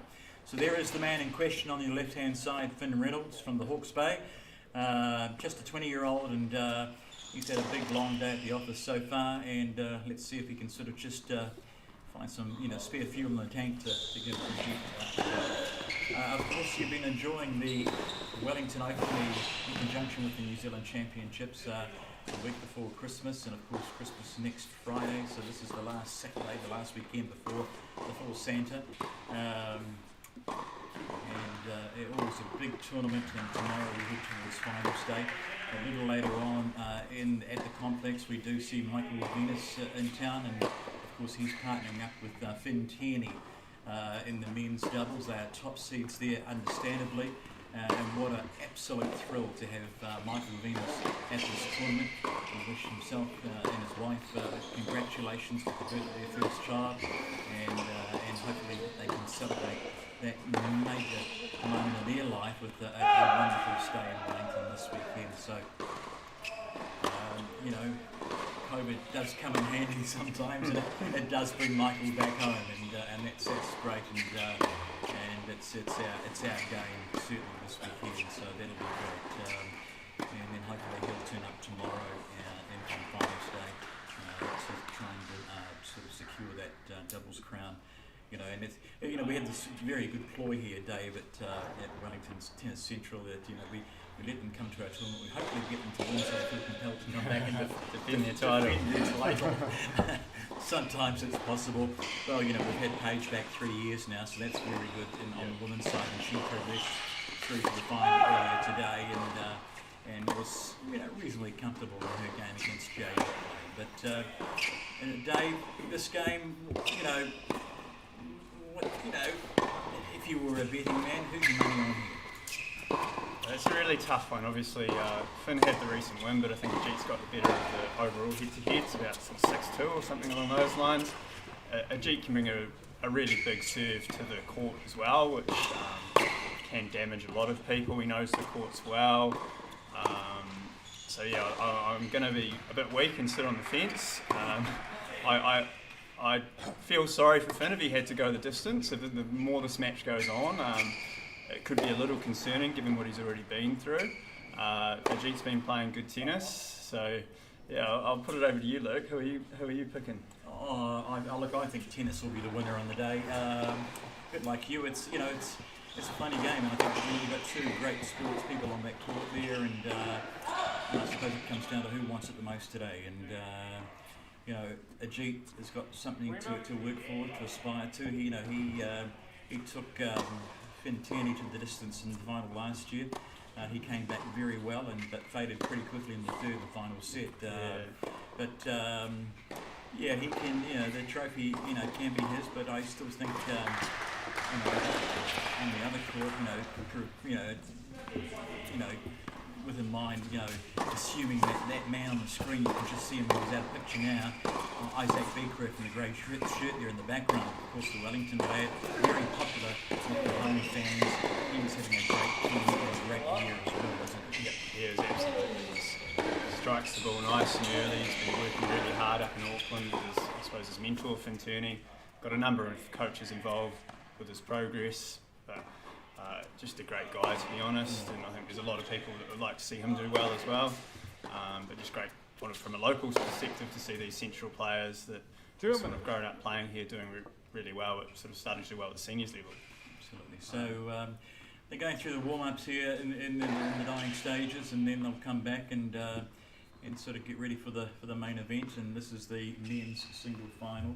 We've got a set of games to go later on this afternoon. We've got the doubles, both men and women semi-finals there, and so a lot of tennis in Wellington this day, Saturday. But it'll be a long day for the crew, and of course once they finish up here, they'll have to sort of redesign the main court to get it all set and all looking spick and span for the big final tomorrow.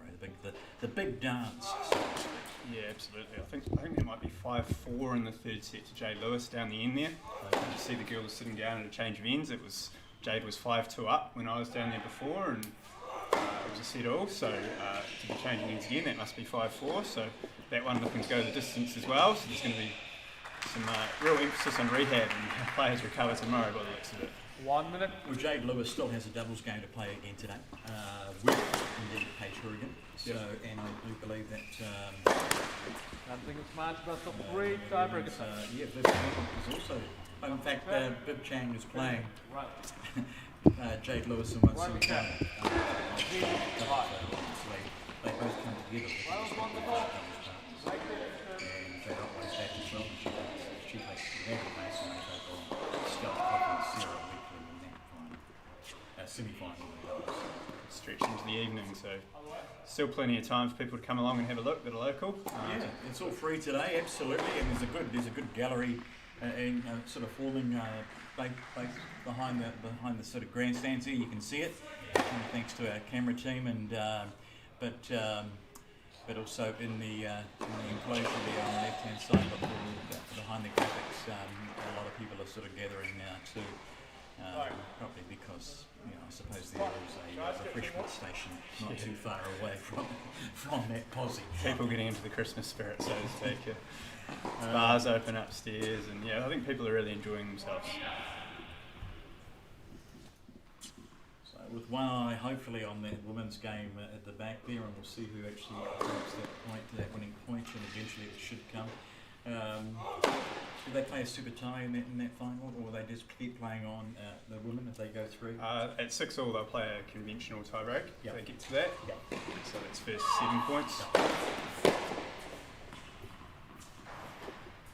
We won't have that sort of 17, 18 scenario that goes on until tomorrow morning. We might have 19 points to 17, but not games. It was in that game. Was that John Isner or something, wasn't it? Yeah, Nicholas Maho, I think 70-68. Something similar, and went across 3 separate days, so rules changed pretty quickly after that one. They'd be no good in sales. They couldn't close the deal, Finn's got nothing to complain about. Almost set for a start in this semi-final game. It's Ajeet Rai, our number 1 seed, taking on Finn Reynolds, our number 3. Looks like Ajeet's going to serve first, is he? I spoke to his dad Rakesh yesterday, and he has made a couple of changes to his serve, just trying to change his elbow position slightly, and by all means I think that's going pretty well here, so that's good to hear. And he's a strong player, isn't he? He's a tough boy, Ajeet. I think you'd have to say he's really an all-court player, and for a tall guy, sort of the hands he's got as well are pretty impressive. You know, he can be quite a showman on the court and quite enjoyable to watch.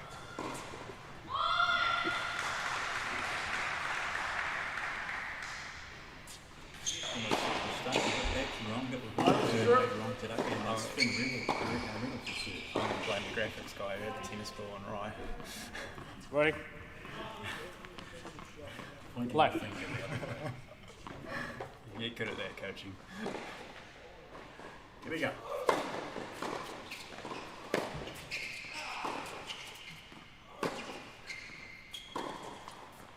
So we've got that 50 righty set up. Vivian Finn will be looking to structure a lot of rallies on his forehand with Ajeet's backhand. And Ajeet will probably be looking to do the opposite.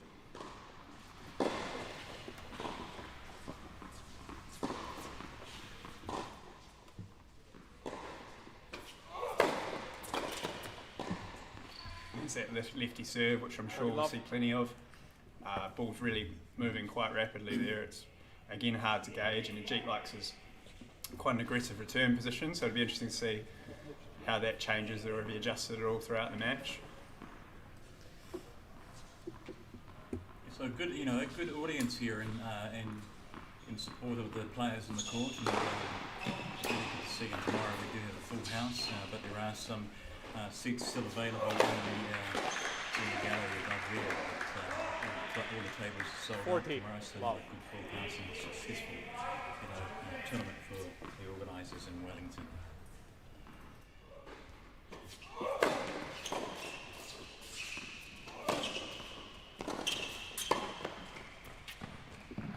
A tidy first game for Reynolds, and first game. He takes the first game to nudge ahead early on, and they go for a quick changeover, but we'll see the first of Ajeet Rai serves in a moment.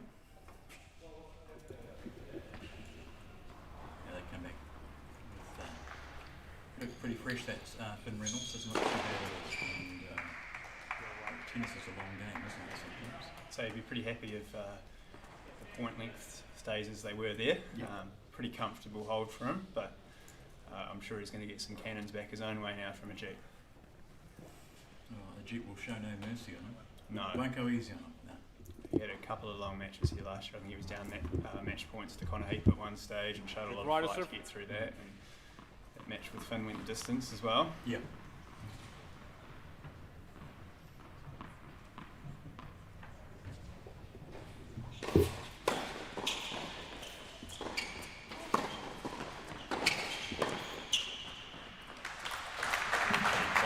Righty pattern, serving wide on the lefty backhand. 15 love. Opening up the court well.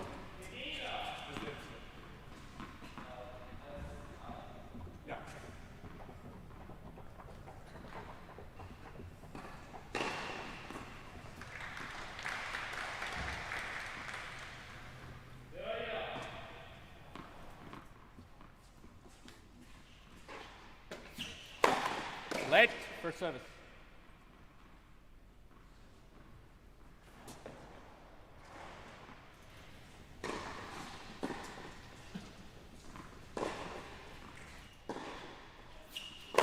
Fault.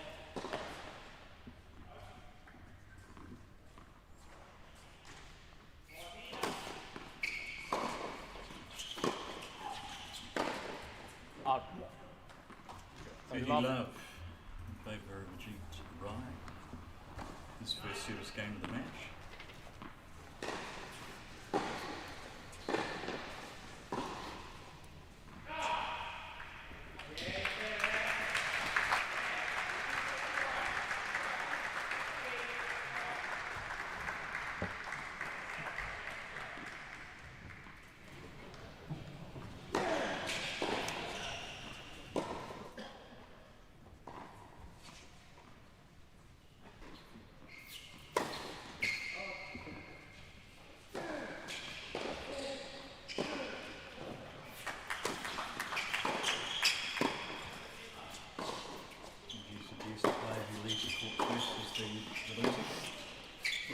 I'm not going to be brave enough to make a call on who got that. 30-15. That women's quarter-final has now come to an end, and Jade Lewis is the contacts first, and I'm sure we'll find out pretty quickly who was successful. It was up 5-2, but that was a good 20 minutes ago almost now. First point off serve there here in this game.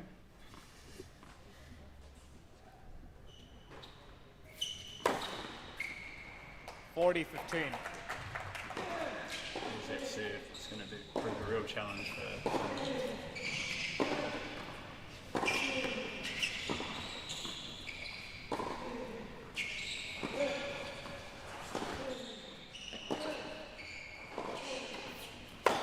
Ball.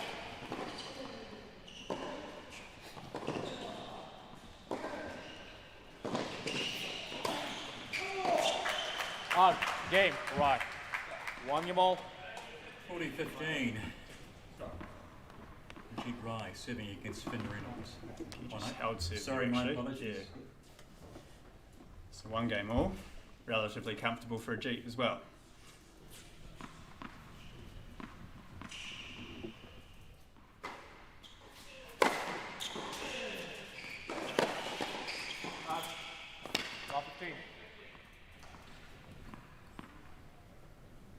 Just pushing that one long there, Finn.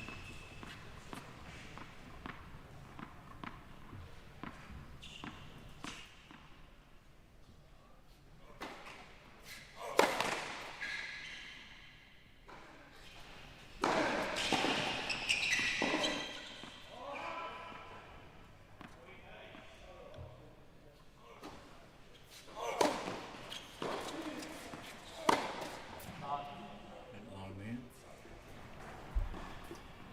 30. Makes this point a pretty big one for both players.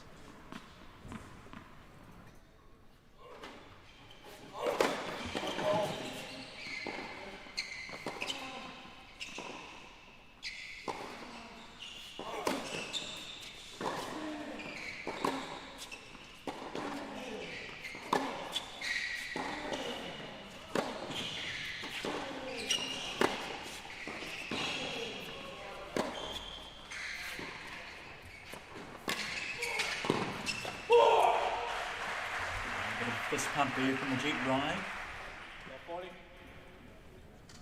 Break point. Not 40. Break points.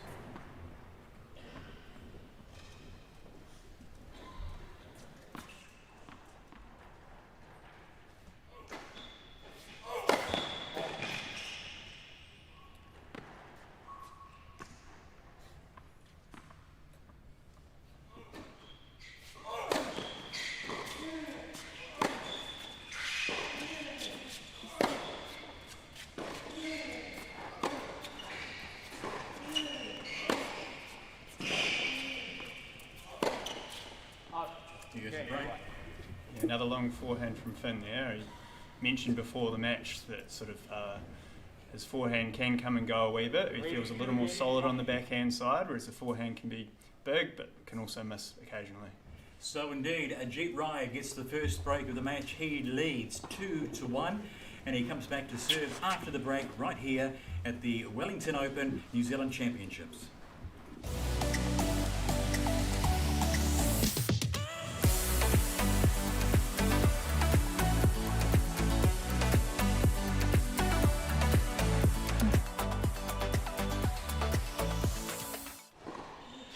Welcome back to the Wellington Renouf Tennis Centre in downtown Wellington. We are watching the men's semi-final match of the Wellington Open New Zealand Championship.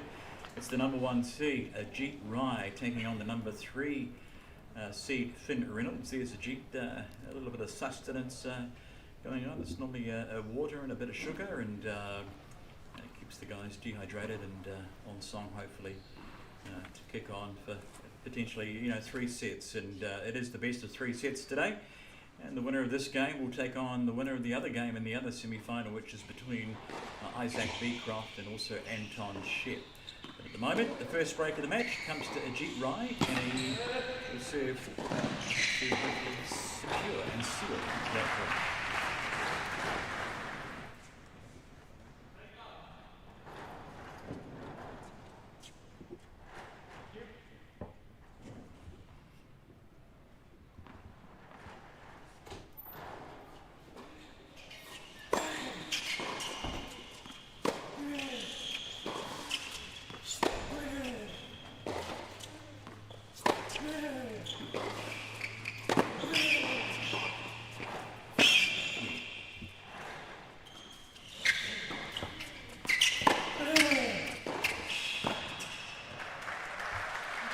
at that point. He did play well, but Rye was threatening to spoil the party there, but he holds on. Finn Reynolds, a great rally between both players. Had confirmed as well. Vivian got that other women's semi-final, 7-5 in the third, so coming back from 5-2 down, so a pretty impressive effort there from her. So Vivian Yang will take on Paige HOURIGAN in the women's final tomorrow, Sunday.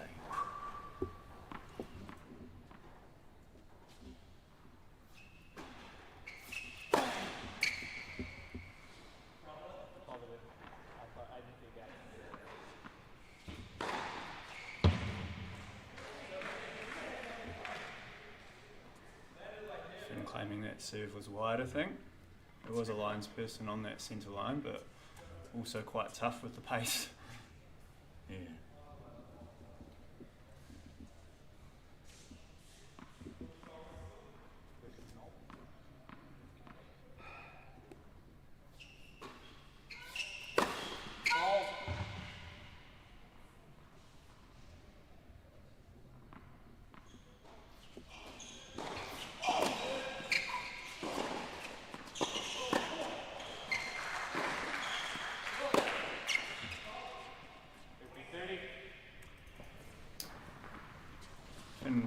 Pretty quiet at the moment. He can get quite energetic and engaged in his matches, sort of that sort of US college type culture.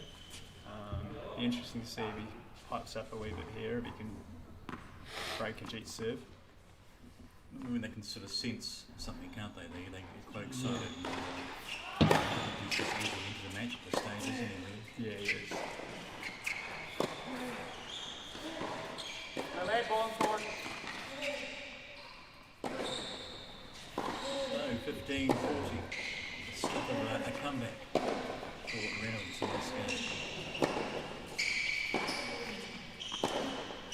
Both players still feeling each other out a wee bit out there. The odd unforced errors, they sort of get into the groove of things, and the pace of the balls, spin the other players putting on the ball can vary a lot from opponent to opponent. And on break point, Finn Reynolds gets a look at another serve.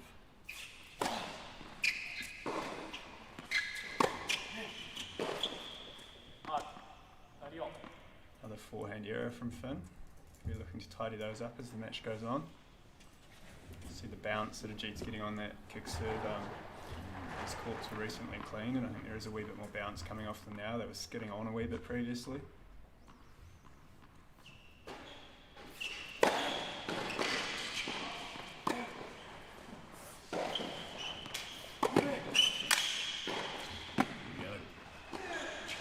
Finn's confidence as well. Take the break point now.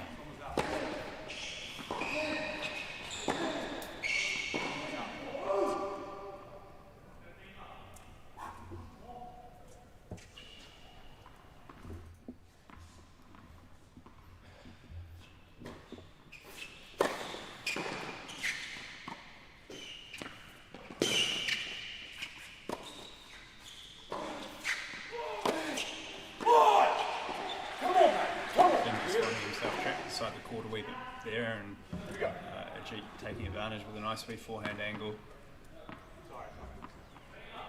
And we're on juice. Ajeet Ride looking to confirm the break.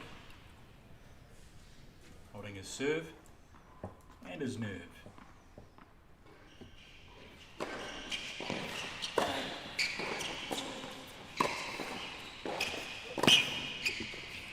Too good.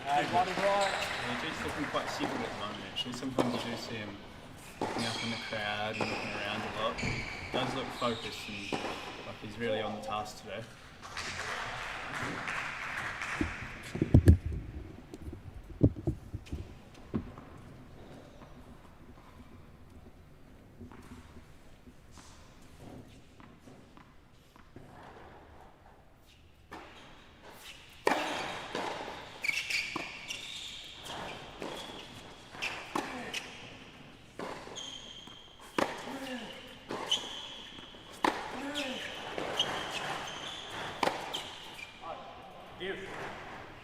Back to Ajeet. This game taking a little while now. I think the more Finn can work defensively in some of those points there, then Ajeet's very strong, but he does make the odd slip up, sometimes finishing those points. So he will be rewarded. Nice strong serve there. Yeah, that was big. Finn didn't get a shot at that at all.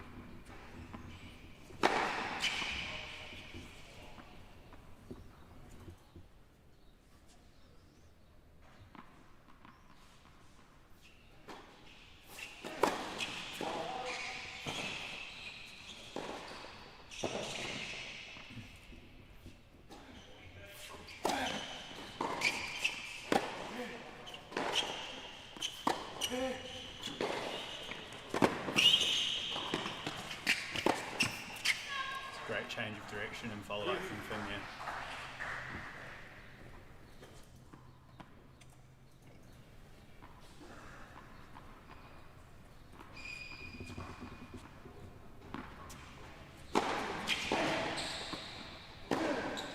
And number 4 is going the distance. Retaining that break is a big story for Ajeet Rai, not giving up lightly.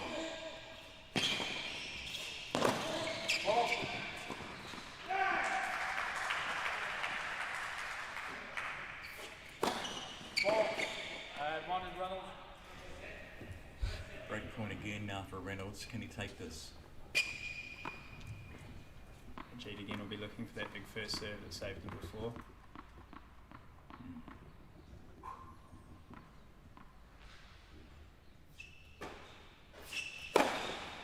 Finds it. Yep. I think this game probably means more to Finn than Ajeet, just in terms of those energy levels. Could certainly do with the boost here. So it's a big break then to win, isn't it, really? Absolutely. Yeah, absolutely. Good serve, but not quite there.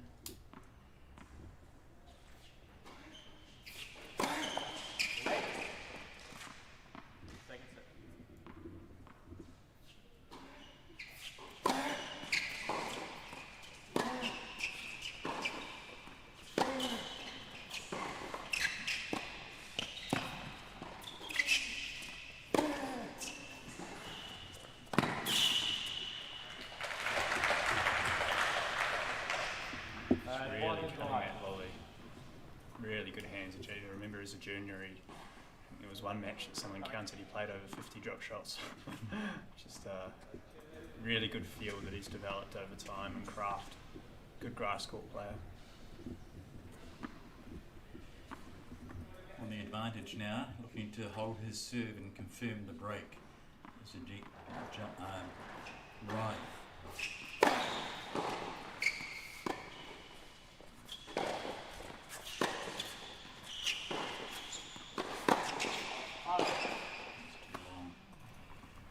Juice again. Game just keeps giving.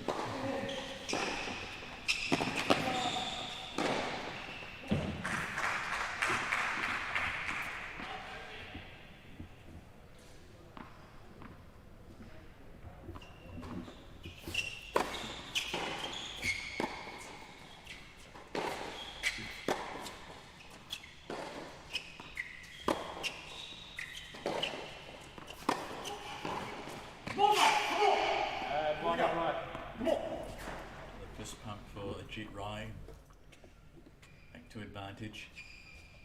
Didn't execute there, Finn, though, but I think the intentions are pretty good. Sort of pressuring Ajeet in that backhand corner, looking to come in behind it. I think as a long-term strategy that could be quite effective.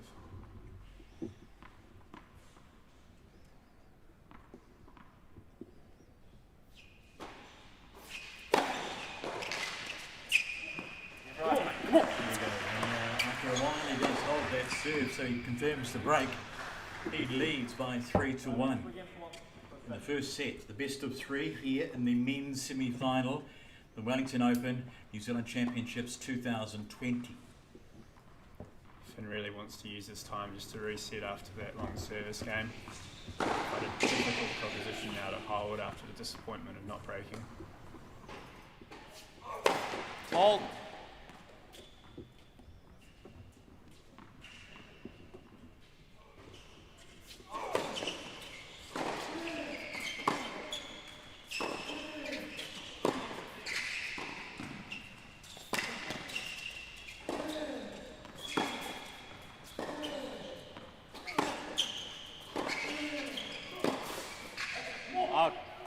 serving with real intent there, getting around a few backhands quite wide on the backhand side. Ball 15. And getting onto his forehand.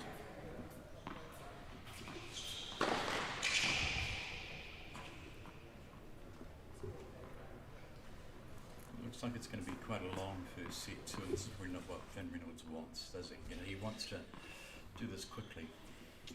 Yeah, I think he'd certainly like to get on top of the first set. Somehow Ajeet managed to keep that ball in play, but anything they can come forward on the backhand wing, having to play another shot there too. Really like to see Finn, I guess, show us some of his energy that he's known for. Show Ajeet some as well, to be honest. Just looking a little quiet at the moment for his style of play. Fault.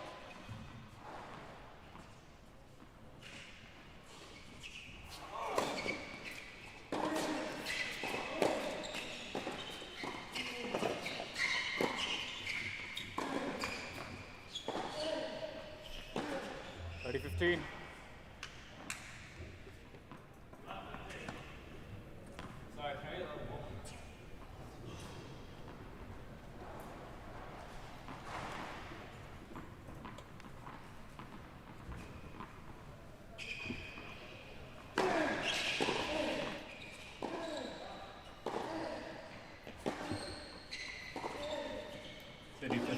We've got Finn Reynolds on the top of the screen, serving to Ajeet Rai in the men's semi-final.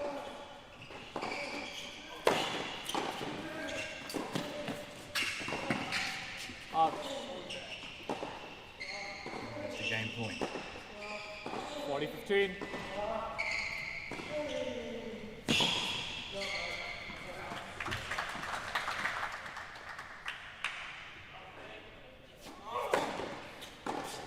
Game, Reynolds.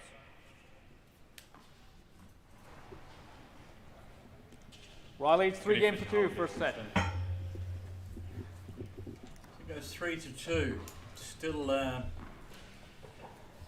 on Rai's serve, and take a short break and come back with game number 6. His first semi-final it's against Rai and Reynolds here at the Wellington Tennis Cycle.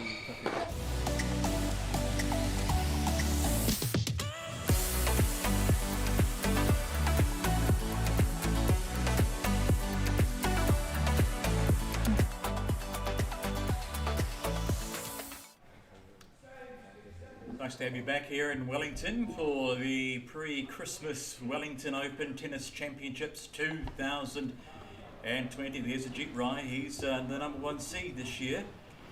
The runner-up last season, last summer. Here to go one better, and there's a small break on Finn Reynolds, the number 3 seed. 3-2, halfway through that first set. It was the best of 3 sets.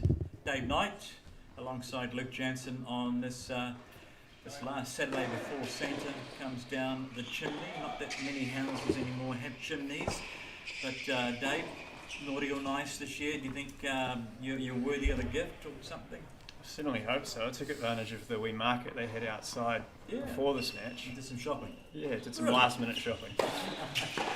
Good on you.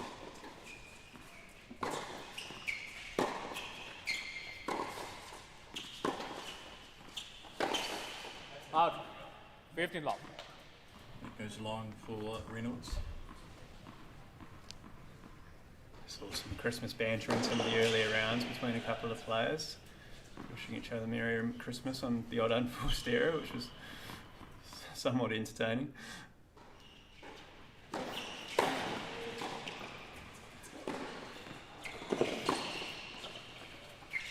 But it's funny, you say that you've got the players' lounge upstairs at the Renouf, and they are all the best of mates, aren't they? Yeah, they are. They really are. There's no secret, no one's going off on on their own.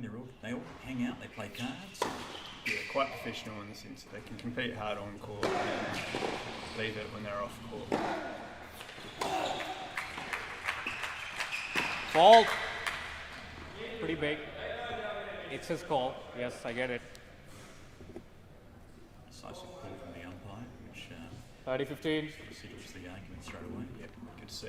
It is game point for Ryan to take a handy 4-2 lead. First set.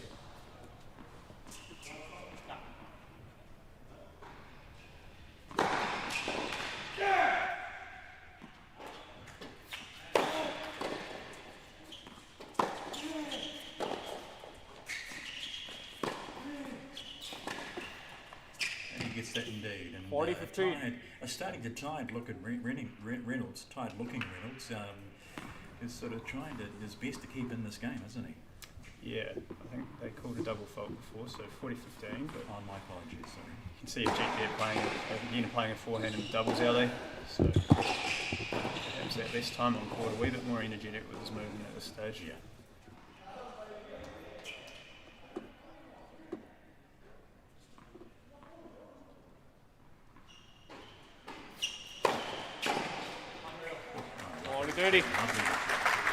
Used Ajeet's pace quite well there, Finn. Not sure it was the exact spot he was aiming for or not, but he'll be happy with it.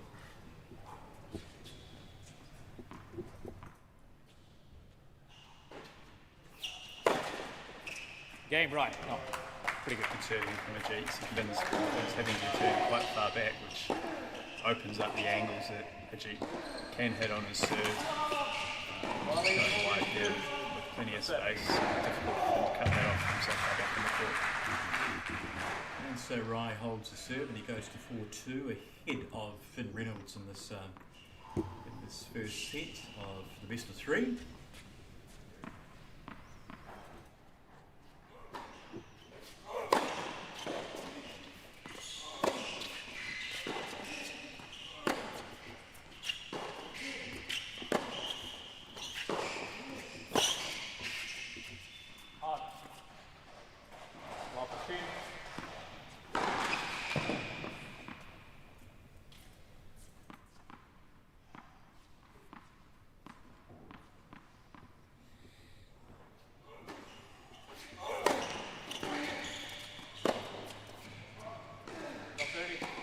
Nice early return there from Ajeet, just taking time away from Finn, catching that ball a wee bit late.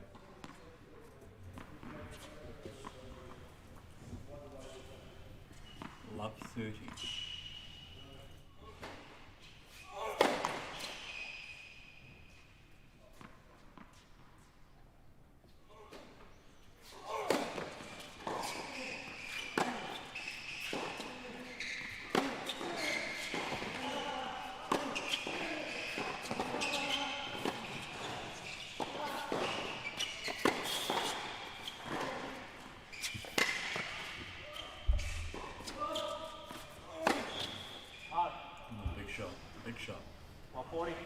And it's break point. And arguably the tennis folklore says is the important seventh game. I've read a couple of articles which suggest otherwise, but I do think Ajeet can break here. Yeah, I think he'll take the first set.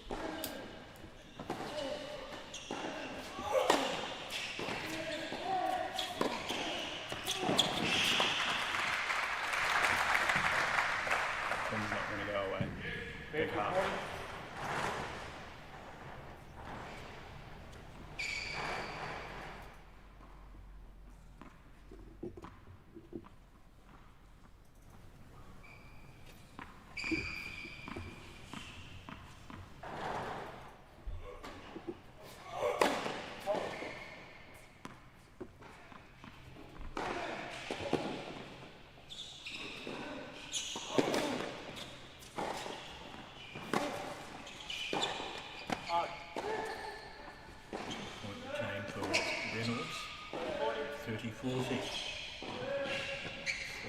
Against the break rate.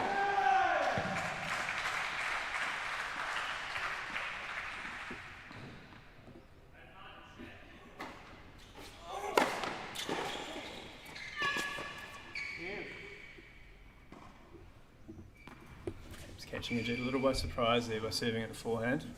So probably expecting that big lefty serve on a big point, out wide. Must be a good game for Reynolds to hold. He goes to juice.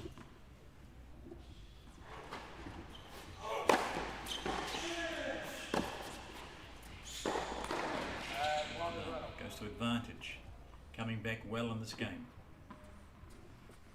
She does have that bigger swing on the forehand side, so sometimes, especially a good first serve, that can sort of sometimes be more difficult to time as a returner, especially.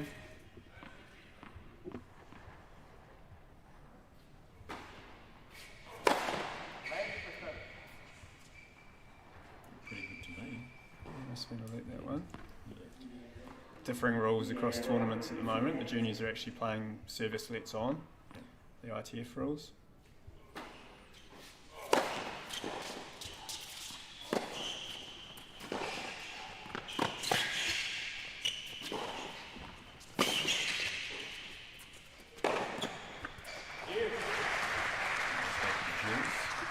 Smash there from Jade.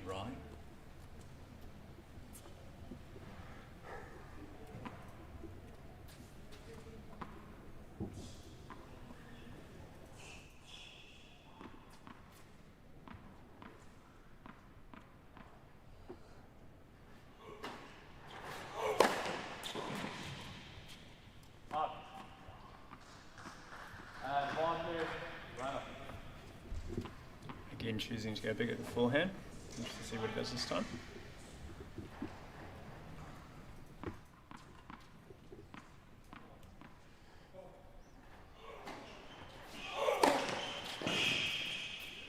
Good serving from Finn.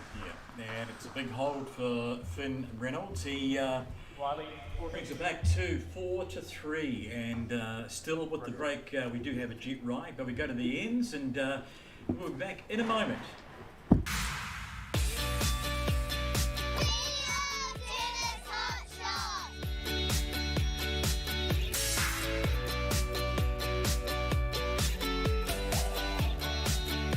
The stages red, orange and green are fantastic. It's much easier than playing with the old yellow ball.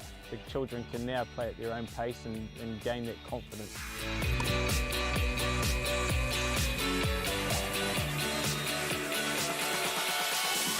The best thing about tennis hot shots is the modified system. Kids can learn the skills to play the game.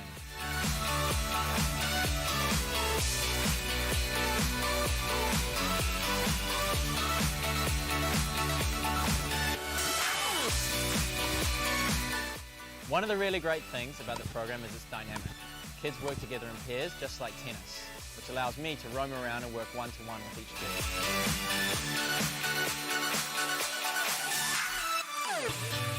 Hot shots tennis is great, it's fun, perfect for the kids. They're learning great skills that set them up to play a great social game they can use wherever they are in the world, however old they are.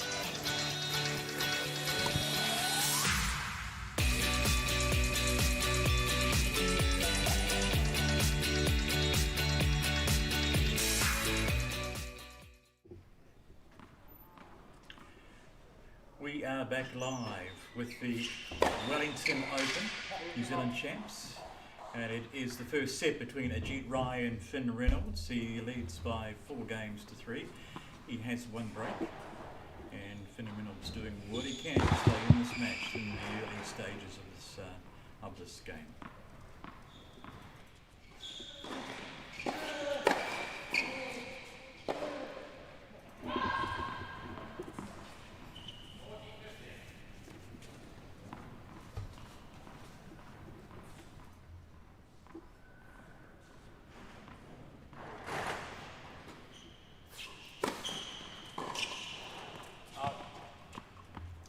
Big news, Dave Knight. Yeah, we've just heard that Jade Lewis has withdrawn from the tournament after that singles match, so she won't be taking part in the doubles alongside Paige. I think sees Tabitha Porter and Vivian Yang go through, is that right? Yes, and I suppose most importantly for Paige is that she won't be defending her title in the doubles tomorrow too. But yeah, that's big news, and she's on her way back to Auckland. So Vivian will play 2 finals. Absolutely.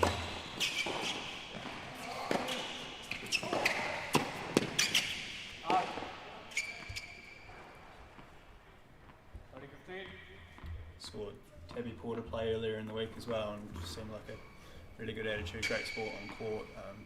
had a first round loss in the singles, but nice that she's been able to follow through in the doubles, and we'll get that opportunity tomorrow in what I'm sure will be one of the bigger matches of her career.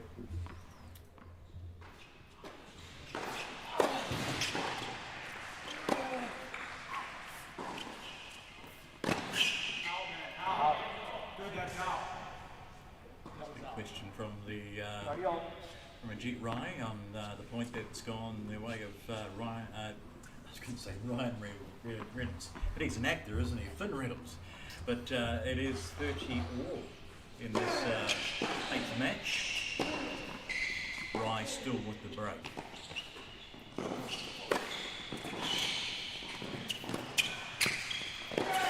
lovely, lovely comeback. Ajeet's got to let that point go. Well, they find it very hard. We saw it in the women's, semi-final earlier, didn't we? Those players are not letting them go too quickly, and it does affect the next point. Would have liked to have seen him go to his towel there.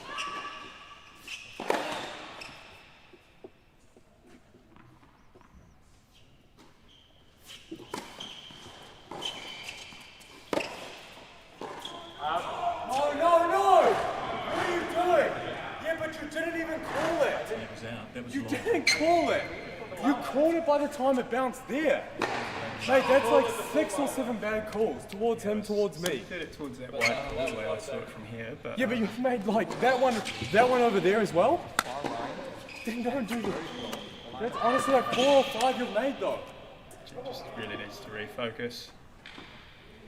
In the meantime, it goes back on serve, and it's 4 all. Look at that. In a flash. Reynolds is back in the set. Yeah. Really invested in this set now, Finn, as well. After what he's been through, I'd say pretty important for him that he can try and crack this first set. Thank you.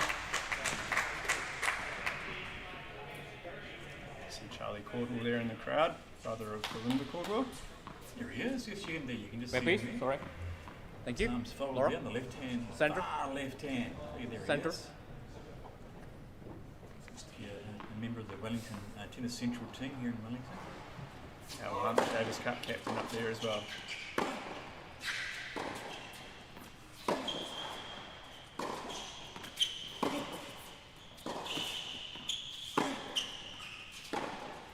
Out. Just scoreboard pressure on Ajeet now. 15 off. Previously just sort of had that wee bit of freedom from the break, but things have tightened up. Can really change a player's mindset and stroke.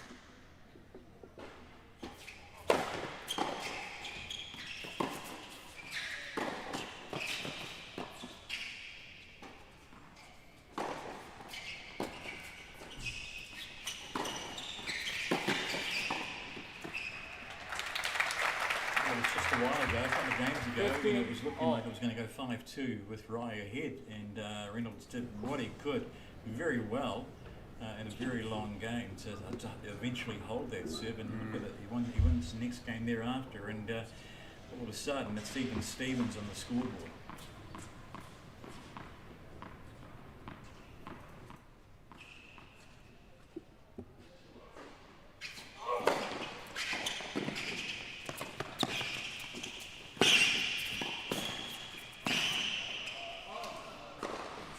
Wheels to get there, just didn't quite pull that one off. 30-15.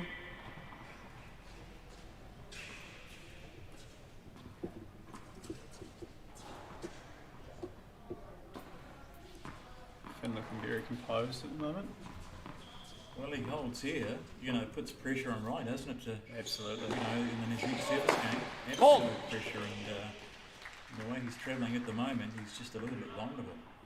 Yeah, just really needs to get back on task, focus on what he's doing well, what he could do better.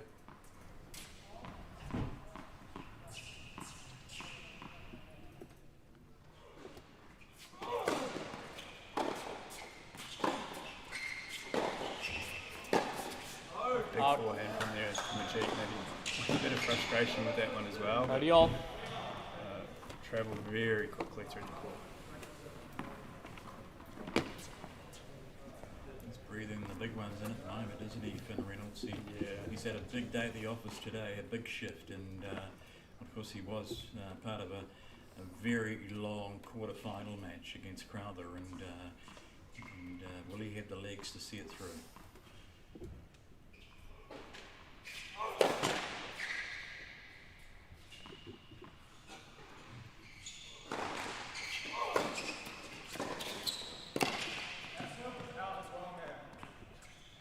See the power aids on Finn's end of the bench, court side there, and I'd say preventing any form of cramping will be another thing that he's had to think about going into this match with the amount of time on court and quite warm indoors.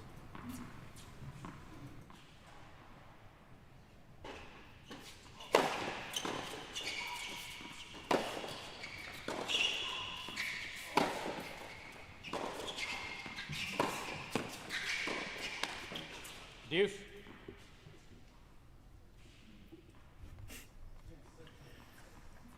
he would have won that game, he would have let it go, but he was just did the sort of slow walk to the ball, looking at the umpire, the line umpire, or the chair umpire, sorry, and it is deuce. It is a critical game, this one, for both players. Yeah, absolutely. Finn's had to battle to hold a few times in this match. And bar once, he has managed to keep holding, so.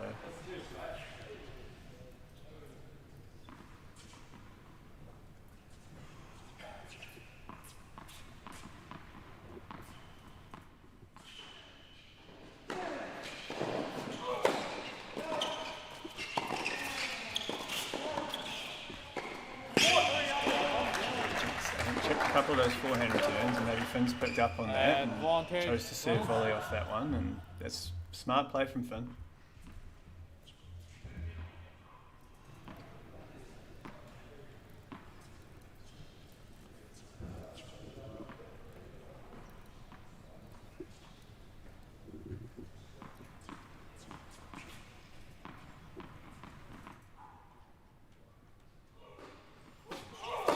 Football. Foot fault called there. I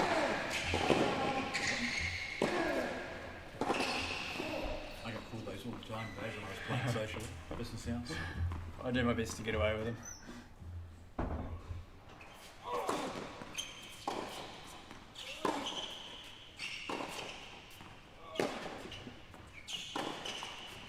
Game Reynolds. Yeah, and he holds, and he takes it to 5-4. And all of a Leads sudden, 5 it's games to game 4. on for Reynolds. First And set. he's come back well. And we'll have a quick break, and then Rye will come back to stay in the set. It's a biggie here, 5-4, Reynolds leads Rye.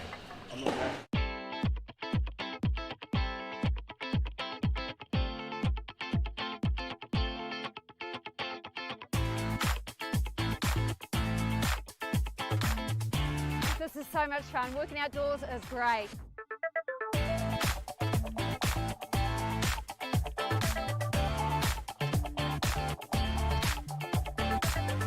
I don't even play tennis, it doesn't matter. My mum loves tennis though, and it's great to have something we can do together and then have a laugh about it afterwards.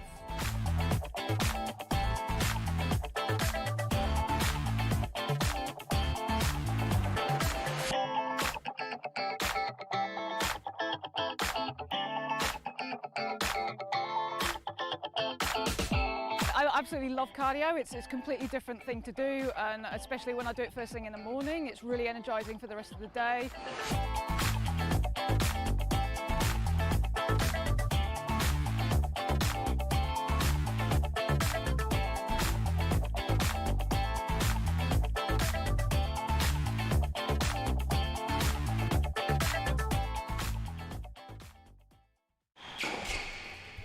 Okay, we are into the 10th game of this first set, and it is Ajeet Rye looking to hold serve and take it to 5-all.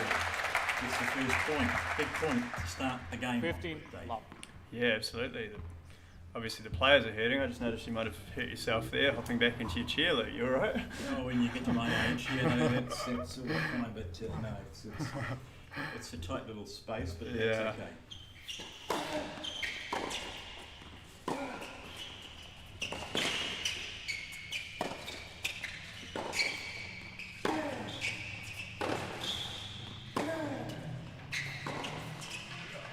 30 love. The part in this game which he needs to. It is 30 love.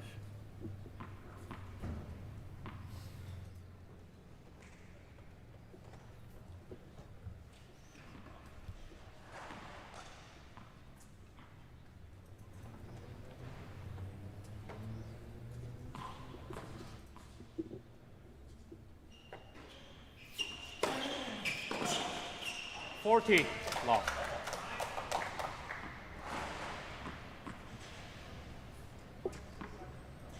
You to hold a serve a G right and lock it up once again.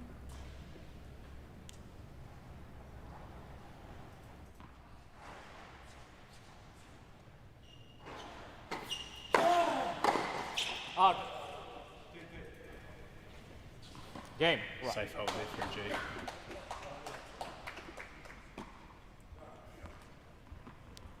Five game stall.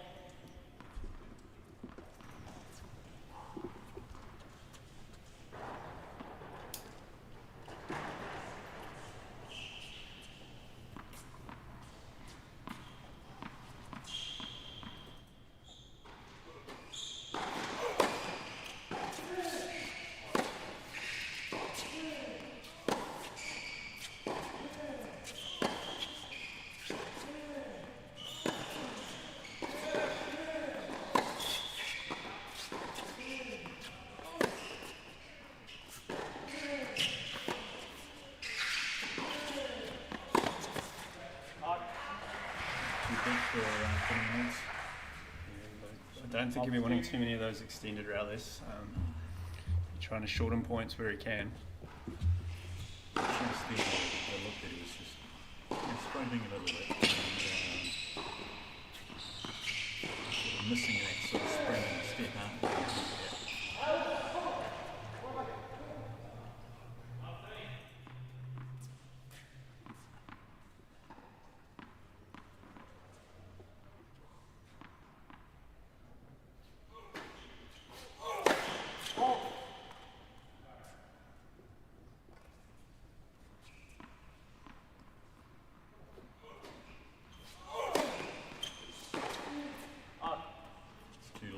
Goes to 15 all. Two very, very competitive players, you know. So working hard to get the dominance. Absolutely. Well, I started off with the dominance with the early break and Reynolds has come back very well.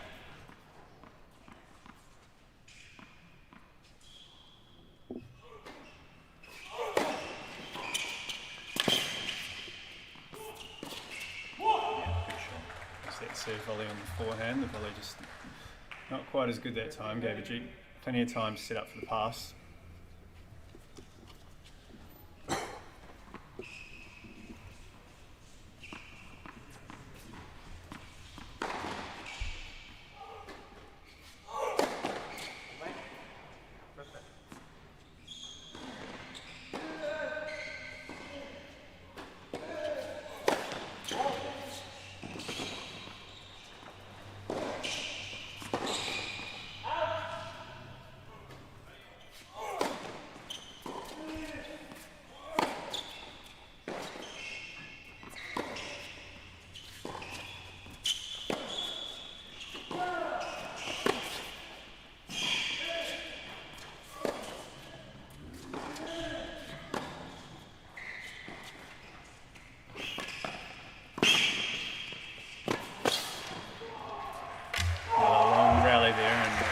Two great points for Jade. Hopefully everything's okay. Not a good look now. Not sure whether he slipped. No. Wow.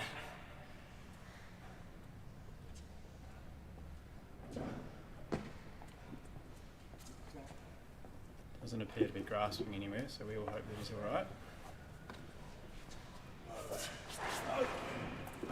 That's not a good look at all. Call the physio. Just pull, no. Just pull me out this direction. No. Just like, Call the physio. Go. So obviously seeing a player in distress now. I think we might just take a break and give them some time and come back to you in a short moment.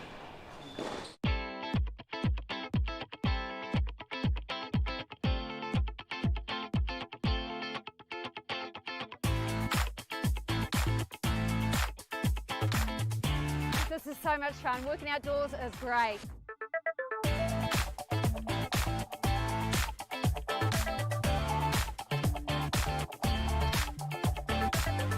I don't even play tennis, it doesn't matter. My mum loves tennis though, and it's great to have something we can do together and then have a laugh about it afterwards.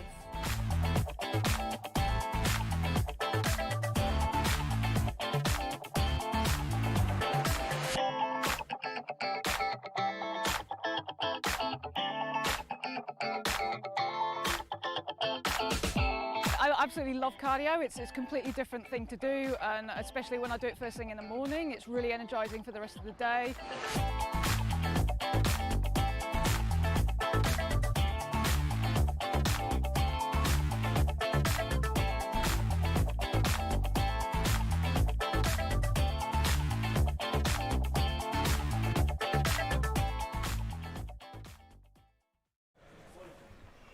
Welcome back to the Wellington Renouf Centre. We know that Finn Reynolds, who's just had an injury break, is back on his feet, and we'll give him some time to sort of just relax for a moment. But you know, he's had a big day at the office. But let's look at some sponsors, and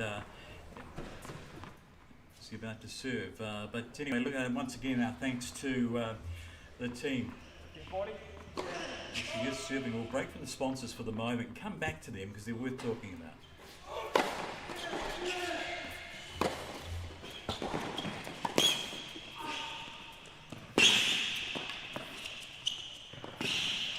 Be a little tender with his movement here, Finn. Physio did have a quick look at that right leg or right hip, perhaps. Yeah, he looked gone for all money, didn't he? You know, when he couldn't really get up and he couldn't sort of straighten it. You know, he couldn't sort of, you know.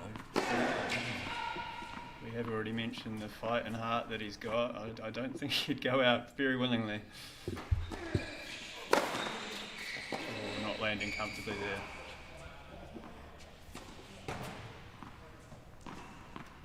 Once again, he has had a big office, big day at the office today, and so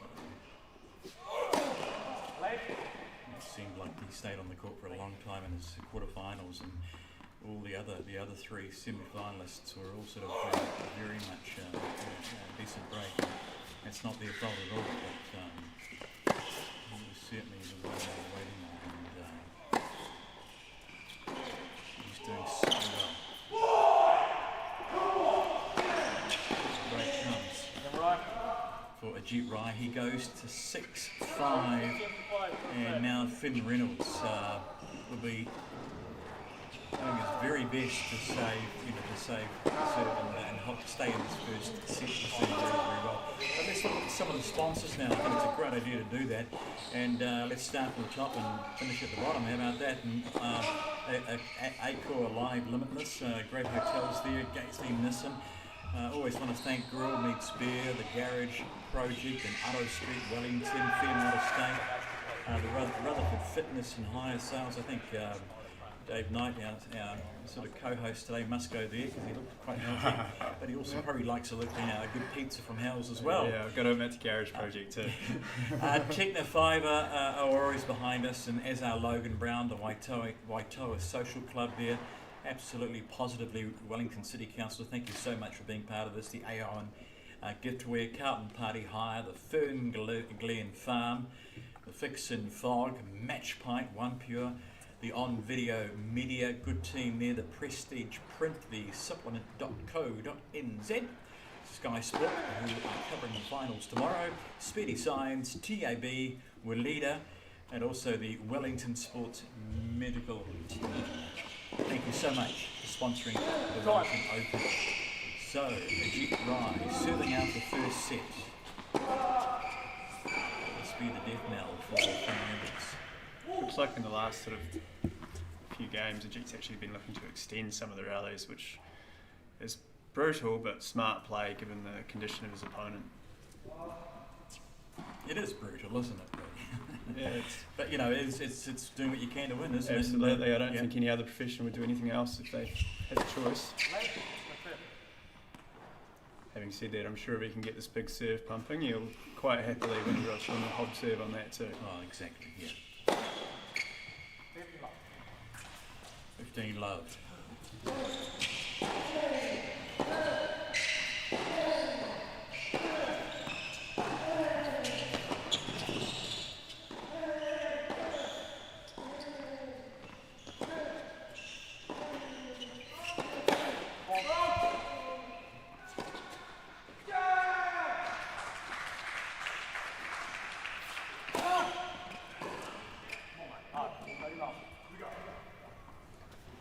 Again, seeing perhaps signs that that full did have an impact on Reynolds there, not really throwing his hips through that ball.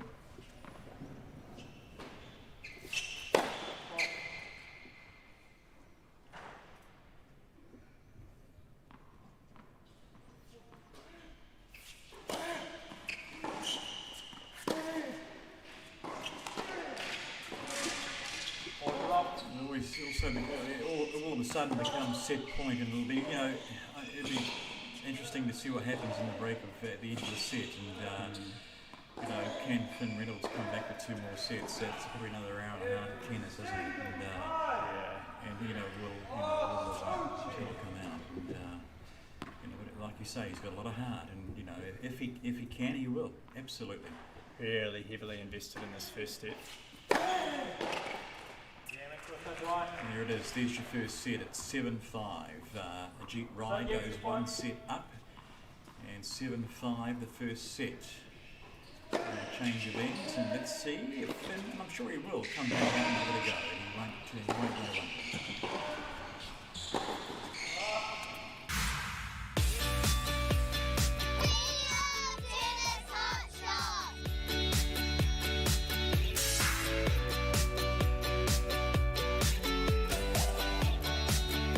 The stages red, orange and green are fantastic. It's much easier than playing with the old yellow ball. The children can now play at their own pace and gain that confidence.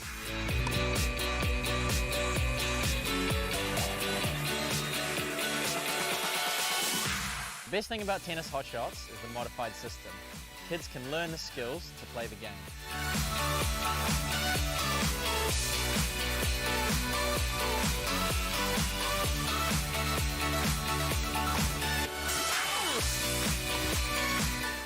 One of the really great things about the program is it's dynamic. Kids work together in pairs just like tennis, which allows me to roam around and work one-to-one with each kid.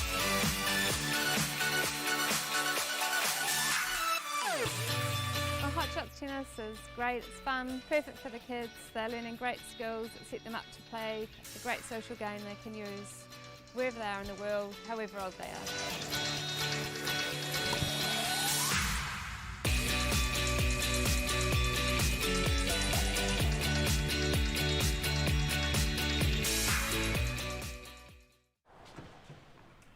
We are back live at the Wellington Open, the New Zealand champs for 2020. We are watching the game between Ajeet, the number 1 set, up against Finn Reynolds, the number 3, and we are at the end of the first set. We took a long time to get there, but of course Finn Reynolds has had a bit of an issue. We were on fitness and that at the end of the first set, but he's coming back for a second, which is great. And as Dave said, in the first set on a few occasions, that this fellow has a lot of heart, and he knows how to keep going if he can, and if there's a will there's a way, and good on him. And but he did take a pretty heavy fall at the end of that first set. We can tell you also once again, remind you that Jade Lewis on being ousted out of the women's knocked out of the semi-final against Vivian Yang. She has now withdrawn from the tournament and heading back to Auckland, which basically means that her doubles partner, Paige HOURIGAN, will not have the ability to defend her title there. That becomes interesting there. And interesting, Dave, you went to find out how the other game's getting on. Yeah, it looks like competitive over there. Hopefully the score is coming up for us shortly.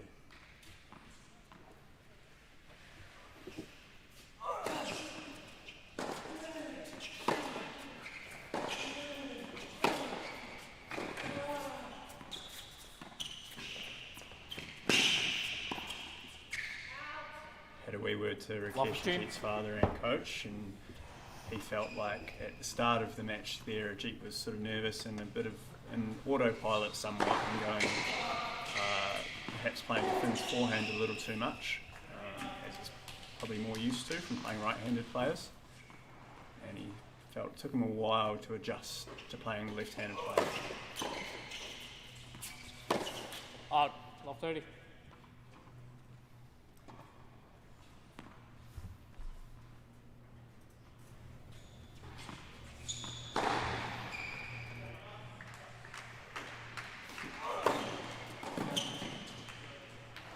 $50-30. I think Finn's going to need a lot more of those.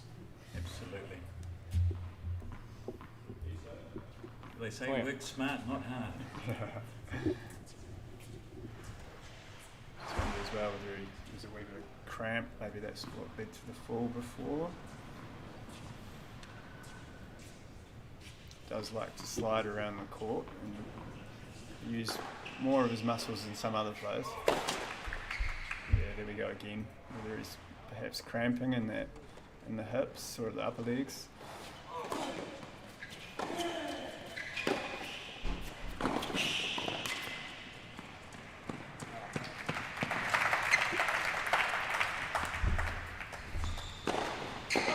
Audio.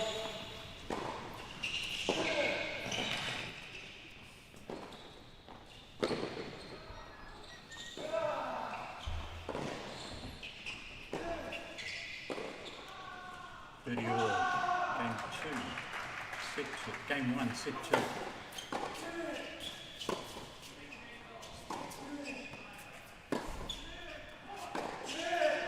Good shot by Rye. And update their 30-40. Yeah, we've just had come through. Isaac got the first set over there, and it was 6-5 Anton in the second set. Good ball. Update on that.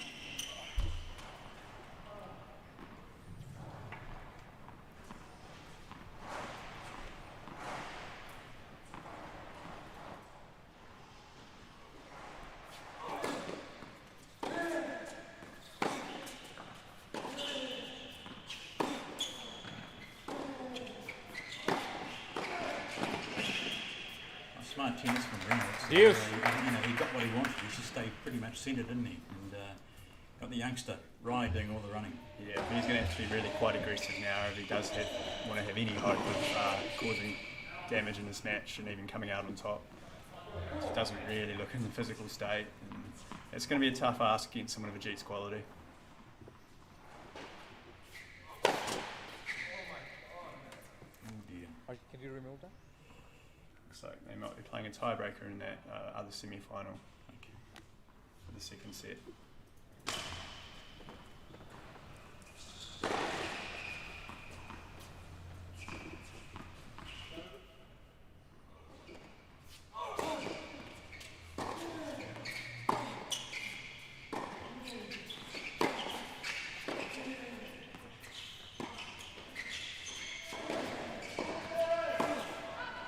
Out. Advantage. Right. Advantage. Ajeet Rye to take it to 2. He's just hanging on, isn't he, Reynolds? Just hanging in there.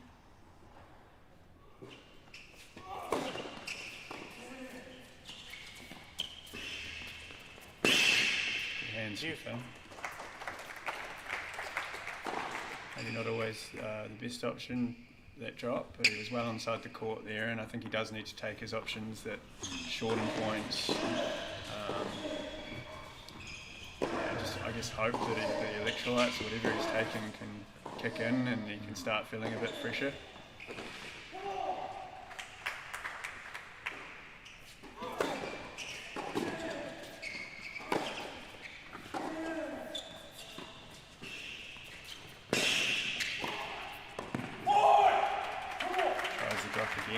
Players use a range of products to try and help if they are cramping. There's the electrolytes for things like Powerade. Some of them use things like pickle juice. You see bananas frequently on court. There's cramp stop sprays. I'm writing all those down there, David. I know, I've been the victim a few times. It's not fun.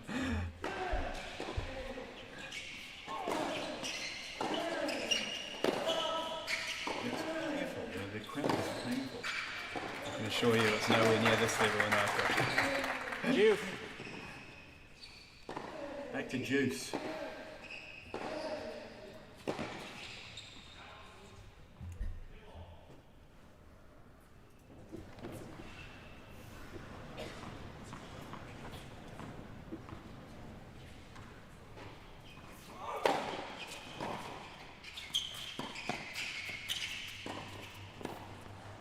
Advantage right.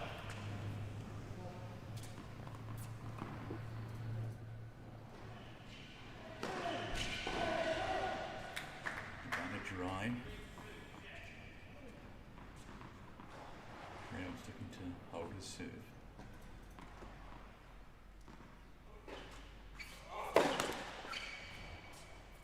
See the way Finn's landing on that serve really shows how restricted he's feeling.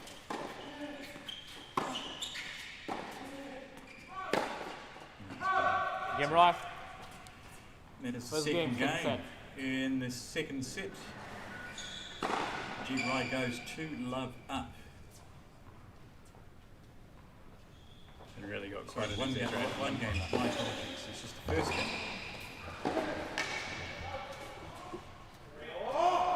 Fairly. He's looking ginger, isn't he? You know, poor fellow. Yeah. You really admire the fact that he is trying to stick out there and give it what he has. You wonder what he's got coming up in the next few weeks, whether he plans to go back to college and what impact that will have on his decision to keep playing. Knowing what I know about Finn, I'd say it'll take a lot to get him off the court. So it's 1-love. Second set, Ajeet Rai, our top seed. He's playing Finn Reynolds, the number 3. Looking for a place in Sunday's fine. 15 love. Isaac and Anton just changing ends in the tiebreak in that other semi-final with Isaac up a set. Second set tiebreak being played right now. 30 love. 15 love. And pretty fresh as a daisy compared to Reynolds' Rye, and very much focused, playing well.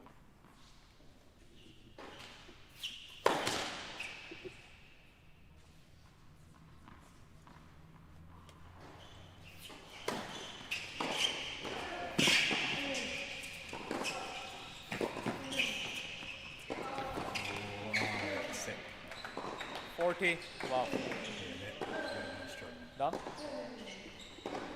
Ladies and gentlemen. Serve high to Finn's backhand's tough enough. Yeah, you know, he had to run the full width of the court then, and he gave it a nudge, but he couldn't do it. And I think we're not too far from the end here. Hard to watch, absolutely hard to watch. You know, well worth it too. This fellow, he's a great player. Ajeet walking over to shake Finn's hand now. Yeah, that might be it.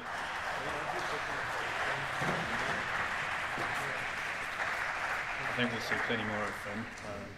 You know, he is a warrior, and he's had it tough today having to back up after that 3-hour match. But I think the attitude and the heart that he's shown us already are things that we'll see more in the future, and really an exciting player for New Zealand to have on his books.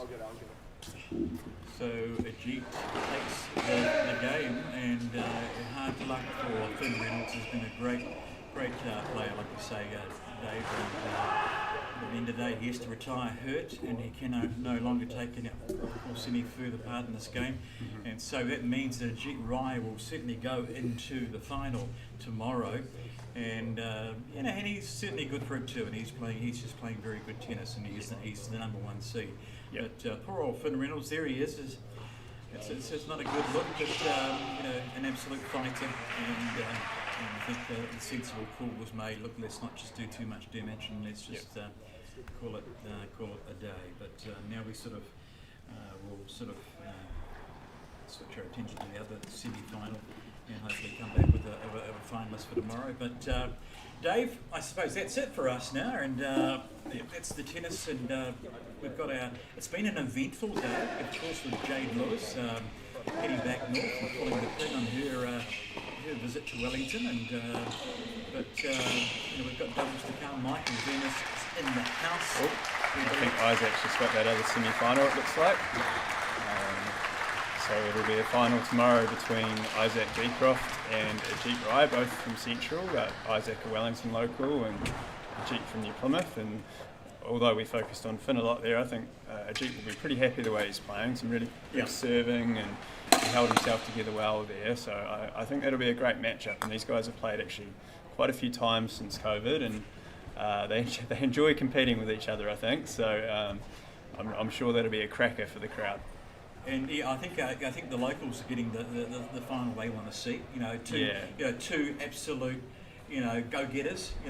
Feisty characters, and they'll have a lot of fun tomorrow. There'll be a lot of noise in the court, and I think it'll be exciting times. Tough luck, Finn Reynolds. And good chap, great chap, and but it wasn't his day today. But he did certainly provide a lot of entertainment, more so in the quarterfinal, and as his game gets CROWTHER.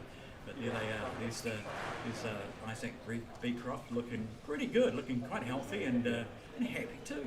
Yeah, and so he should be. He's been in a few doubles finals here, and he gets a crack at the singles final. And to be honest, I think he's earned it. Like he has proven himself throughout the KMT series, and I think he's really quite ready for this, and he'll really look forward to the opportunity to play Ajeet in front of what he'll see as his home crowd, and as Paige will tomorrow. But good to see the quality lineup we've got tomorrow. The corporate tables are full, but I'm sure there'll be some room up the back for anyone else that wants to come along.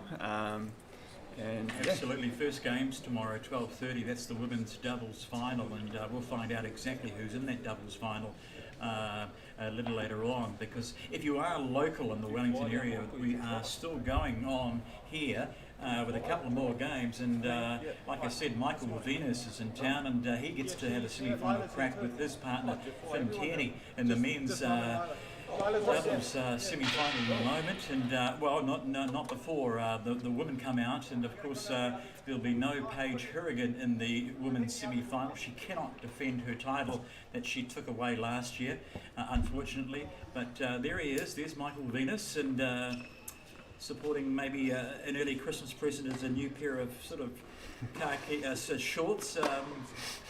Looking the part, and of course, a lot of excitement in his world at the moment. He's such a great tennis player and ambassador for the country, and of course, just become a dad, a proud father. And once again, congratulations to himself and his good wife and family, and it's nice to have him back here.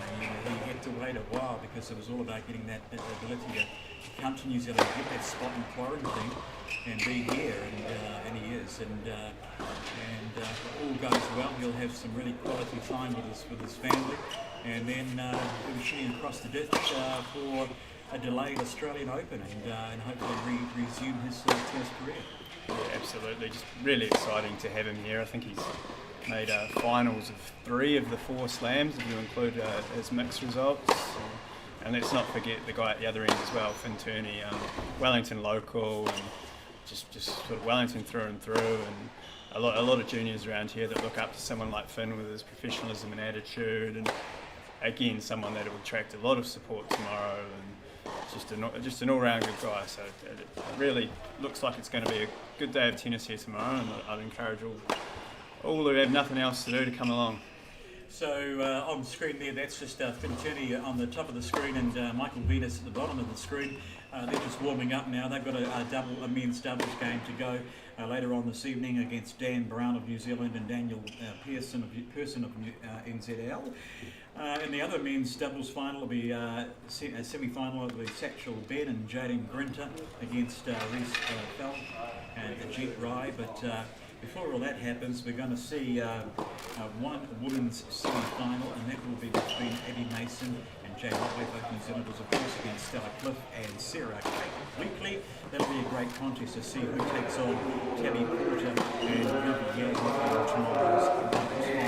So on behalf of On Video Media, thank you, David, for your time. You're off to Auckland soon, off to the big smoke. Christchurch, actually. Christchurch, Yeah. my apologies.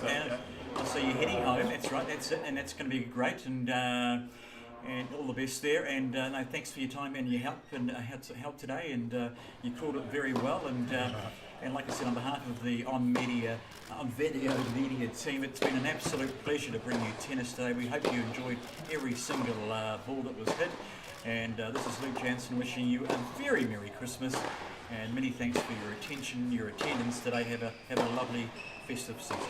Good afternoon.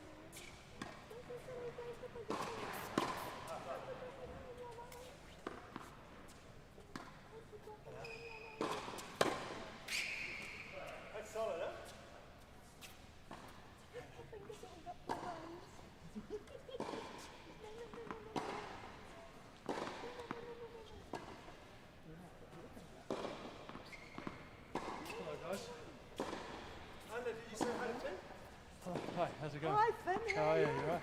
Hi, Finn. Hello. Say hi.